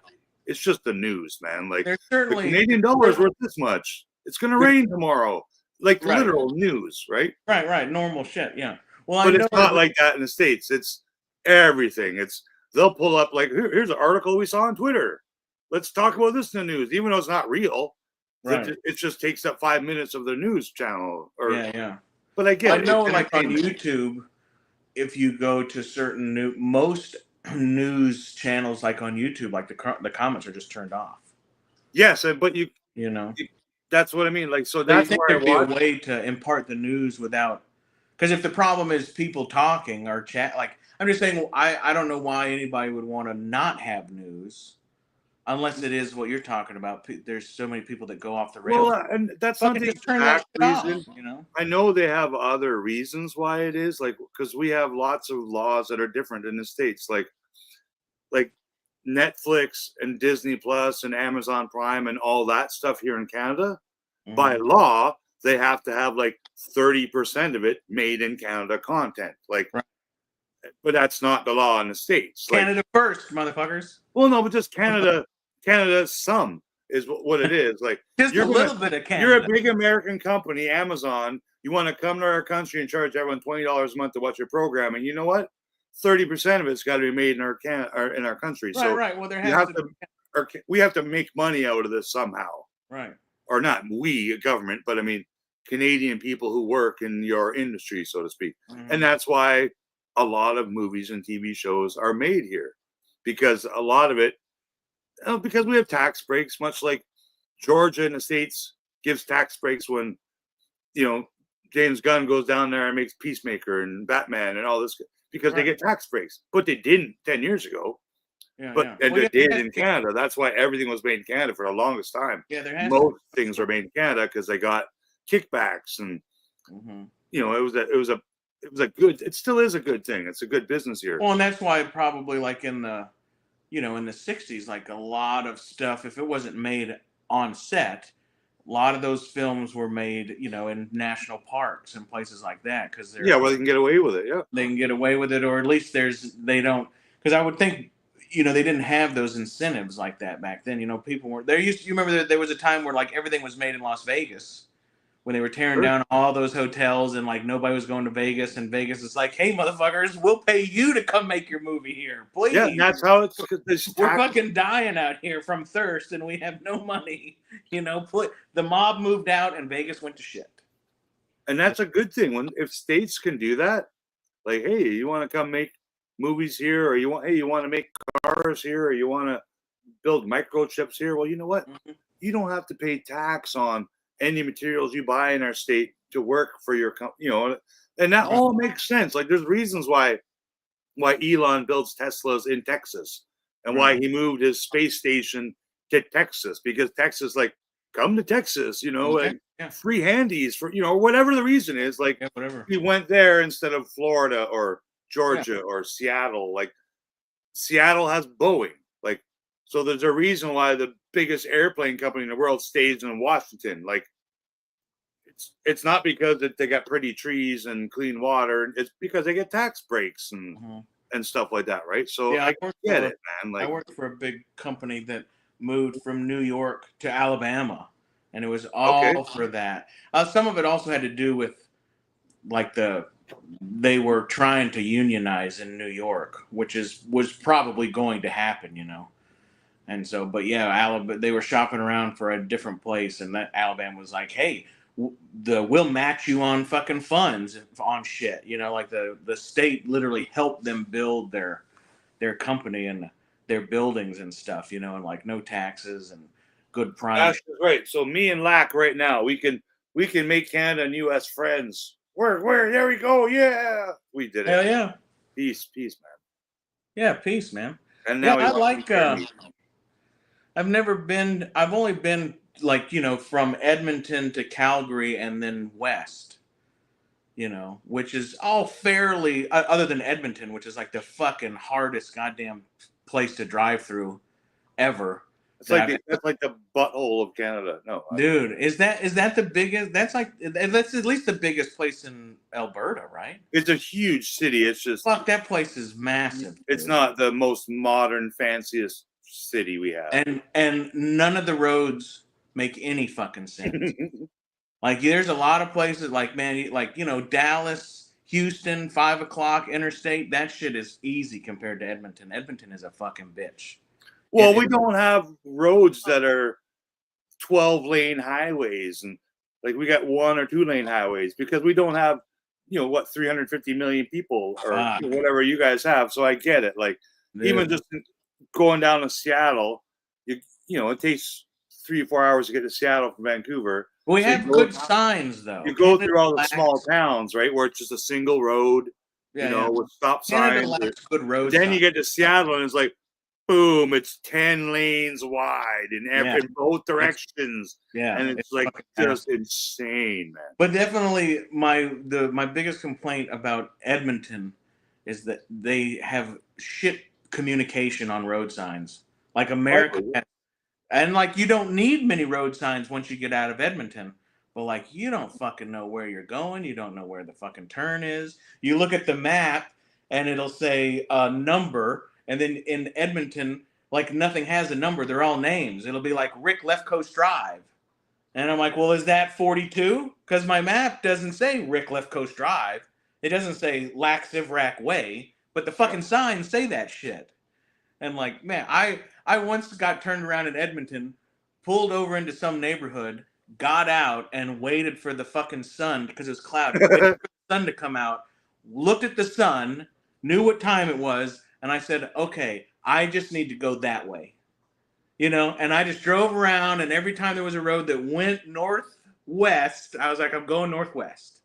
You know, and I go, oh, this road's not going northwest now. I better fucking, we're okay. And eventually I made it to the other, between Lethbridge, which is where I got this tattoo. Yeah, that's a nice place. Lethbridge is a nice place. Lethbridge was pretty nice, but between Lethbridge and Edmonton, and then going through Edmonton, that was that's not easy for an American with a trucker's atlas. I believe it, because Edmonton, like, is huge. It's in the middle of nowhere. Like, it's one of the most northern cities in Canada, to begin with, right? Like, it's far away. It's far away from Calgary's the other big, huge city in Alberta, and they're not close to each other.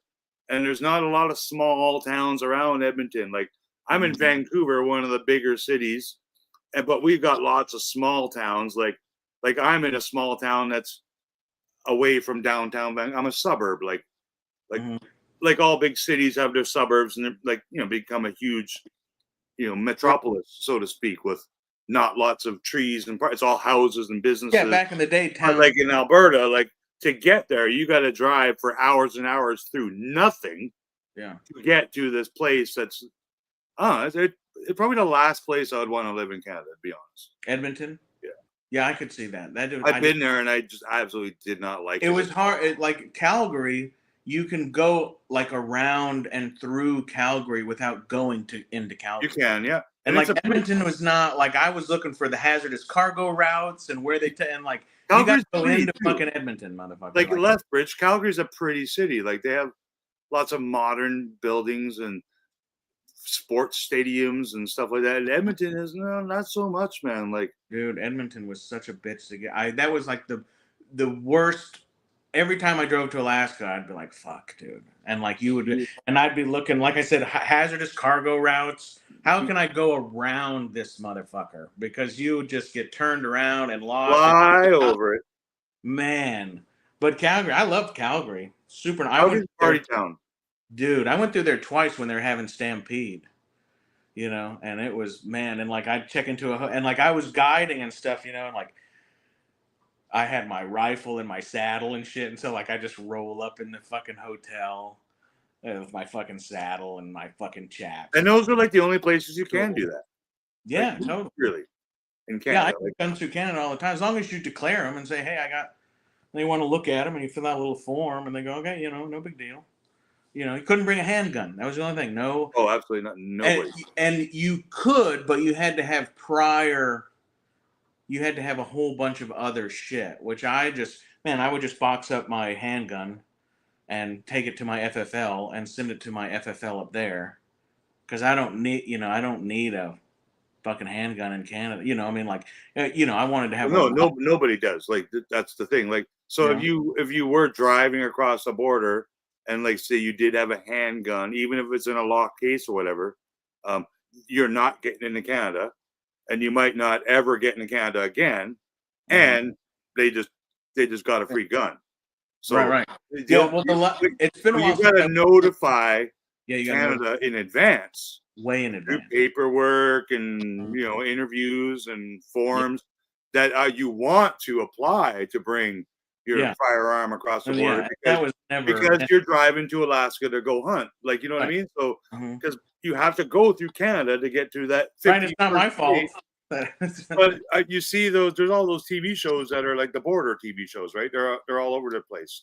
Yeah. Or airport security or all those kind of shows. And you'll see all the time these people come up from, they can come up from Texas or wherever in the States. They come up and they have whatever kind of guns. It could be shotguns, it could be handguns. And they're like, yeah, I'm going up hunting, northern British Columbia or wherever. And they're like, yeah, you can't do that. You gotta go home and then write us a letter and apply to do this. Yeah. Well, have they even changed as that? Canadian citizens, if I did own like a shotgun and I want to take it and go to the shooting range or whatever, I've got to tell them, hey, I live in this city. I want to drive to this part of town and go to this particular legal firing range. Right. And they're like, okay, and they note it down. Like it's not like that you have a tracker on your gun. Right. But they kind of do, because you have to tell them, even if it's something you do every day. You go to the driving range every day, or you go to the gun, you got to tell them, like they got to know which guns are on the road or out in the public, right, other than law enforcement. When I went through Canada, and it's been a while since I've driven through there, but as long as it was a long gun, a rifle or shotgun, yeah, and you declared it at the border, and then they would inspect them. And like one time I took... It's still like that now. Like if you come with a rifle and you go through all the proper things, they'll let you go. Like, yeah, one time I took handgun, no chance. One time I took 10 rifles through Canada. And they let you? Yeah. And I just, I just went to the border. I said, hey, I got some firearms. They said, hey, no big deal. Pull over. Are they in cases? Yep, they're all in cases. Okay, cool. Bring them inside. And then, and all they did was they just wrote down the serial numbers. Yeah, that's it. And they said, do you have... I think you could take I think you could take like 200 rounds of ammunition, I think. And I knew that, and like I don't need 200 rounds of ammunition, but like you're driving and camping through Canada and you have a legal gun, and there are bears and bandits on the road, so like I'm not gonna not have ammunition. Yeah, Canada's known for its bandits. Yeah. Like you're driving down the highway, the guys on horses. Get on. I tell you what, White Horse Canada, like motherfucker, you don't want to keep anything. Like motherfucker, your fucking shit will be broken into, and everything will be like. Don't get a hotel room in White Horse Canada. Like go to a campground, sleep in your car. I'm just assuming they have a hotel in White Horse Canada. Yeah, they have. White Horse is small, like. Yeah, but it is a huge fucking metropolis compared to everything, right? Like, I get it. Like I've never been there. I just know it's It's probably a quarter the size of Anchorage. Dude, it's everything. Your fucking gas will get siphoned. Fucking anything. Shit, eh? Oh yeah, White Horse is definitely full of bandits. Like don't stay in a hotel room. Go to a campsite. Go somewhere. Sleep in your car. Wow. And right in the dust in your car, I am fucking home. Yeah, no, White Horse is pretty fucking rough town, man. White Horse. I've never been. I don't really have a desire to go. You're not really missing anything, but except you have to go through it to go to Alaska. But the Alaska thing, yeah, like once a week, I think I can get on a boat and go to Alaska, like a luxury cruise. If you want to call it that, right? Like that's a common thing, and it's hundreds of dollars. It's not a lot. No, and then maybe you get a 1 or 2 night stay in the the ports, because the boats go to Prince Rupert. Yeah, and then from Prince Rupert they go up to wherever they port in Alaska. Like, is Anchorage on the water? Is that where? Yeah, no, it's a big port city. Yeah, so then that's where you end up, and on the way right into Anchorage. You might see some eagles and whales and then look in Anchorage. You can get on a fucking train, and you can go. You can go to Fairbanks. Fairbanks is the other city. Yeah. Yeah, Fairbanks is the only other real city, but you can get on a boat without having a vehicle, go to Anchorage, get on a train, and go see pretty much the whole rest of Alaska. And never. Where you were working, were you closer to Anchorage or Fairbanks? No, I was way far away. So if this is Alaska, can you see it? So Anchorage is right down here in the Cook Inlet. And then Fairbanks is about 500 miles north, dead in the middle. That's why they call it the Golden Heart. And then I was way. Oh, you were even okay. Gotcha. Like another 500 miles, way up here on the top by the ocean, way up there. That's where all the oil fields are and shit. And that's where I was. There was a time if you wanted to put your 3/4 ton Suburban on a, you could go to Seattle on a ferry, get on the ferry with and they like a 3/4 ton Suburban cost different than Honda. But there was a time when the boat cost more, and so you would drive. Okay. But then the last couple times I went, because like, fuck, gas in Canada was like between $7 and $14 a liter, and it costs like $5,500 to get on the fucking ferry. Oh, right? wow. So like the last time I drove through, I thought, because I do like driving through, it's fun. I like the road tripping America, it's like the American spirit kind of a thing. But like the last time I went, I realized I was like, shit, you spend $7,000 on gas, you might as well just go to Seattle, pay $5,300, and sit on a boat for whatever it was. Can you still take a ferry? As far as I know, yeah. A car or a truck? Okay. Yeah. And I'm sure that will never go away, because in Alaska, there is a lot of people, like that's what they do. They go to the lower 48, they buy a car, they winterize it, they drive it to Seattle, and they put it on a ferry, because it's generally still cheaper than trying to go down to the local Anchorage, Chevy dealership and buy something, Yeah, because I'm sure it costs a little more. Oh, yeah. Like I remember the car dealership in Prince Rupert, it was just Ford F-150s. Like, that's it. Right. Here, which color Ford F-150 do you want? Like, that's what we offer here in Prince Rupert. I'm putting the link back in there for Zombie? Yeah, I see you. Where is Sebastian? I think he said he's in the States, but he's in California, IA. He wants to eat some bears.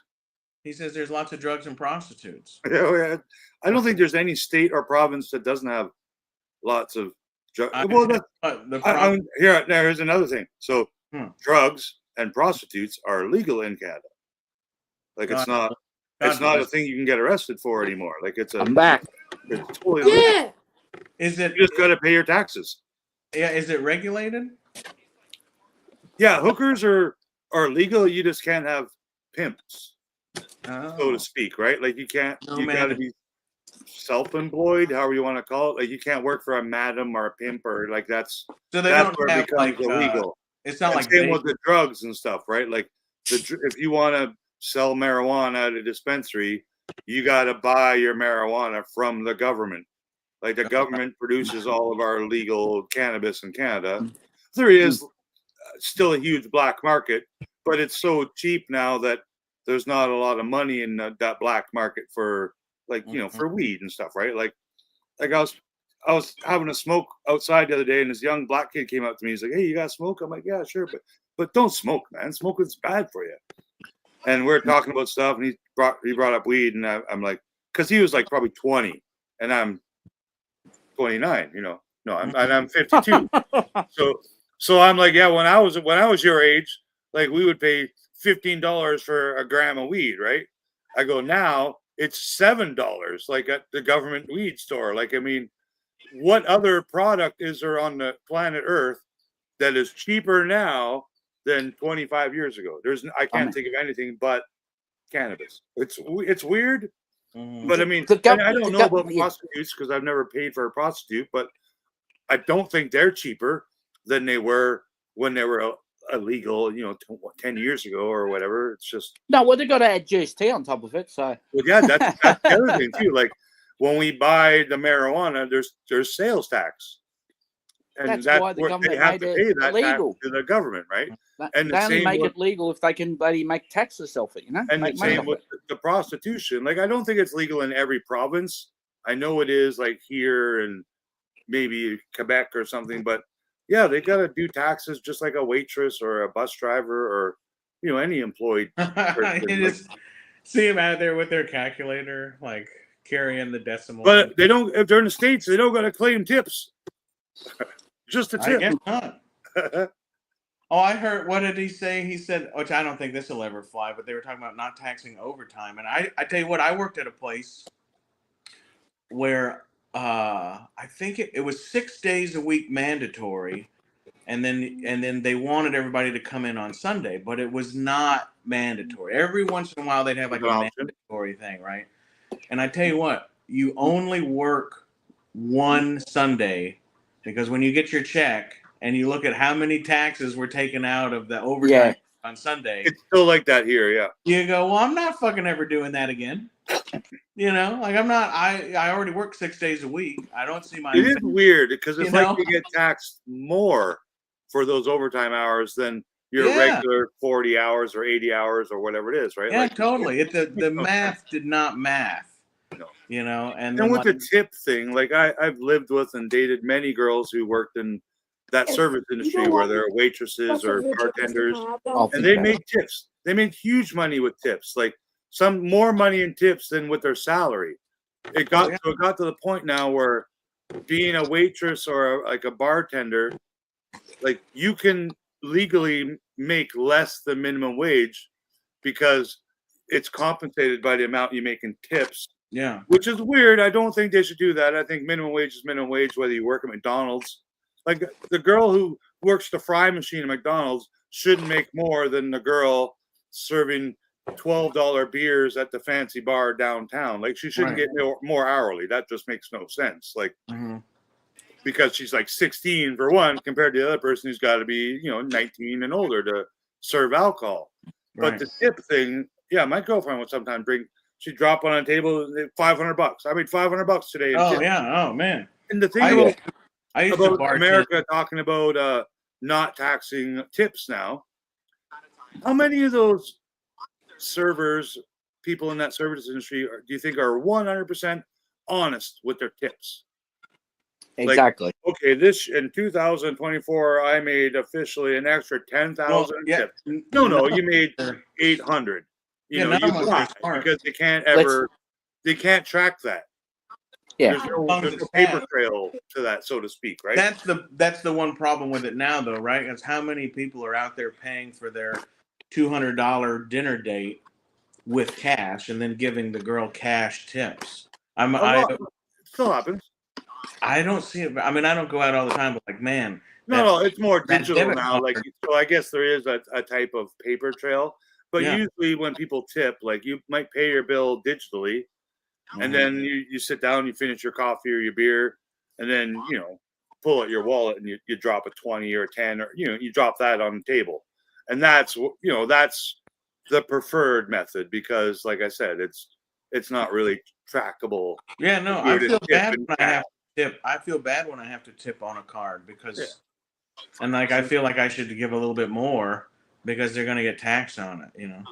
No, that's absolutely right. Right, like and there's still people that don't tip at all, and that to me that's the only industry where it's a tip exists currently, like a modern day industry. Like I worked at a gas station when I was young, and I worked for this big franchise, like a big gas station company in Canada, and if someone offered us a tip, we weren't allowed to accept it. Like that was company policy, even though sometimes we did. Like the people would come every day and get gas from us, and that one rainy day, Christmas Eve, you're out there pumping their gas and cleaning their windows and checking the oil.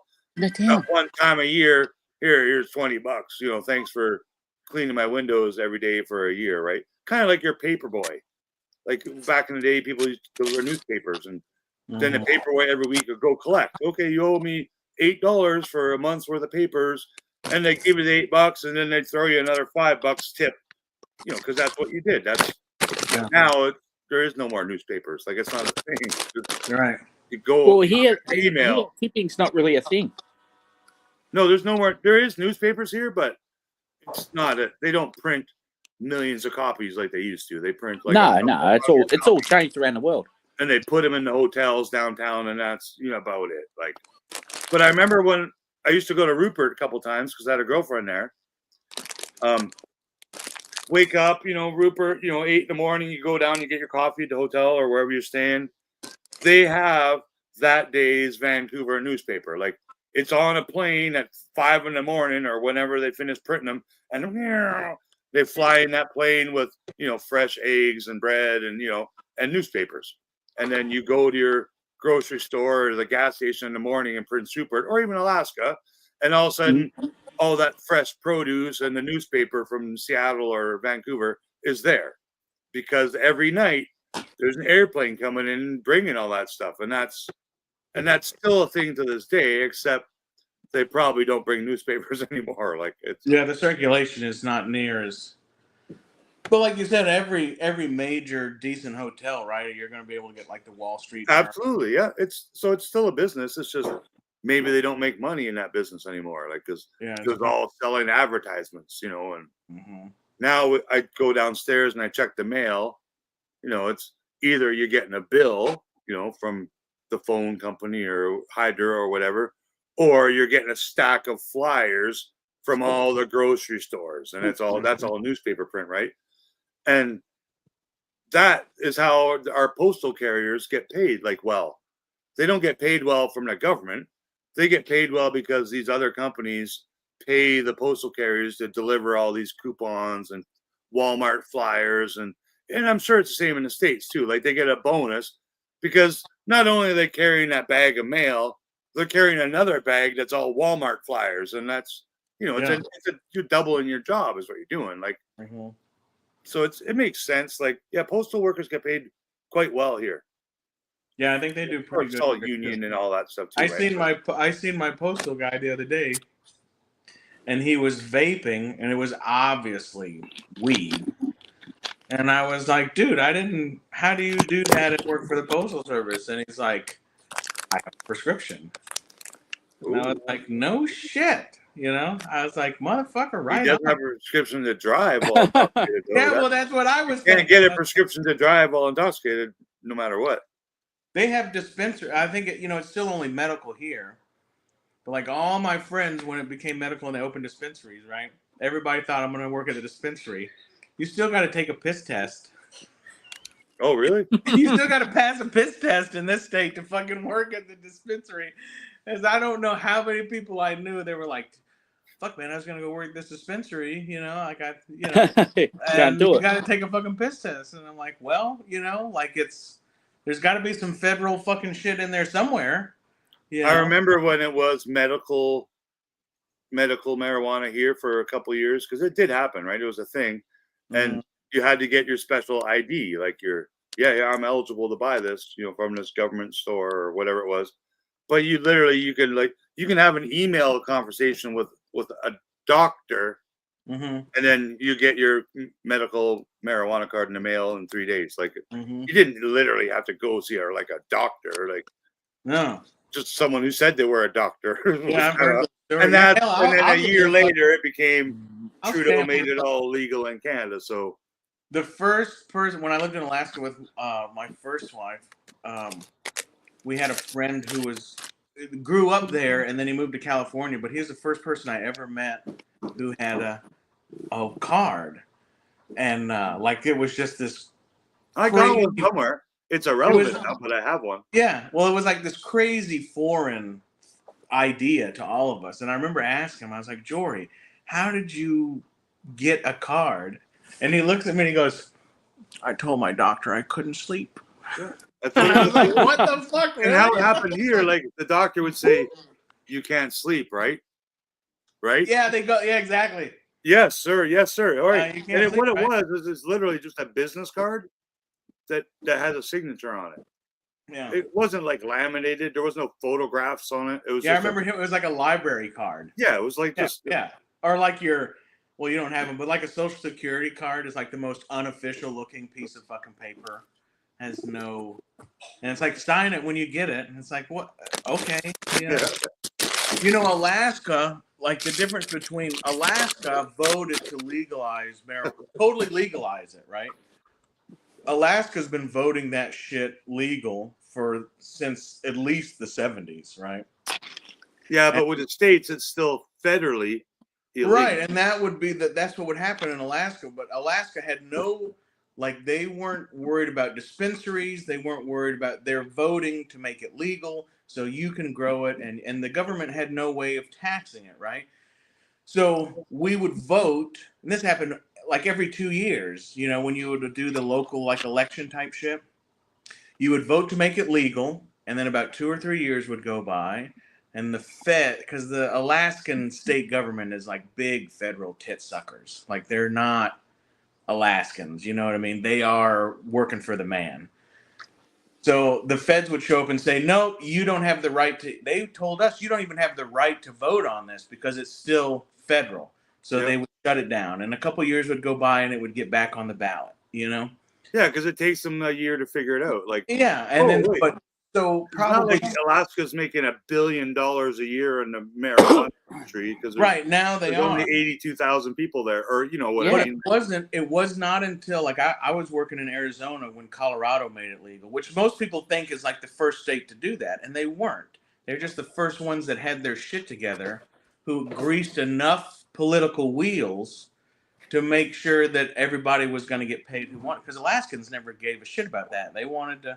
We want to do this. We voted for it. Let us do it. But there was no money to pass around to grease the wheels of, you know, political. And like I remember being so shocked when it was on the ballot in Colorado, and everybody's like, "It's going to pass. It's going to pass." And I said, "Yeah, it's going to pass, but the feds are going to shut that shit down because we've been doing that in Alaska for 30 fucking years, you know, and they won't let us do it." Well, Colorado, like I said, they had all their political wheels greased. They had dispensaries ready to be opened, and literally they were ready to open the doors and make tax revenue for the state.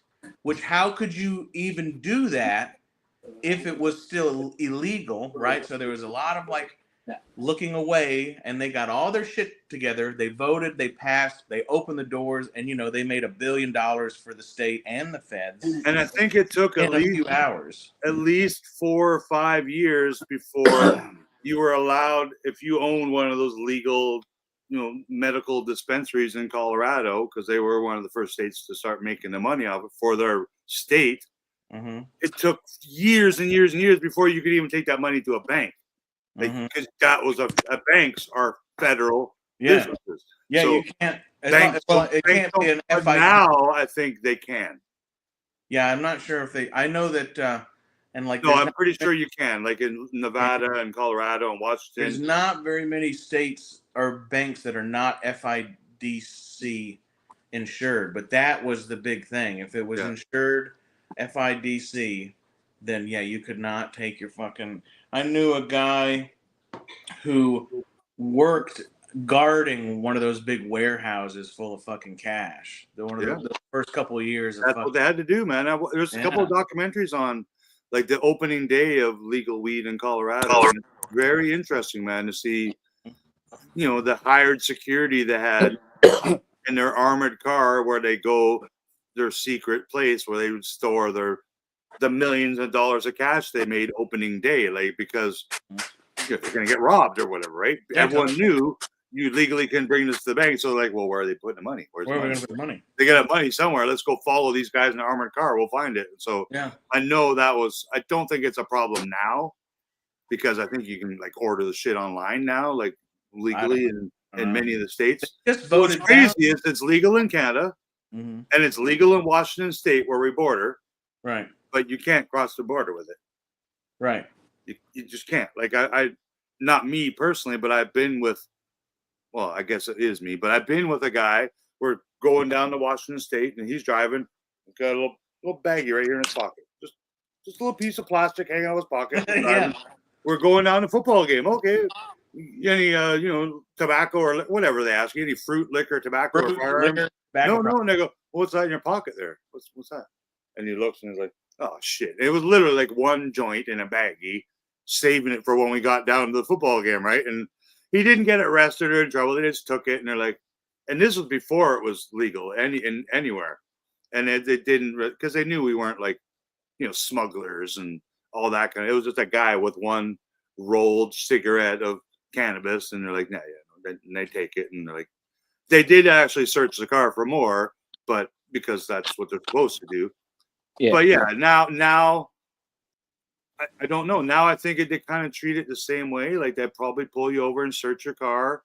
But if they find it in your car, if you didn't tell them, like say they go in your ashtray and they find like a butt or a roach or whatever, if they find that and you didn't tell them beforehand, they will arrest you and you will have to go to court. And it's American law, not going into Canada is a little different. They might let you go, but yeah, like it's weird, man. It is a medical thing. Confirmed. and it is less harmful than alcohol. Like I can legally drive down to Washington and buy 1,000 cases of beer and come up to Canada. I got to pay duty and taxes on it. Like if you go for 24 hours, you get $100 worth of, where you don't got to pay duty and taxes on, tobacco or booze or groceries or whatever. But it doesn't work that way for the marijuana. Mm-hmm. But it works that way for 1,000 cases of beer.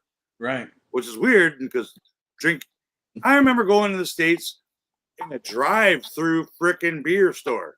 Oh yeah, we still have those. Like, how is that a legal thing, man? Look, if you go, that won't fly in Canada ever. Dude, if you go to Mississippi or Louisiana, you can go to a drive-through liquor store and they will make you a fucking drink. They will make you a drink in a fucking styrofoam cup and put a fucking straw in it. Put a fucking straw in it. That'll be $8, and they hand it to you. Okay, have a good day, and you just drive off, dude. But it's legal. Like they either put the lid on it, the to-go cup lid, and they don't give you a straw that's unwrapped. Or some places, the law, I think it's Louisiana, they put the straw in there, but the top of the straw still has paper on it. Okay, so it's still sealed. So it's sealed, right? I get that. And it's just like what's cool. What happened here, I think, just a year or two ago, just before COVID, is like we have lots of parks in Canada, right? People can go to the park, have a picnic, walk the dog, whatever, go to the beach. Now you can drink alcohol and stuff on the beach. Oh, really? But it can't be in like the beer can or the beer bottle. Like you put it in a Solo cup or, put in a styrofoam cup. It's cool. And they take your trash with you.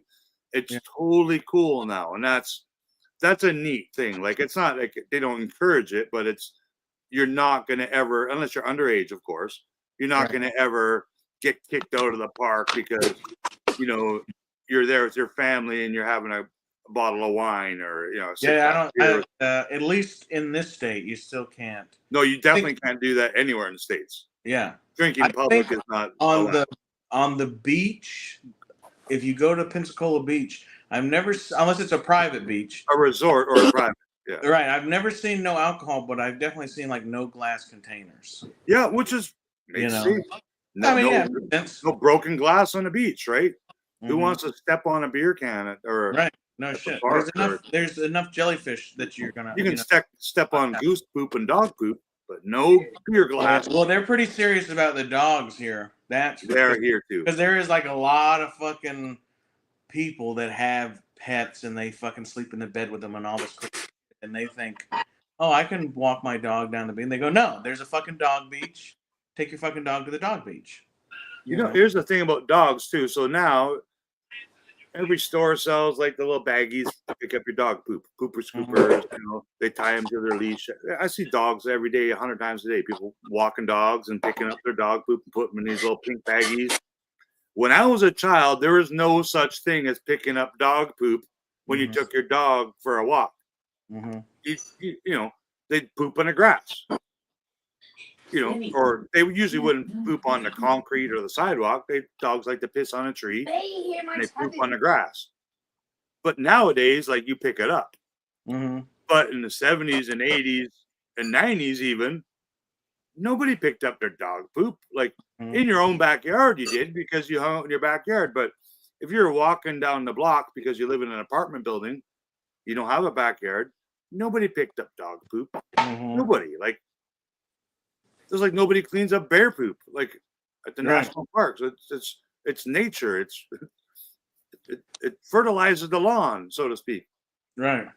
Well, probably modern dog poop doesn't as much because of all the bullshit food that they feed them now. Yeah, of course. So it's probably not as good as it's like long time ago dog poop never turned white. You know what I mean? Well, that's the thing. When was the last time I saw white dog poop? 30 years, Lak. Yeah, because it's been a long time that people had to pick up the dog poop. But like I remember in Ontario, like winter would happen, the snow would melt, and there would be the dog poop from the spring. It's still there. Yeah, you wouldn't. I tell you what, that's the Alaskans do not pick up dog poop. You know, like you might, if you have a dog yard with huskies, you know, you'll shovel it up, or you'll get like a little skid steer and you scoop it all to the edge. They don't pick it up in Edmonton either. Yeah, dude. No, that's like a total. And like dogs don't live in your like you will find a few people that have like dogs that live in their house, but like they don't run around. You know, they're like dogs in the house used to be. They had a mat. Yeah. Stay on it. They'll come and sit by your chair and you can pet their, you know, there's none of this fucking running around on the couch and on the fucking bed and all this, you know, like that shit don't fucking fly with me, man. You know, and like I guess I just got that from my parents and grandparents, because you know, like those older people were like, no, motherfucker. And then, you know, if the dog is gonna live in the house, he has a bed and that's where he fucking goes. Yeah. You know, and then if he, you know, and he goes to the door and you let him out and that's cool, whatever. But like none of this fucking running around on the fucking couch with you in the bed. Nah. And I like dogs. Don't get me wrong. Like I love dogs and, you know, I'm an animal person and all, but like, no, motherfucker, that shit don't fucking fly. Yeah, I'm a big animal. I'm not into that. I'm not into that. I have a cat. I've had cats my whole adult life too. Like it's just whether I've been single or not single, it's just because I've never lived in a big house as an adult. Mm-hmm. I've always lived in apartments or condos or high rises and stuff. And those are places you have dogs.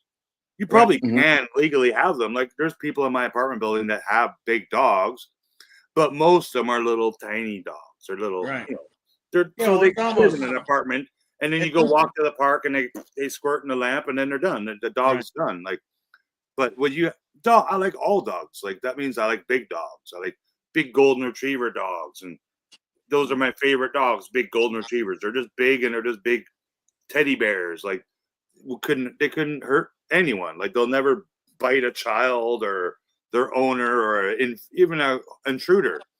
You got a big golden retriever and someone breaks in your door, your dog's gonna go lick it. Like like there's only a few I've ever met. Unless you got a pit bull or a Rottweiler or a German Shepherd, you know, dogs that are more work oriented as opposed to just lay there and pet my belly oriented. Like that's the life of certain dogs. We used to have Chesapeake Bay Retrievers, and they can be bigger. They can definitely, like, they're happy or whatever, but like they will bite an intruder. You know, they won't like roll over on their belly. And like labs, I got my mom's family are big into labs, and they're nice, wonderful dogs. But I tell you what, if you get a lab that's like prone to fighting other dogs and that kind of shit, he is the meanest, baddest. I don't know, for whatever reason, but if you get a lab that will fight, he will whoop any other dog's ass. Yeah. You know, I've got an interesting thing with dogs too. Like when I was a kid, there wasn't a thing where like pit bulls are bad dogs. You know, like they didn't attack kids. Like it wasn't a thing. Like, maybe it happened. It just wasn't. You didn't know about it. But now as an adult, like, you know, pit bulls and lots of certain breeds of that type of pit bull dog are dangerous and can be dangerous, right? If they're mistreated or, you know, trained to be fighters and stuff. One of my buddies had 3 of them. He'd roll by in his Cadillac and he'd have these 3 huge pit bull dogs. 2 of them were girls, maybe they're all girls, but like you look at them and you're like, oh, like you're scared. You know, because they're like, that dog could actually eat me in 3 bites. Like it's a 190-pound dog, you know, like, and then you get to know them after a couple visits and they're babies. But if they come up and, you know, rub their nose on you, they can still knock you over because they're 150, 190 pounds. They're giant behemoths of an animal. And even if they're not trying to hurt you, like, you know, say you come home from work and they're like, oh, and they come jump on you. If you're like a 90-pound woman, like they will knock you over and break your back. Like it's a. When I was a kid, especially in the last. But I still love dogs. I still love any size. The dangerous dog, like before the pit bull, you know, was the German Shepherd. And because they're trained to.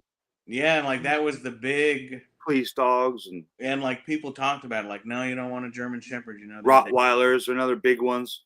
Yeah, yeah. Big dogs, man. Yeah, big Bull dogs. Mastiff dogs, like biggest dogs there are, right? Yeah, but they can be just puppies. They can be babies. Oh yeah, I've met plenty of nice everything. There's in that town of Gulf Breeze, there's an area of it called Gulf Breeze proper, but it's like a city ordinance. You cannot have a pit bull. It's like a law. Oh yeah, no, there's and like, I've never heard of that shit till I came here, and I was like, wow. That's a thing now. Which, like I said, it wasn't a thing when I was growing up. Like all your neighbors, you couldn't have whatever. There's no rule. Like I said, you didn't have to pick up dog poop. Right now, if you don't, I think you can get a ticket. Literally, like you will get a fine from a city worker. Like there's people that drive around looking for that kind of stuff, right? Parking ticket police, like those meter maids, whatever you want to call them. The thing in Alaska when I was a kid too is that you never, if a dog was on a chain, you did not go to pet it or whatever. Yeah, that's smart. And like there was always a lot of kids every year, especially in the villages where, the kids would get too like the dog was on a chain for a reason, Well, even like what I learned out of respect, I'm sure this is from my parents too, is like, even as a kid, don't just, if you see someone out there at the park or walking a dog, don't just go walk up and pet it. Right. Like you ask the owner, can I come pet your dog?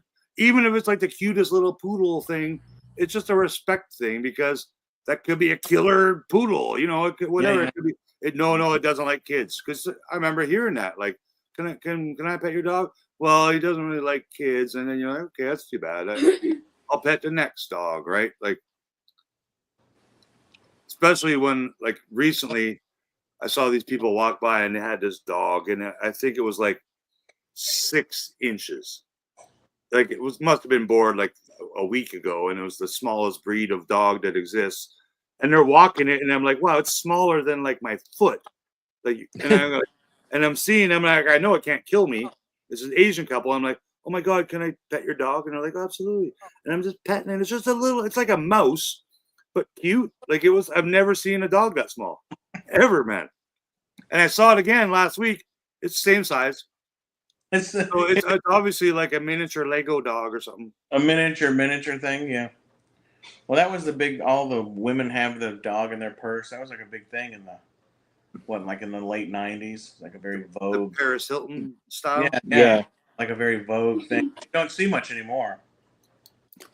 And now they just eat them, don't they? I don't know. I don't know what they do.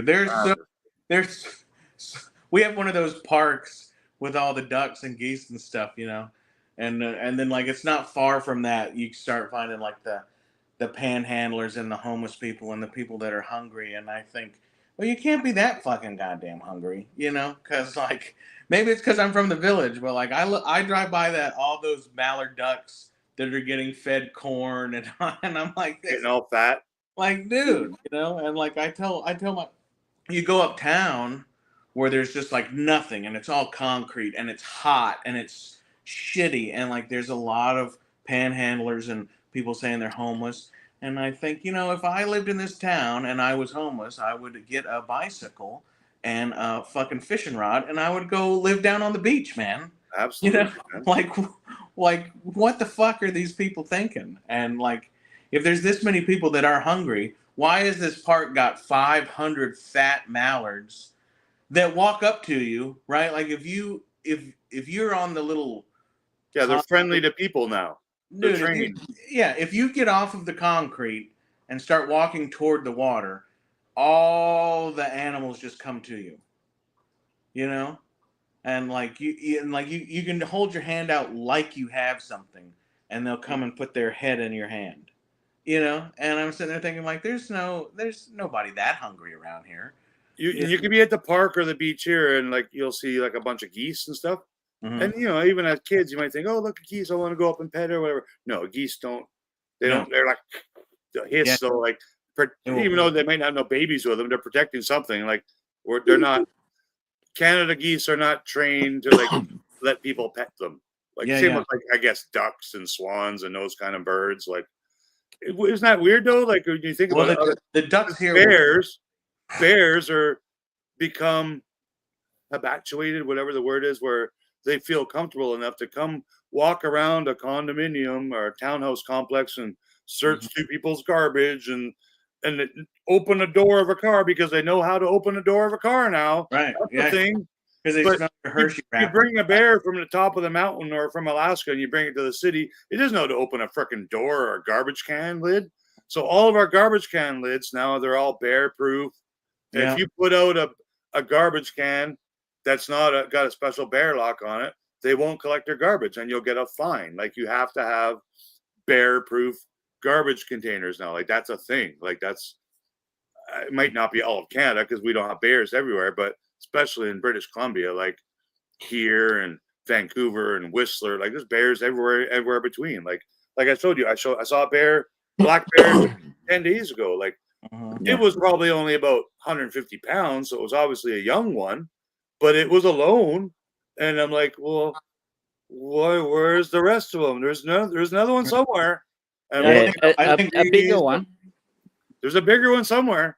Yeah. I think black bears kick their cubs off at like a year and a half or something like that. So they're still, maybe. So they could not full grown, but they'll make them. Could be aggressive. So when the conservation officers or police or whoever they call, when like I saw that bear, I was walking to the grocery store. I saw that bear. I'm like, oh shit, I'm gonna walk back on the other side of that fence because it ran this way, right? So I'm gonna walk, and I made a quick trip to the grocery store, grab my milk and bread, boom, went and walked the other side of that fence lot to see where that bear went and if it jumped the fence and went to the Walmart across the street because I'm in a city. I'm not in the bush.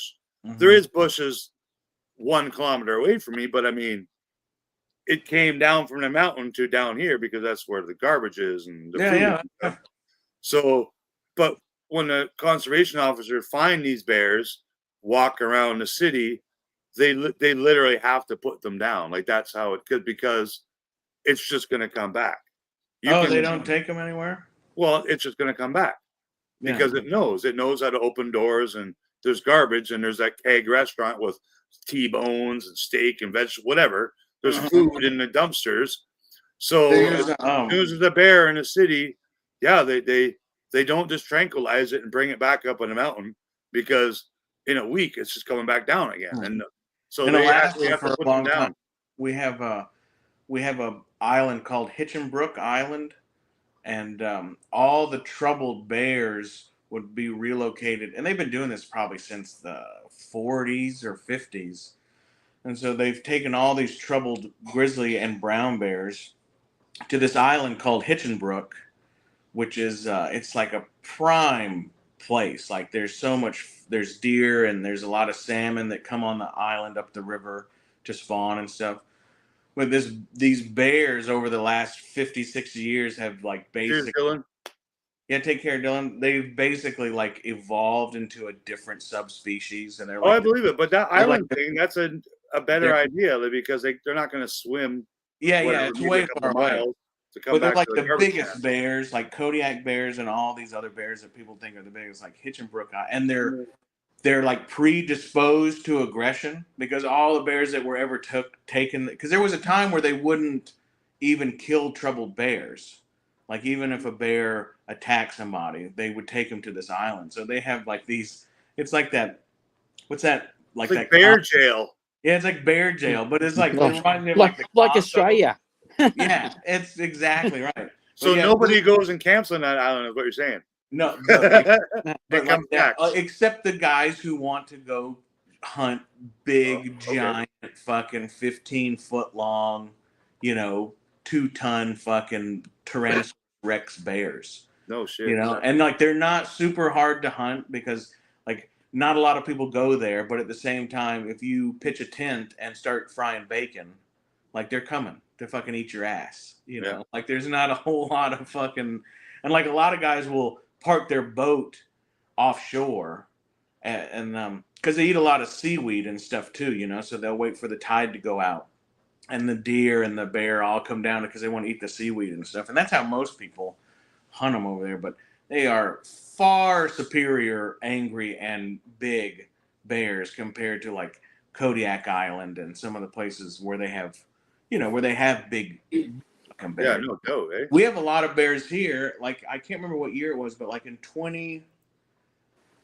I guess it was probably more like 2000, 2003, somewhere in there. The state of Alabama, which is not far from here, they bought like 6 breeding, and I think it was just 6, so like 3 breeding pairs of black bears from the state of Montana.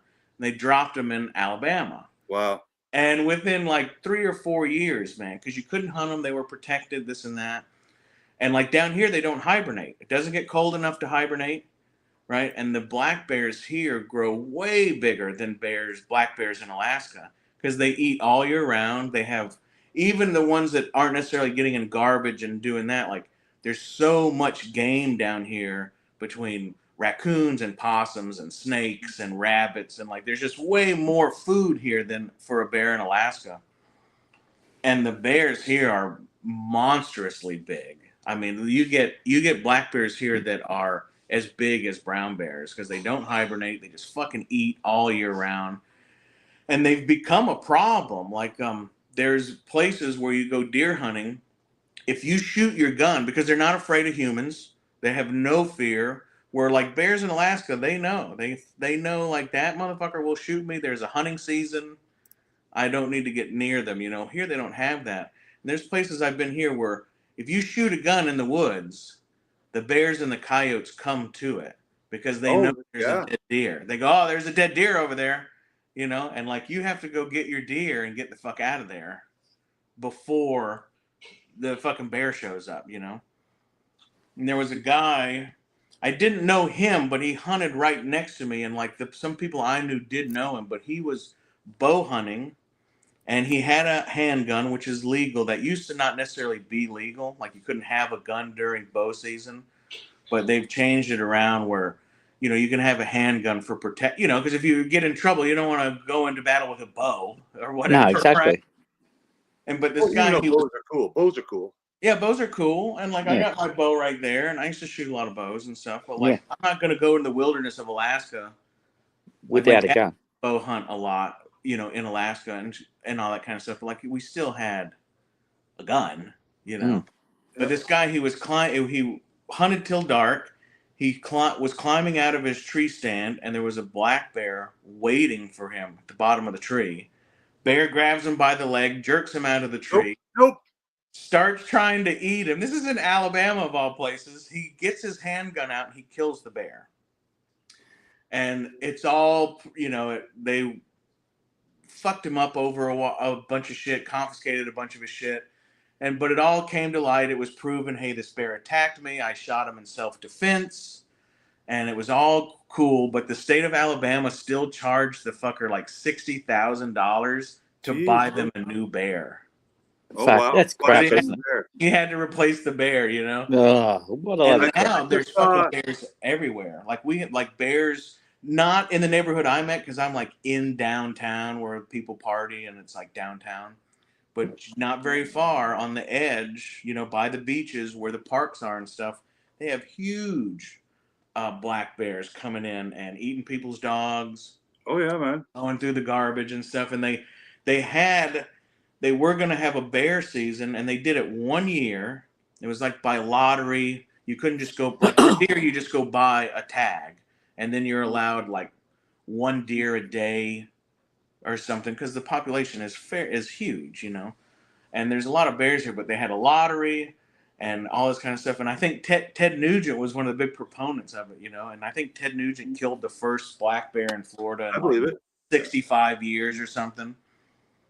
They had a bear season, and they shot the quota like within the first 2 days, because there's just so many. It's not because people are such great hunters necessarily.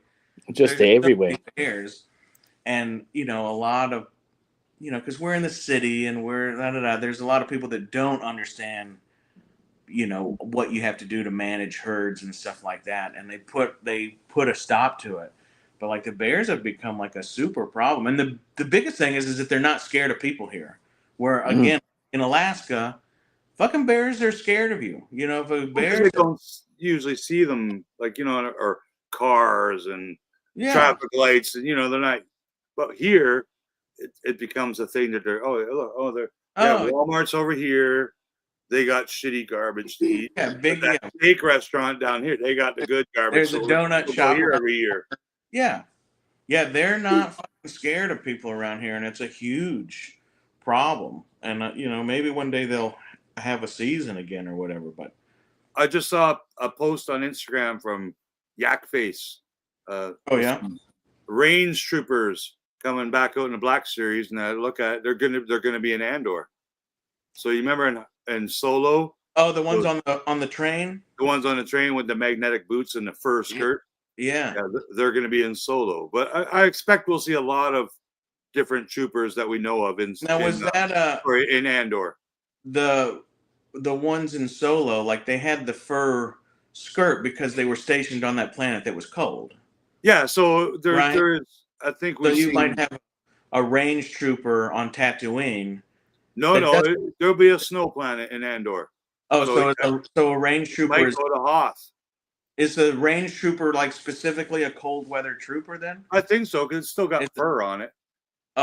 Boots with the fur, Yeah, he's got a big ass rifle. Because that's what I've always like when they start getting to all these other troopers, you think, okay, well, like I get that the sand trooper has the the hydration thing on his back, and the snow trooper has a fucking to keep the heat in.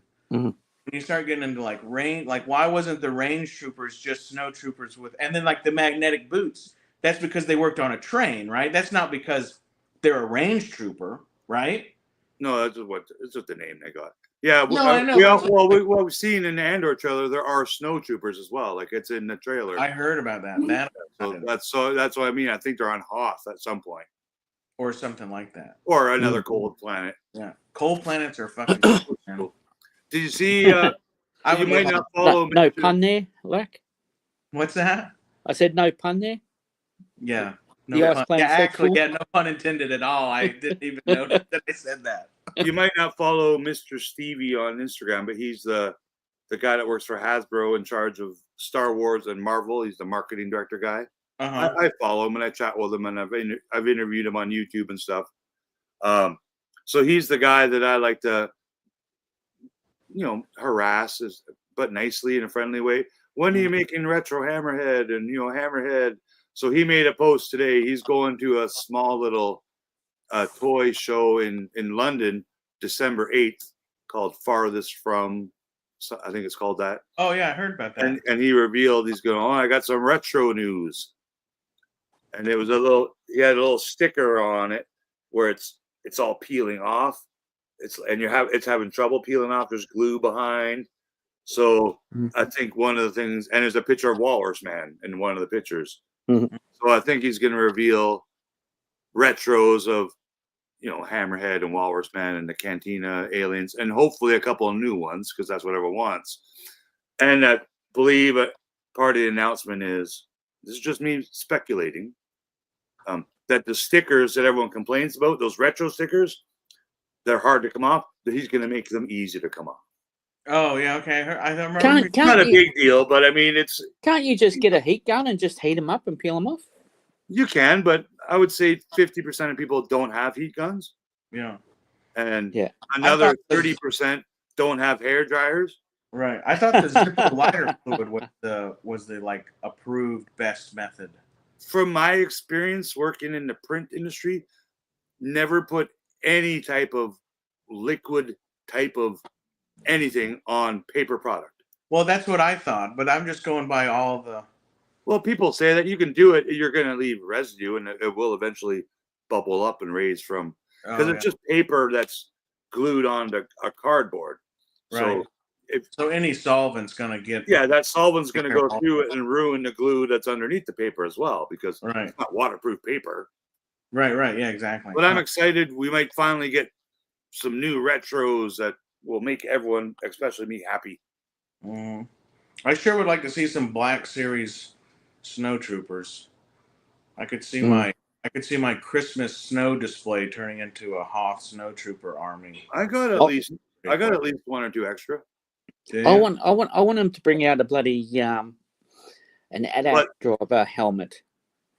Snow trooper helmet would be wicked. Did you finish making that one, Zombie? Which one? The Snow Trooper? You were making a Snow Trooper. What? Yeah, I've still got to put the lens in, but it's That basically one. done. I'll show you in a sec. It's like It was for yourself. It wasn't a commission. No, this one's just for me. Nice. Well, once you're finished, I'm sure you'll get a couple of commissions. I'll turn this over. Snow Troopers are badass. I still need to get a Biker Scout helmet. There's one sitting in my GameStop with my name on it. But it's like $190, and I'm like, okay. Oh, that's awesome. That's badass, dude. But, I've put some of the figures with the helmets. Nice work. I like the setup. Yeah, that is cool. Yeah. Yeah, and a You TIE like fighter pilot. like They still need to make that for Black Series. That's actually a Don Post one. Okay. I picked it up early this year for a really good deal, so I couldn't go past it. But yeah, it's from '97, I think. Mm-hmm. Okay. So that's pretty cool. Those are awesome. This guy fell that over. Red one, you can get that red one for like, I think $60-$70 on Amazon now. Really? Yeah, here they're just too expensive. Rum and someone else, Darth Wizzy Wiz and Rum both just got that Black Series Biker Scout, and they're on sale somewhere. Of course, probably not in Canada. No, they're Nah. like $100 in the Amazon States, and they're almost 200 here. No shit. Oh man, if you were to buy one of these here, you're looking at $270, brand new. Holy fuck that! Yeah, I Rum know, got right? his for, what did Rum say? He got his for 80 or something. Yeah, but 80 I know. pounds, which like Yeah. Which I guess when you convert that, I guess. Yeah. That I made that one too. You made that, eh? That one, that's awesome. And I painted that one too. But how am I supposed to see it through the blast shield? I know exactly. Oh man, if I had $1 for everyone that's what he said that, and I've still got friggin' look at all the helmets in there. I've still got a display. Warehouse. Holy smokes! Oh, it's crazy. I've got to get another one of these stands and put it somewhere. I'm thinking about moving these machines out. Mm-hmm. There's me Han and Carbonite I'm still working on. Oh yeah, I can see the side. Yeah. But yeah, just running out of room. And there's I actually won this off Sean Stargeek. He actually made that's it. Cool. Nice. Pretty cool. Got it framed, and that's Ralph just the Yoda I got. But yeah, and that's I don't know if you've seen him, Rick. Yeah, I love that, man. Yeah, dude, I got into that. I didn't have to join the club, but I got into the R2 Builders Club. Oh, did you? Well, I just wanted to build an R2, and then I joined the club. I watched the videos. I read all the posts and all the people that made the different aluminum parts. I'm like, okay, I want to do this. And then I talked to a couple of really good friends of mine that did build them. I'm like, okay, so what did that cost you overall? $20,000. I'm like, yeah, I'm out. Oh, smokes. I don't want to. I don't want a plastic, styrene, and 3D printed and wood one. I want one that's like all aluminum and remote control and beeps and it's 20. It's like a car, man. But they're mine beeps and he moves around, but I haven't got. But you can actually pick yours up too, right? Yes, exactly. Yeah, the one I want you can't pick up because it's all metal. It weighs a ton. You need a forklift and Yeah, the problem with aluminium ones, because I say aluminium, not aluminum, but those ones is not only are they heavy and expensive, but you've got to also wait for part runs. So for guys in the club, they might do like 100 or 50 parts for the front vents. You know, because I've known some guys in the club that have been making their R2 for 8 years and they still haven't finished it because they're waiting on parts. Because they might say they're waiting on parts, but they're also waiting on paychecks. Well, that too. Some of those parts cost hundreds and thousands of dollars. Oh, it's crazy. Like I almost started by buying a dome because the aluminum dome is the common thing, and it was a few $100s, like $300 or $400, but it would literally just be an unpainted dome with no lights or panels or anything. Then after that, you might get that frame, which is thousands of dollars because I want. But I almost made one out of out of wood and plastic. Mhm. I almost did because I could. It was affordable, but I'm like, you know what? I'll hold off. Like, not that I have room for it, but I mean, I get it, man. It's a cool thing. I can see what you can do addicted is to spending $1,000 a month on a new R2 part. I know. You can Like a hot rod guy, right? You're a hot rod guy. You gotta keep buying a new part for your Camaro or whatever. Same with R2. You got to upgrade. You can make like hybrid R2s, which is a wood frame, metal skins, metal dome, and then make it together. At one, it's a lot cheaper. Oh yeah, and you can make it in a day. Yeah, yeah, it's crazy. It just wasn't my style though. Like, cause like there's that 501st, costume club where they gotta like approve your stuff. Mm-hmm. Or you're not a member, you don't get the card, hey, I'm a 501st Stormtrooper. Yeah. Well, not if you bought you're using a Hasbro helmet, you're not exactly. So it's that's when I'm like, I'm not. Way to regulate the fun right out of it. Exactly. It's not an official Jedi robe. No, it's got to be three stitches, and just because it's got a little vent on the back to put the batteries in, no, you can't use it. It's crazy. But honestly, 99% of the public wouldn't even notice that anyway. No, and I appreciate the passion that any of those people have to because usually they start with a Stormtrooper or something, right? But then they also get, I'm also going to be a TIE fighter pilot.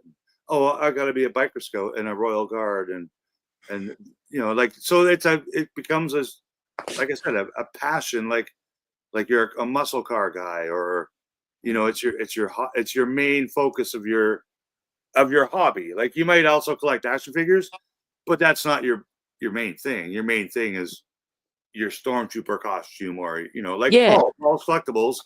He's one of those guys. Like, he does buy action figures, but his main thing is the helmets, and and as he says, Stormtrooper, and as Paul says, helmets are his jam.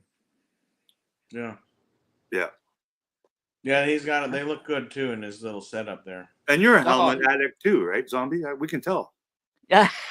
I got 6 helmets. Do you really? But they're all in boxes because I don't got room to display them. Yeah, I've got probably. I collect Stetson hats. 28-ish. But I've tried them all on. I've tried on all of my helmets. My favorite one, I think, is the Stormtrooper, the one they released, because it looks awesome and it's such a great helmet. But the Mandalorian one is freaking sweet, man. Like, it's almost looks chrome, like, and it's just plastic painted very well with a very nice silver paint. It's badass, man. I must admit, with Hasbro, it's either absolutely amazing or it looks questionable. Mm-hmm. So, and I got Boba Fett, and I got Luke X-wing pilot, and I got Darth Vader. Yeah. And the Stormtrooper. I think that's it. So maybe 5. Yeah. Okay? Yeah, I've still got to cut my other Vader helmet because I sold the other one I had. Because I've got the the damaged Vader helmet from the Kenobi series. But you made that one, didn't you? Yeah, I did, but I sold it. So I made another head. And I've got another spare helmet. I've just got to cut it up. Oh, man. Make sure you document all that with, decent quality video, and that'll be super popular on the YouTubes. Oh, it's already out there. Okay, well, do it again. Get more views. I will. I might have to. Well, you know what? Coming from a guy who hasn't made a video in 4 months.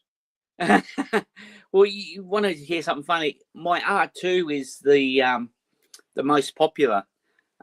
Usually every R2 one, I get like 2,000 or 5,000 views. Yeah. When I post R2, which is pretty cool. Yeah, I'm still working on my full size Imperial Royal Guard. Yeah. See, that's another helmet I want to get. You know? Yeah, I had Rex printed up, and I got it pretty much like I want it. I painted it once, but I didn't like the paint, so I'm trying to find a different red. And like I bought a mannequin off of Amazon for nothing, $40. Yep. Like, yep.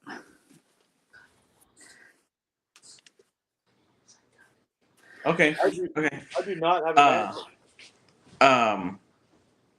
And like it will not pass any kind of 501st anything. But I just thought it would be. I mean, I think it'll be super awesome. I think it'll look really cool on a video, and even when I look at it now, not being finished, I go, "Ah, fuck, that's cool." Yeah, it'll pass the 502nd. Yeah, 501 and a third, baby. 50. 50. The thing I've found about making stuff is, as long as you're happy with it, that's all that matters. Oh, of course. Right. And you're even more happy because you made it, or exactly you acquired it from someone who helped you make it. Like that, I love that stuff. Yeah. Like, Max sent me some custom action figures. Those are things I can't sell. Like, not because no one wants to buy them, because someone you just love them too much. Yeah. Like he was thinking of this face when he made those. Oh, I'm glad you like those, Rick. I love them, man. I was like, man, Rick is gonna fucking love this, man. And then like I remember I showed him to Gilster one time. I just said, check these out. I made these for Rick, and Gilster was like, motherfucker, he's gonna love those. Those are so fun. Yeah. I'm like, yeah, I hope so, man. I hope so. Cause, they were fun to make too. And I was really proud of them too. That was the one thing, because like I make a few customs where I look at them and go, nah, that was a miss, and I throw those fuckers in a box. And I say, well, we'll tear those up and try again later. Yeah. Well, that's the thing. You'll always take those parts and apply them to a different custom where I cut that elbow wrong, or and you cut it better this time. Yeah, exactly. Yeah. I haven't made any 6-inch customs yet, but I want to. Like I see the stuff that Vern made and his custom. Like he even 3D printed his own head right before Hasbro did the selfie series. He made his own. Like he went out of he somehow scanned his own face and 3D printed it right there in his office, painted it, and there he's got G.I. Vern. Yeah, that's cool. Mr. B, awesome 6-inch too. And he made me a hammerhead. Like he took an old jar, took the head off and made the hammerhead and painted them turquoise. And I'm like, dude, that is the most awesome thing ever. Like, yeah, and he did that Salation also for Rum, and that was the big tall one. Yeah. I've done a few 6-inch, but I'm just doing like part swaps and stuff, because I've been doing a shit ton of Nick Fury's just in all his different renditions, and like it's no, you're getting it right. And it's and like some Howling Commandos and like Wolverine in his World War II gear with Nick Fury and stuff, but I've just been doing a lot of part swapping, Yeah. Speaking of Mr. B, see the Yoda in my yeah, that's his Yoda, right? That's his Yoda. That's his Yoda I made for y'all's Yoda. Yeah. Yeah. So. Yeah, that was awesome. Man, I was driving down the interstate, like trying to drive and look at when he unboxed that on Ed's channel. Yeah. God, that was so cool. Yeah, that Yoda is awesome. Yeah, I had Rick print up the Imperial Royal Guard helmet. And I just had, and I think it was 2, maybe 3 pieces. Yep. And I had him glue it. Yep. And then I said, didn't just send it like that. So I finished sanding it, and I still got to put the visor in, but I'm not quite, how paint, no matter what it looks like on the cap or whatever. It's not the same. It's not quite the same. So I need to sand some of it down and redo the color, and then maybe even put a clear coat on it to make it. And I just got I got that mannequin, and then I went through and I looked at every red graduation gown. Yeah. And I found one that was like a pretty. It's not the exact color, but it's really close. And so so now I'm just trying to match the helmet, to that color where they're not so off. And then I got some like big heavy duty red welding gloves that looked really cool. I put those on there. And then I still got to get some boots, which I think I found them. I just haven't pulled the trigger on them. They're just like red suede Chelsea boots. Yeah. You know. It's amazing when you make something, when you look into the detail, and it's not overly hard to do something. You know what I mean? Mm-hmm. You just got to have the passion to do it. I know we all are makers of some kind. We're all picky of our own techniques and our own final product. Like we're all picky that way. Like Lak mentioned, I didn't like this custom, so I took it apart and I'll save it another day. I'm the same way. Like I'm a perfectionist, and I partly do the making stuff as a to earn my income. Like when I make art or make pins and stuff. And if it's not perfect, like I don't want to present them to people. Like I don't. No. Well, I don't want someone to get it and go, it's not as cool as I thought it was going to be. Like, no, I want you to go, wow, that kicks ass. That's badass. Because, so if I feel that way about it, I'm confident that the customer will also feel that way, right? Right. Yeah. Yeah, I'm the same. And put stickers on vans and stuff. Like, if it had a wrinkle or a bubble, we'll redo it. Fix it. Yeah, exactly. I don't want the customer to come up and go, "Oh, what's this little thing?" Look at that bubble. Yeah, 12 hours doing this, dude. Like, Jesus Christ. Exactly. I had the same experience with. I did a C3PO bust for a customer, and it took me ages to sand it and do that. But he absolutely loved it. And he actually got it signed by Anthony Daniels too last week. You had available at Disney now? Yeah, but they're all sold out. Oh, they'll make more. Like that's. Yeah, they'll still make more. That is badass. Oh, I know. Like, it's not my favorite character in Star Wars in any way, but I want one. Like I think that freaking chrome gold, light up eyes. Like it's badass. I could care less about the naked version underneath, but it's top of the line. That's it there. Can you see it? That's what you made. Yeah, that's awesome. That's one I made. And he got it signed by, where's my finger? Right there. Anthony Daniels. Signed by Mark Hamill, what? No, Anthony Daniels. I met Anthony, man. Anthony was pretty classy, man. He seems like he is. He knew it. Yeah, so. Does that make sense? He was very classy, and he knew it. Yeah. And he knew it, yeah. But anyway, guys. I thought you were talking about me there for a second. I'm going to have to get going, guys. All right. I start work at about 15 minutes, so I have to get going and, drop this little bugger of a kid off too, because he's here. Well, it's always good to see you, my friend. No, it's cool. It's always fun hanging out with you guys. We'll see. We'll see. I'll see if I can outlast Rick. Well, I finished work in about 5 hours time, so I'll get back on the YouTube, see if you guys are still going. See us on. Hop back on. All right, guys, take care. I'll catch you later. Care, my friend. Cheers. Cheers. And then there were two. What do you got going on, buddy? Your wife yelling at you yet? What's that? Say that again. Your wife want to cuddle yet? She is sick. Uh-oh. So I have put the kibosh on the cuddling because I'm trying not to get sick. My cubs were super sick last time I seen them, and I didn't want to get sick either. So I had, we usually do a lot of wrestling and pillow fighting and all that, and I was like, no, you can't rub your face all over Dad's pillow. We're gonna go to the playground, and and then my son, I was constantly because he had a real runny nose, and he's and I'm like, go wash your hands. and I'm like, go wash. Yeah, I'm gonna get them Thursday, I believe. Through Sunday. Cool. Maybe Friday. I have to double check. I hope Thursday. That'd be fucking cool. But, I had a little chat with my mom on Facebook the other day because her boyfriend, we'll call him her husband, her boyfriend now. He, he wasn't feeling well, and they went to the doctor, and they're like, "Oh, you got diabetes." So they're kind of dealing with that. I guess he's shit.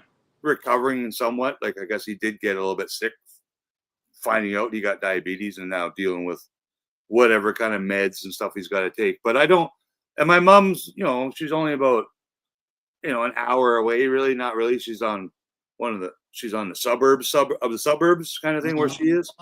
And my sister, I have the one sister who has two sons. My sister now lives on the Vancouver Island.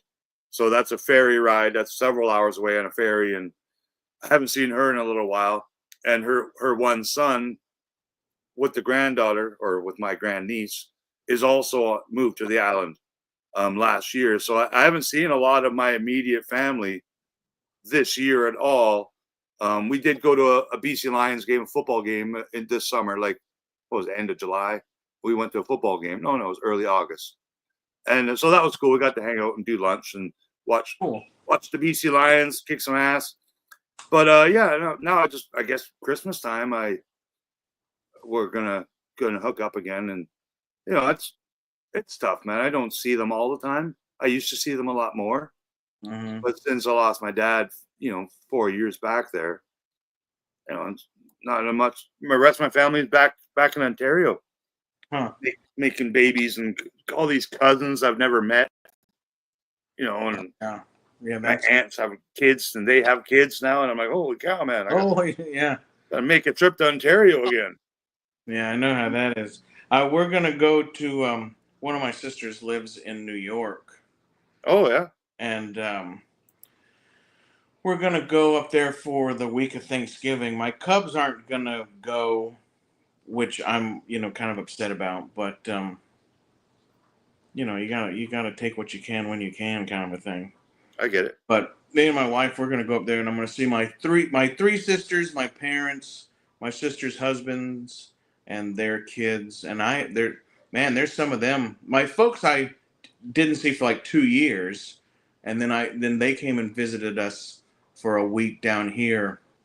Maybe a month ago or something. Okay. So that was nice. But yeah, I haven't seen some of my sisters in, gosh, I'm not quite 5 years, but they're all in the same state.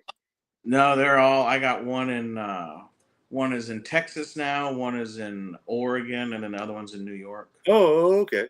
So we're pretty spread apart, But are they all gonna go up to New York? Okay. Yeah, it's gonna be a whole big everybody. Well, what's that? That's the end of this month, right? Yeah, it'll be the 26th through December 2nd or something. We're gonna go. Okay. So it should be I'm excited about it. And then my wife's never been to New York. I've only ever been once. I went and visited my sister years ago. Not like we're gonna go to some place upstate that her in-law, I don't know, but it's not in the city. And then years ago I went and visited them in New York City. I've been to Buffalo and New York State. I've never been to I would love to visit just to say I've been there. Yeah. It's one of those cities. It was crazy. You go to once and you're good, right? Have you been to Vegas? Oh, I've been to, we used to go to Vegas for boxing tournaments all the time. Went there with some guy friends 3, 4, or 5 years in a row. But I was 10, 15 years ago. But I'll always remember it, man. It's cheap to go to. I'm pretty sure I can fly there for $150, return. And then, I don't get comp rooms because I'm not a high spender, but Treasure Island and these places still email me hey, you're cheap rooms. Oh, yeah. They like to keep their customers. One of the first, I had a lot of fun there, man. That was Vegas. That was adult Disneyland for me.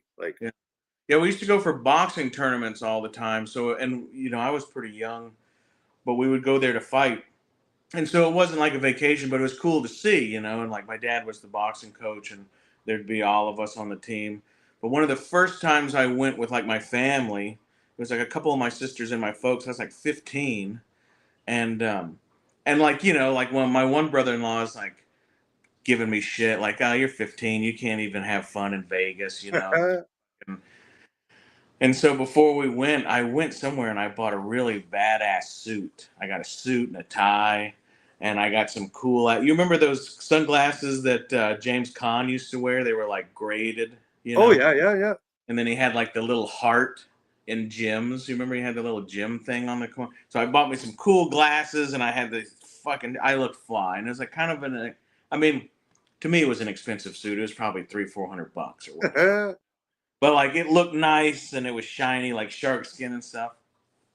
So we get to Vegas, and we get in our room, and like all my sisters go, and their husbands, they all go down to the casino. I don't remember where we stayed.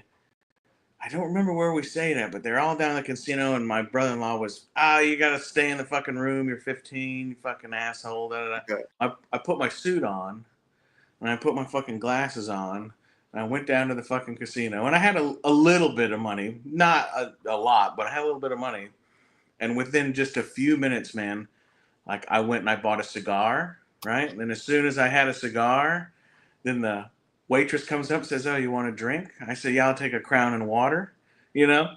And I'm walking around at 15, and like I was a big kid and all that kind of shit, but I'm walking around with my shades and my suit on. I'm like one of the few people even in there in a suit, right? Because it's like the days of that shit are over. It's all like old people and. Well, I think Vegas still has no dress code. Well, but you other know, fancier places do, but right. But like in the in the 60s and 70s, there'd be people looking. People just don't dress anymore, really, to an extent, right? Everybody's in shorts and pajamas, and like there's no. And so I was walking around, and I found my brother-in-law, and I said, "What do you think of that, motherfucker?" And he still, to this day, 25 years later or whatever, he still tells people that story. He was like, "Yeah, man, Lackey was walking around with with a suit." And like I was going to tables, and like I didn't win anything, but I didn't really lose anything. But he thought that was super cool, But like it just took a suit and a little bit of attitude. Yeah. And all of a sudden the waitress, "Hey, you want a drink?" And drinking free, and like, fuck, I was the coolest 15-year-old ever, Yeah, you were. My one sister won a shit ton of money at roulette of all things. And like she started off with like whatever it was, 3-4 grand she had saved, to have a good casino time. And then like she walks out of there with like 46,000, Good on her, man. on roulette. And I never won nothing, man. I played a little bit, but I was never there for the purpose of gambling. Like my last time I went was they had poker rooms again, and I remember the first 4 or 5 times there wasn't poker rooms. Like they got rid of poker rooms for the longest time in Vegas, and then they opened them up again. And I was playing poker with my buddies here back home. I'm like, $100. I'm gonna go this poker thing that starts at 10 a.m. I'm gonna go here, dude. I was done in like 4.5 minutes, man. It was. I'm like, there you go. Oh my god, man. Like I would love to do this more, but I mean, 3 hands were crappy hands, no chance of anything. Mm-hmm. Bluff or not bluffing, I can't call if I'm gonna lose, So yeah, it didn't last long. Was it like 5-card draw, like real poker? Was it Texas Hold'em? Yeah, Texas Hold'em. Yeah, I never liked Texas Hold'em. I never liked that game. I don't know why. It's just something I never liked. 5-card draw, 7 stud, or like 5-card draw jacks are better to open. Like I just always liked like cowboy poker, Yeah. And then I never got into. I worked in Montana. It's all the same, really. Like it's just a couple of different rules in the game. But it's playing off all the cards in the. I never liked that. I don't know why. I was never into that. I didn't like the and I felt like the game became less. You were playing more against the deck than you were actually playing against the other people, like in 5-card draw or 7. Yeah, that's why I love playing with my buddies. Yeah, like one of my buddies is a poker dealer still to this day, and we would go to his house. There'd be 5 or 6 of us, and we'd have limits and stuff like that, and he'd make the rules, and we'd follow the rules. He was the dealer, and it's your buddy, so you kind of know, or he's bullshitting, and he never wins. He's not. So it was. And then, that guy would win. So there was one time we're playing, this one guy, he had a shark tattoo, right? Like he was one of Ryan's neighbors, and we're always drinking the beers and, smoking the buds and stuff like that. But he was like getting ready to pass out the table, and we're still playing, and he's still playing. So we deal him in, and we could see he's kind of passing out, and he's got the cards, and we're like, yeah, let's keep going. Let's because he's still got some money left. Let's keep going. Dude, he won.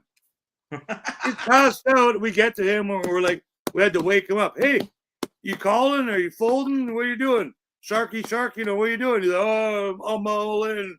And he hadn't even looked at his cards yet. Like, he's kind of sleeping. And he won, man. And we're like, for crying out loud. What the hell? The passed out guy who hasn't looked at his cards in 3 rounds won. Oh, well, shows how good we were. Yeah, well, that's what you get for trying to take advantage of the drunk guy, right? Well, it's not like we were trying to take advantage. We just wanted to finish the round. Like, yeah, he already had cards in his hand. Like, you got to finish going around the table one more time at least, right? That's pretty funny. Just, I was the king of video poker in Montana. They had a couple bars that had these video poker machines that paid out. And I watched a couple people play, but it was like, gosh, I was, like 18 or something like that. But we'd go to the bars. Nobody ever asked for ID. And I'd play that video game poker. But I watched some people play it. And it was really easy. It's just a program, right? And like, it was really easy to figure out the machine. Like the machine would give you, Jack, Queen, King, and then a 2 and a 10. And then, it always kind of highlights the cards that you should get rid of. And it's like, oh, get rid of the 2 and I'll give you the 10. And like, it's not going to give you no, it's all fixed. It's not going to give you that. Right. And so it was really easy to figure out because the programming it was not super extensive, and like I cleaned up, like on the video poker, you never got rid of a 2, never got rid of it because they give you the 2 to get rid of, and they'd always try to like set you up with a royal flush and they'd give you the one fucked up card, which is and they'd be like, oh, you want to get rid of the 2, right? I'd say, no, fuck no. And I'd get rid of all the fucking shit. If you were playing real poker, you might not do that. But this program was so easy to learn. Do you guys have casinos in Florida? No, but we have in Alabama. There's at least one. It's a native casino. They might have 2. And then we're not far from Biloxi, Mississippi, which is like, I mean, it's not quite like Vegas, but it's as close as you might get. Yeah. To Vegas. Gambling is huge here. Like is it? We got government-owned casinos everywhere. We have also there's native reserve casinos, but mostly those are like in Washington State, in Canada, because we do have government stuff. That seems to be the majority, and they're high-end places, and they'll get music bands will play there, like things like that, because it's a nice place, right? Like we got one's called the Hard Rock Casino, which is actually Hard Rock. It's the same brand and stuff. So they'll get rock bands and retired rock bands and stuff, and it's pretty fancy. But even like if you just go to the local pub, like there's all the TVs up there where you can, we got pull tabs at the pubs, Oh yeah, Rippies. But that's gambling. So if you have no gambling in Florida, that you can't have those then, right? Yeah, we don't have those, but that is the number one thing in Alaska. Yeah, so that's big here. And even just go down to the mall, like the 7-Eleven or any of the convenience stores that sell lottery tickets, they also sell, you can play online poker. You just got to go stand there and watch the TV and you're playing against the computer, right? Oh, so really? There's poker, there's blackjack, it's unlimited, man. Like that's why the store's got TVs all over but they're showing the same game that's going on throughout the province. So do you know what I mean? Like it's not just like a computer going bing, bing, bing, but it's a computer, but there's a bunch of real people playing in all over the province. Oh, okay. 24 hours a day. Like it's always going, right?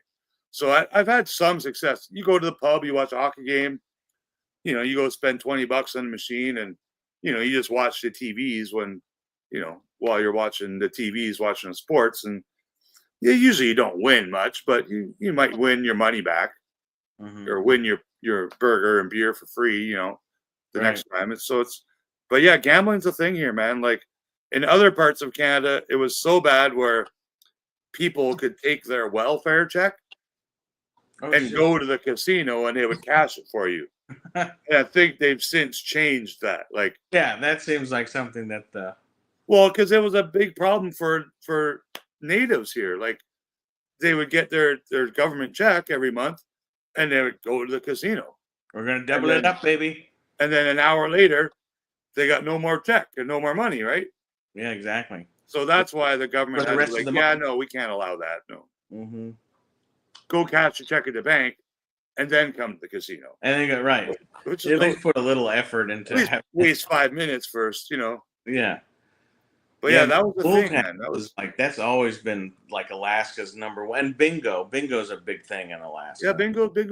You know. I remember, yeah, bingo here because it's a form of gambling too, right? Mm-hmm.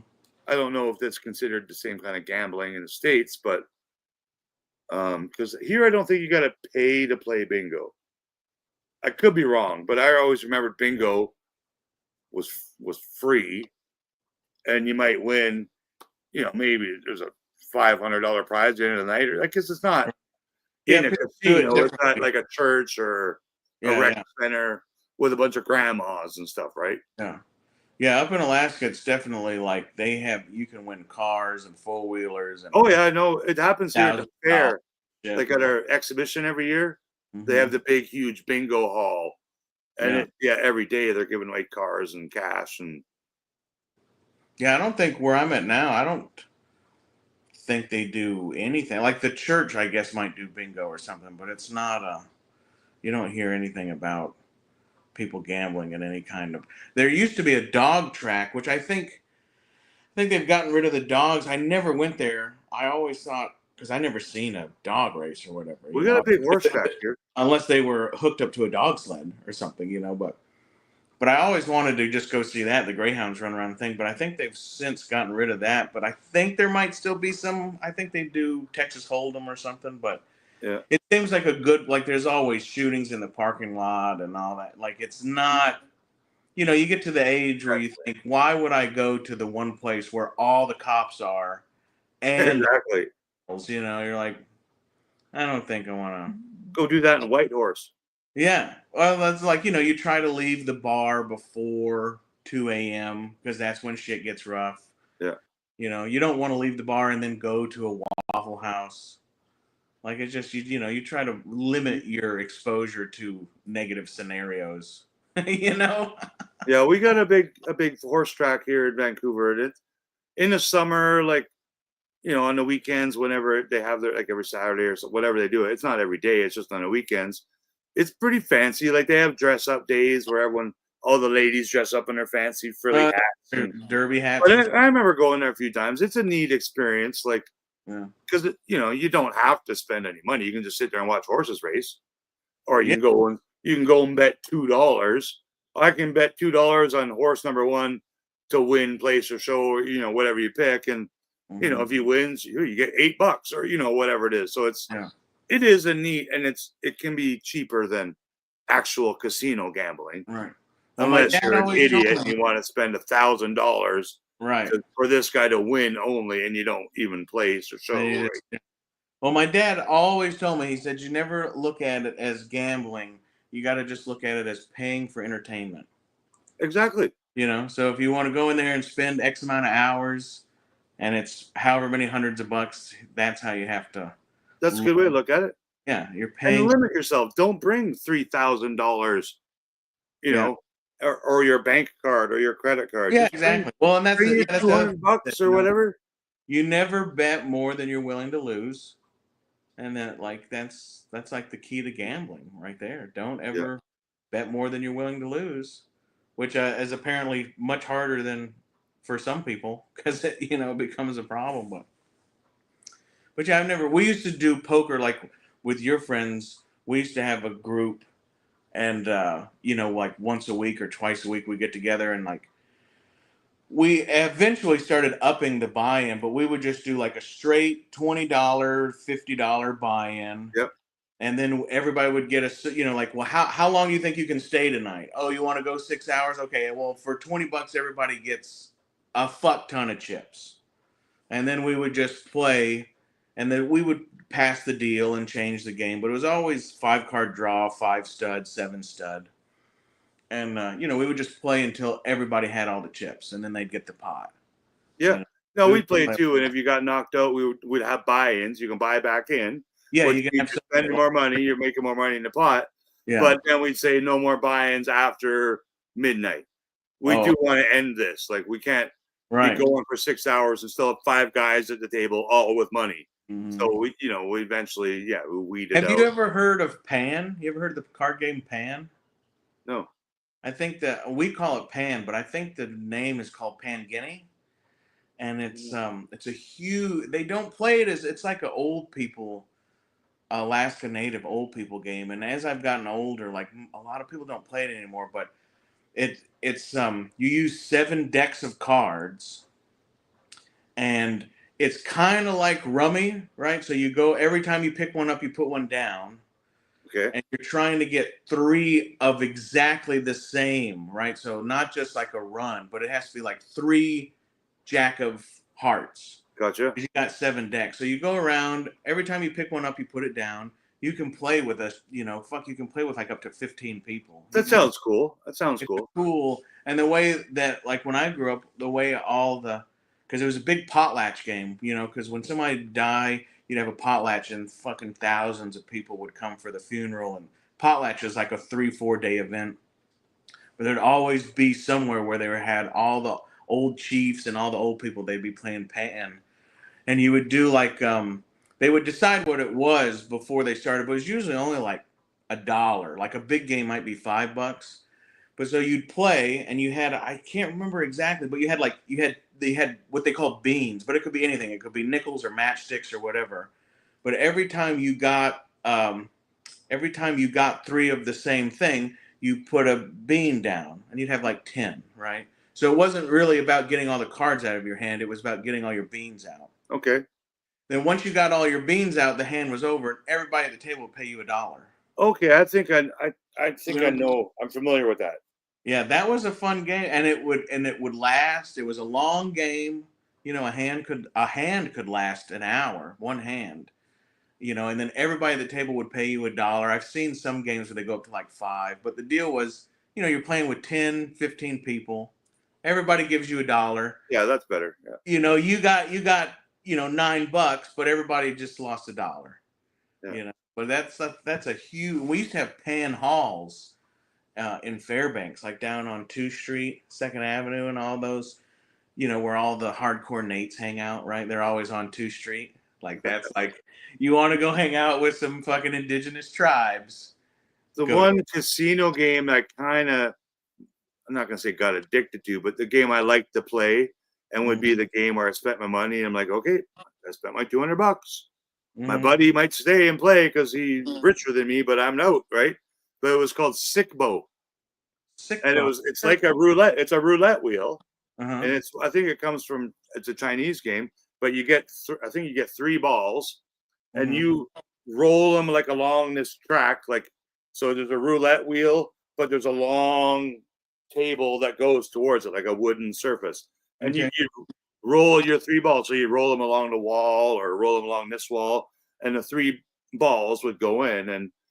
And beforehand, you're much like roulette. You're putting money down on, black 7 or red 3 or whatever.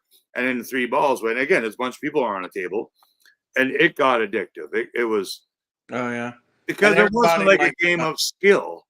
You know what I mean? In any way, shape, or form. So how it's considered gambling, it's not gambling. It's a game of luck. It's 100% luck. Because you can't make the balls in a roulette thing.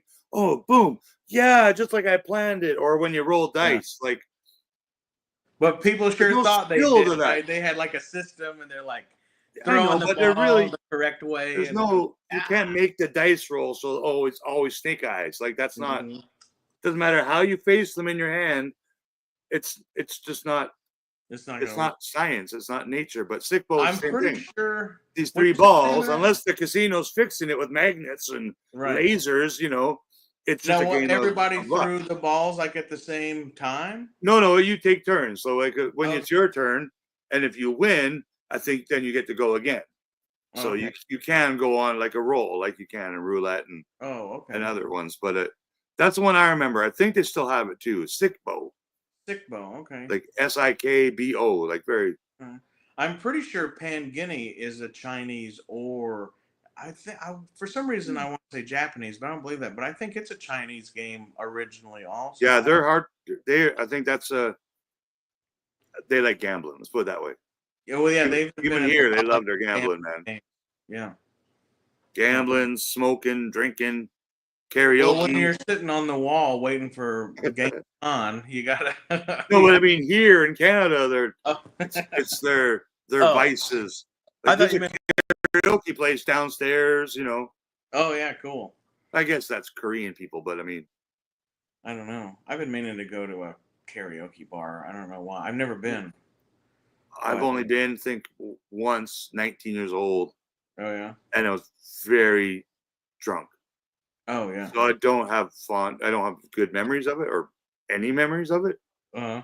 I don't even think there's photos, but I did go, and I know I went. You know, you were there, huh? And I know I sang, and other people sang. Well, yeah, I don't know. It'd be a neat experience again with, you know, some girlfriends or friends or whatever. I have been known to get up on the stage and sing with band, but not necessarily. But I've never done karaoke. Like where my wife works.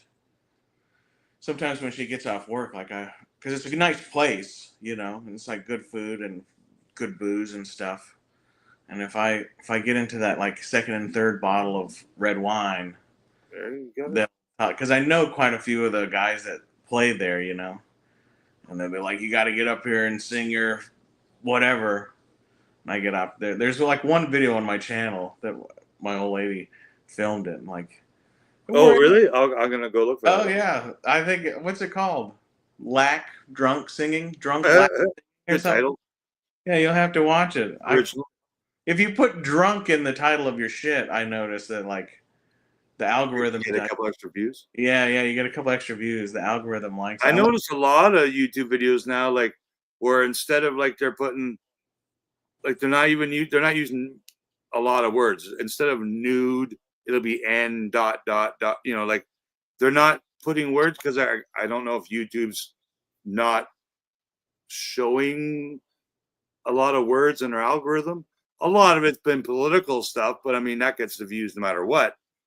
But I mean, yeah, I notice people not using words. They're not spelling them completely, so they don't get demonetized if that's something they're worried about. Or even watching a couple of live streams recently, they're not saying like the words, like whether it's, you know, like during COVID, it was talking about the pandemic. They didn't like people talking about that. So right, yeah, you couldn't say that. They would hide those videos, but now it's like racist or gender, like, you know, weird things that are happen to be in our culture now that they don't want to spread those videos. And I get it. It's just I'm noticing it for regular words, like like I don't know. There's some YouTube videos I watch that have to do with old wrestler stories, like, you know, like the tragedy of Owen Hart, or, you know, like there's hundreds of videos on that exact same topic, right? But everyone words their titles differently and makes different thumbnails that they think are appealing. And the other ones I noticed too is all the like the left-wing media guys or girls that have a big presence on YouTube, like, because they're just as popular as the other side. Like they're both popular on YouTube, whether it's right or left, but they're all of a sudden they're losing all their subscriptions, and all the people that are like paid Patreon members and paid to be a channel member, they're losing them. Like, so something weird is happening because YouTube's not deleting people that pay to be a member. There's people leaving these on both sides, the right and the left, leaving all these channel communities, I guess basically because the election's over. Like, and all these YouTubers have been making a living off this for the past 4 years. Yeah. That's their income. Every day they'll make a video about Biden or about Trump or whatever their daily political thing is. Sensationalism. And they get millions of subscribers. But I mean, now they're just losing them. Like, their whole livelihood is like, yeah. So they're making $5,000-$10,000 a month.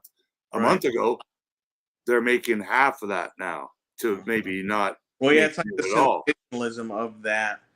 At least currently, right? Like the election is over, but what's his name hasn't taken office and won't for another however long. So you know what I saw someone say today?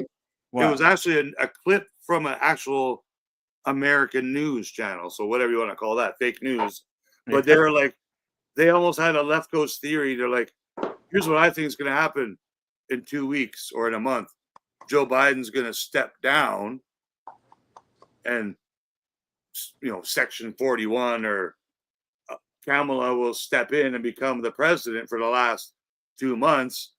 And that'll take over all the news and be the top news story of the month. Oh, yeah. And she will become the first female president.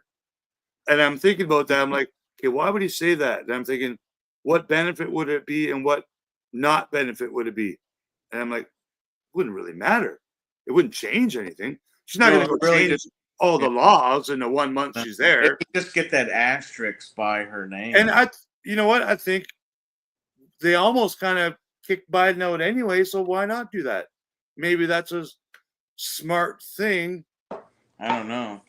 It would really put the kibosh on some woman in the future who actually wins the election. Exactly. Yeah. You know?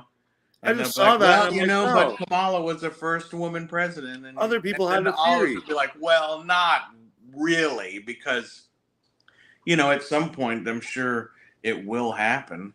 Yeah. But it definitely would take away from some woman who goes and runs and gets the nomination and then wins. Exactly. Like that would kind of be a pain in the real way, yeah. Yeah, I would definitely feel bad for that individual. Because it's almost like they kind of kicked them out anyway to let her do it.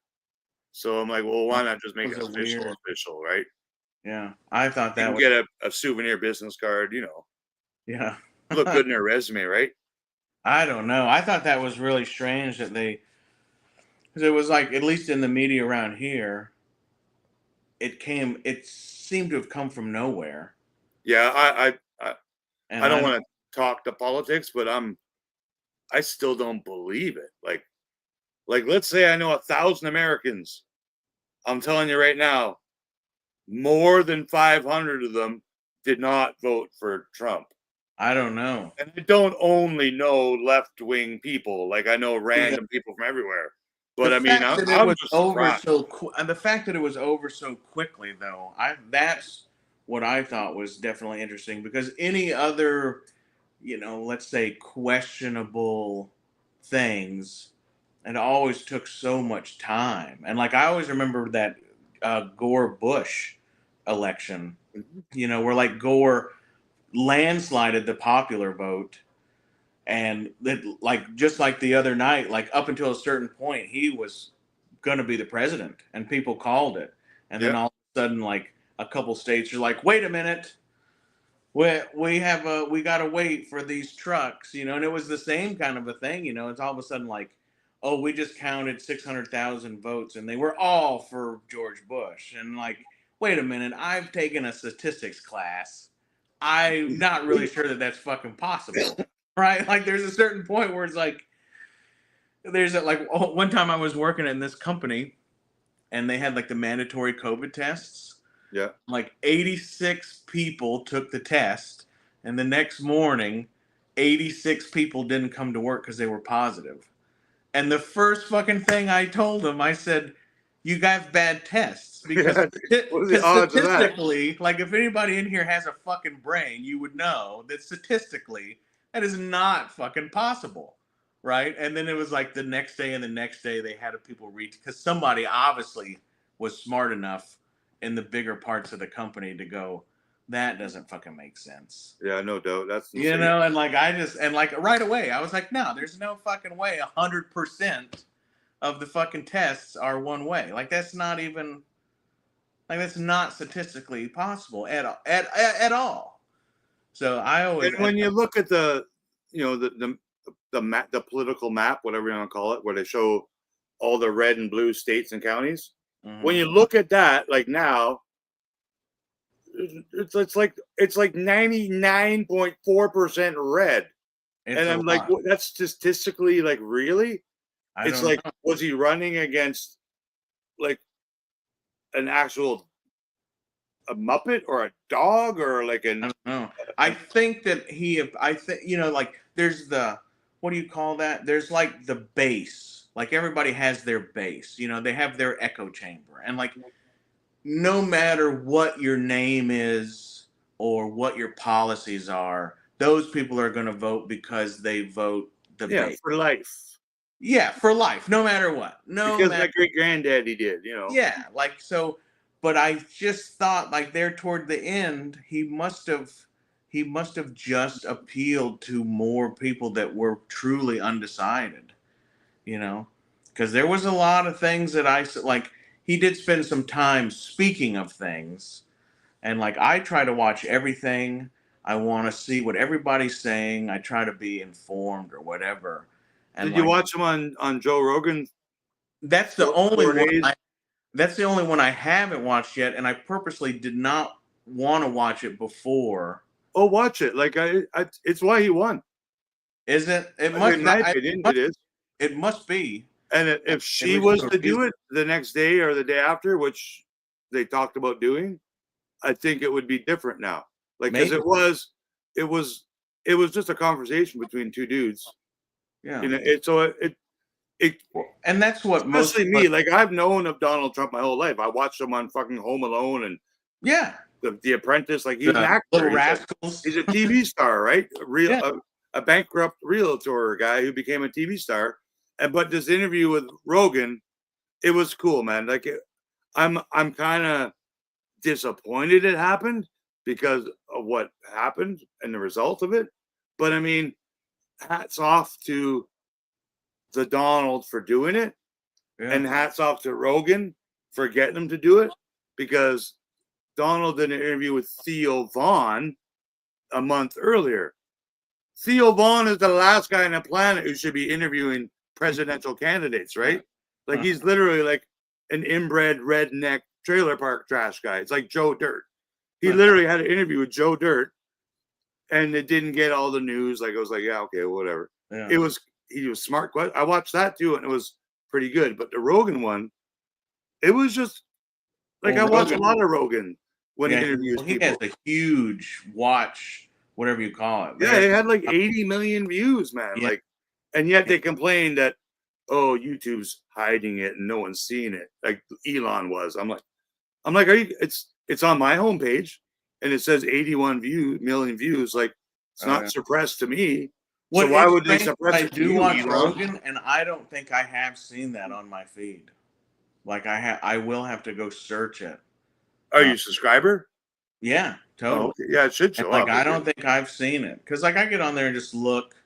I have like my major alerts, like all of us in the community. But even if a person is not a subscriber, probably it should show up if it's one of the most viewed videos that week. I have to go back and look, but.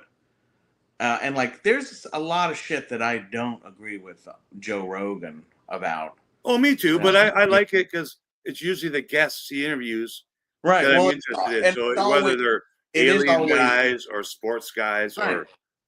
And it's like you and me talking now. It's very candid, and like you said, that's what you definitely want to get a glimpse of in any kind of political thing. Like like Rogan asked him, hey, when you get in, or if you get in, are you going to release, the JFK tapes? Are you going to tell us about the aliens? And then you see Donald Trump like, well, I do know some stuff. And so that's the part that gets me like, oh, okay. Like those are the questions that actually for purposes are important to me. Anything else political, is he going to appoint? It doesn't matter. But I wanted to hear him talk about, are you going to tell us what's in Area 51? Are you going to, do you know? And he asked him, do you know anything? And Trump's like, I know some stuff. Like, he didn't say, but I mean. We definitely, I hope that he at least comes true in those things, because he said some of that stuff the last time, which, the world didn't fucking end 4 years ago. But there was it almost did though, dude. There was a lot of shit that he said he was gonna fucking do in that respect, and like I don't remember anybody fucking releasing any JFK fucking shit. No, but I have to say this because a lot of people don't take this into consideration. So literally like weeks, months after Donald did become president the first time, pandemic happened. So number one priority for America was pandemic for 2.5 years, or if not longer. So he didn't have much of a chance to do anything when he was president. I guess I he didn't really think, didn't. So I thought it was closer toward the end of his thing when it came out. But I guess he's only in there 4 years. 2 years is it started when he was president, and it ended when he was president. So there was no pandemic when Obama was president. Yeah. It happened while Trump was president, and that lasted 3 years. We were closed for 2 years. We couldn't cross borders for almost 2 years. Hopefully something like that. We didn't even have needles for almost 2 years. Yeah. Hopefully something like that won't be manifested again. Nope. You know. Although it was the most money I ever made. It will be a quite telling thing. Legally, like not from the government, but legally selling my merch. Like, no, it was. The economy was as strong as I'd ever seen it during the pandemic. It's sad to think that, but I mean, it was, man. Everyone had to buy groceries. It had to buy extra groceries, if anything. Like, it's weird. People weren't working as much as they were because, you know, some things were closed and things like that. Like my business went out of business. So some businesses suffered, some excelled, like Walmart and grocery store. Like they excelled, right? Like they sold more groceries than ever during. It's weird, but I mean, it was reality. We didn't shut down here. Our governor shut down for a little bit, but then he put the kibosh on that. And I was working in Alabama, and like there was, I don't know, the governor there was like couldn't decide. You know, it was like what was popular opinion. So like in the beginning, everybody was really scared. So they did that, and then people got sick of it, and then they changed, and then people got scared again, and then they changed. But like I was working at a gun manufacturing facility, and of course it's like certainly not what would probably be considered a necessary thing in any capacity, right? No, but sales rose. Right. That's what I'm saying. Like that company was making the state millions of dollars. And so it was definitely something like even the governor came and was like, well, we'll never shut you down. You know, and it's like, just weird. That's just weird. Like I don't want to talk about it really, but I mean, yeah, like I'm making less money now than I was, 3 years ago as a self-employed person. Well, shit has definitely been sour across the board the last, I mean, man, fucking like just everything. There was a time when, buying groceries and cooking at home was obviously the cheaper route to go. Then there was a weird time there where, like, if it's just you and your wife or whatever, like, it was cheaper to go get a burger at a fairly decent place than to buy groceries. And then now it's like, no matter what you do, you can't go out to eat and you can't hardly buy groceries and cook, unless you're eating fucking Campbell's fucking soup and shit like that. So I can never do the Campbell's. I do have some Progresso, which is just a few cents more. Yeah, no, I've been. It's since it's getting winter here, though. I'm getting into that season where I like to make soups and stews and soups and soups. Yeah, I like that. I try to keep. I got like a couple. Had chili tonight. Oh, you didn't? I haven't had anything today. I need to do. I can't eat now though. I've gotten to the age where if I at first I thought it was, oh, I ate this and so I'm up all night with heartburn, But I think I've come to the realization that it's if you eat anything after a certain time. Yeah, that's true. You'll be up, used to be like, 11:30 here, and I do have to eat something because I've been on here 6 hours. Hey, did we beat Brett's record? 6 hours and 2 minutes. I can't remember. Yeah, I think we probably did. I think we went. Oh, I don't know. We might have went like 6:48 last time. I don't know. Fuck that. But he technically wasn't on here the whole time. Okay. Man, you remember when Mark would do the like 8.5 hour, like he did a lot of those auctions. Man, those were fun to watch, dude. Well, that Cosmic Toys guy did that the other day. I saw that. When I woke up and he'd already been doing it 6 hours, I'm like, Jesus, man. Yeah. And I went in the chat and I started typing it at Blue Harvest. No, he wasn't in there. Oh, yeah. That's... But I do that all the time. Stew boy. I like stew. Yeah, I like stew, too. You stew. You eat goulash, too, I bet, huh? Yeah. I like to cook. I don't like to clean up after, but I like to cook. No, I know. I don't like to clean up after, but my old lady likes me to cook, and I say, hey, I'll cook if you clean. She goes, yeah, sure. I go, fine. I need to get a partner to make that sweet deal, too. That is a sweet deal. That is a sweet deal. I don't make a big mess or whatever, you know. I do. Do you? Well, because I know no one's going to complain to tell me to clean it up. Oh, yeah, I do. Unlike living with an old lady, you know, like, well, you pick up your socks. Yeah, well, I haven't mastered that. Put the toilet seat down. You know? Yeah, no, I don't get me. Hey, look, I think that women should be in charge of the seat. If anything, they should lift the seat up when they're done. Okay, I live by myself, and I do put the toilet seat down. I mean, I put the whole thing down when I'm not. But it's only so my cat doesn't go drink out of it. Right, exactly. There's reasons. Not right? because a woman. Right. Well, it is kosher to put the lid and everything. Yeah, I know. I close it all. Yeah, I do that. I do that when the time permits. But I don't know, man. I think women, you can't tell me to put the seat down and then get mad at me because I peed on the seat. There you go. You should be you are in charge of the fucking seat. Yeah. We'll leave it up, and when you need to use it, you can put it down, and you know it's clean, and then you can put it back up again. And that way I know you've been there, yeah. Well, that seems like a much more reasonable, right? Like, I mean, it's like lockout, tag out when you're working on electricity. Like, it seems like a much more reasonable.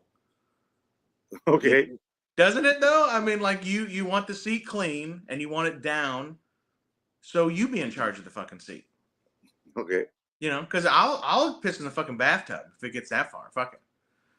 And like even my kid was having a really hard time, and like I'm trying to teach him like lift the seat and then this and that and then finally I was like, you know what, pee in that fucking bathtub.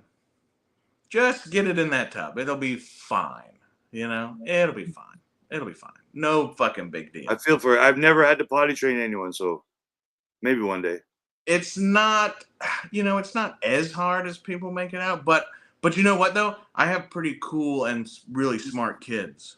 So like I could see maybe it is more difficult. Like, man, like I have friends that have kids and they're like, they bring the kid home from the hospital and they're like, oh my God, my kid's been crying for 8 hours straight. And I think, well, fucking, you're doing something wrong. Yeah. Because my kid. Stop feeding your kid. Yeah, something is wrong. Because my kid, even at little, they'd be like, I'm hungry. I'm like, oh, okay, food, right? I just shit myself. Oh, okay, fucking change the diaper.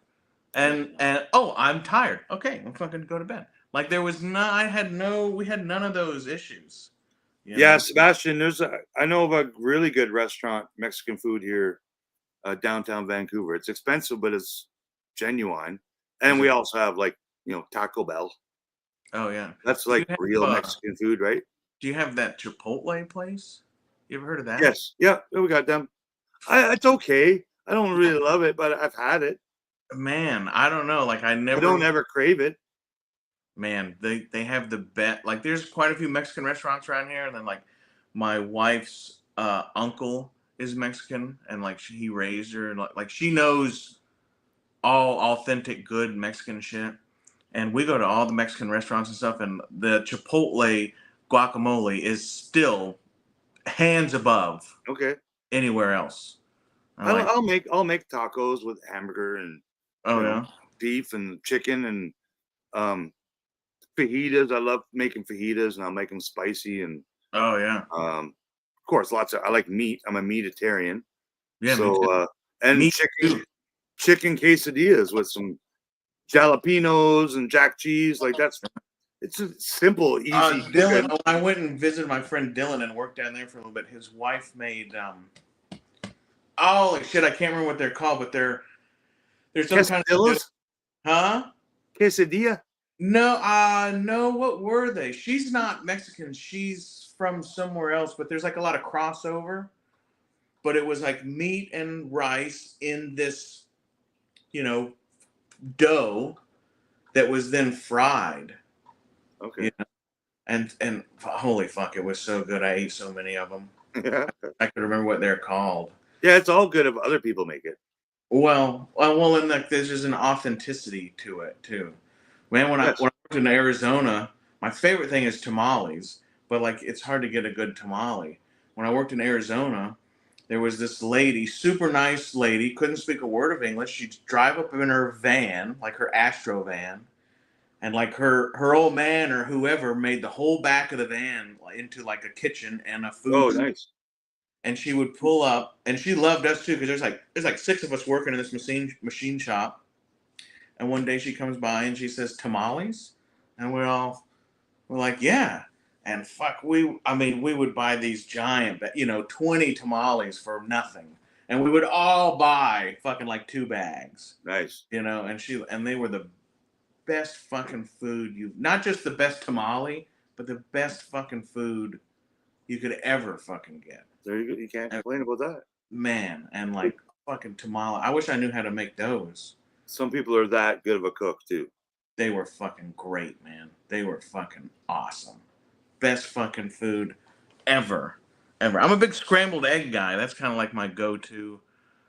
I just fucking scramble up a dozen eggs, fucking eat them all by myself. Yeah, I like breakfast. I like making breakfast. Like a couple days a week, I'll do that. I'll make some breakfast. You do breakfast for dinner and shit? No, but I'll make breakfast at breakfast time. Oh, I have made breakfast at dinner time, but I don't want to spoil it. I want to look forward to it on a Saturday or something.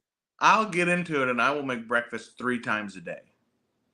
I'll be like, "You want scrambled eggs and bacon?" I'm like, who says? No one says no. Yeah. Nobody says no to that. Yeah. Okay, well, let's tap out together, buddy. Okay, you want to? Yeah. I do have to eat something because my tummy's growling. I get that. I made food, but I didn't eat it because. Oh. Well, we'll do this again sometime. Thank you to Sebastian, who is our lowly viewer. Appreciate you. Breakfast is good. Yeah, breakfast is good shit. God shit. All right. I'll see you down the trail, my friend. Love you, brother. Down the trail. Thanks, Lak. Yeah, thank you, brother. Always. Cheers, all. Take care, everybody. All right. This has concluded another Lak Broadcasting Day.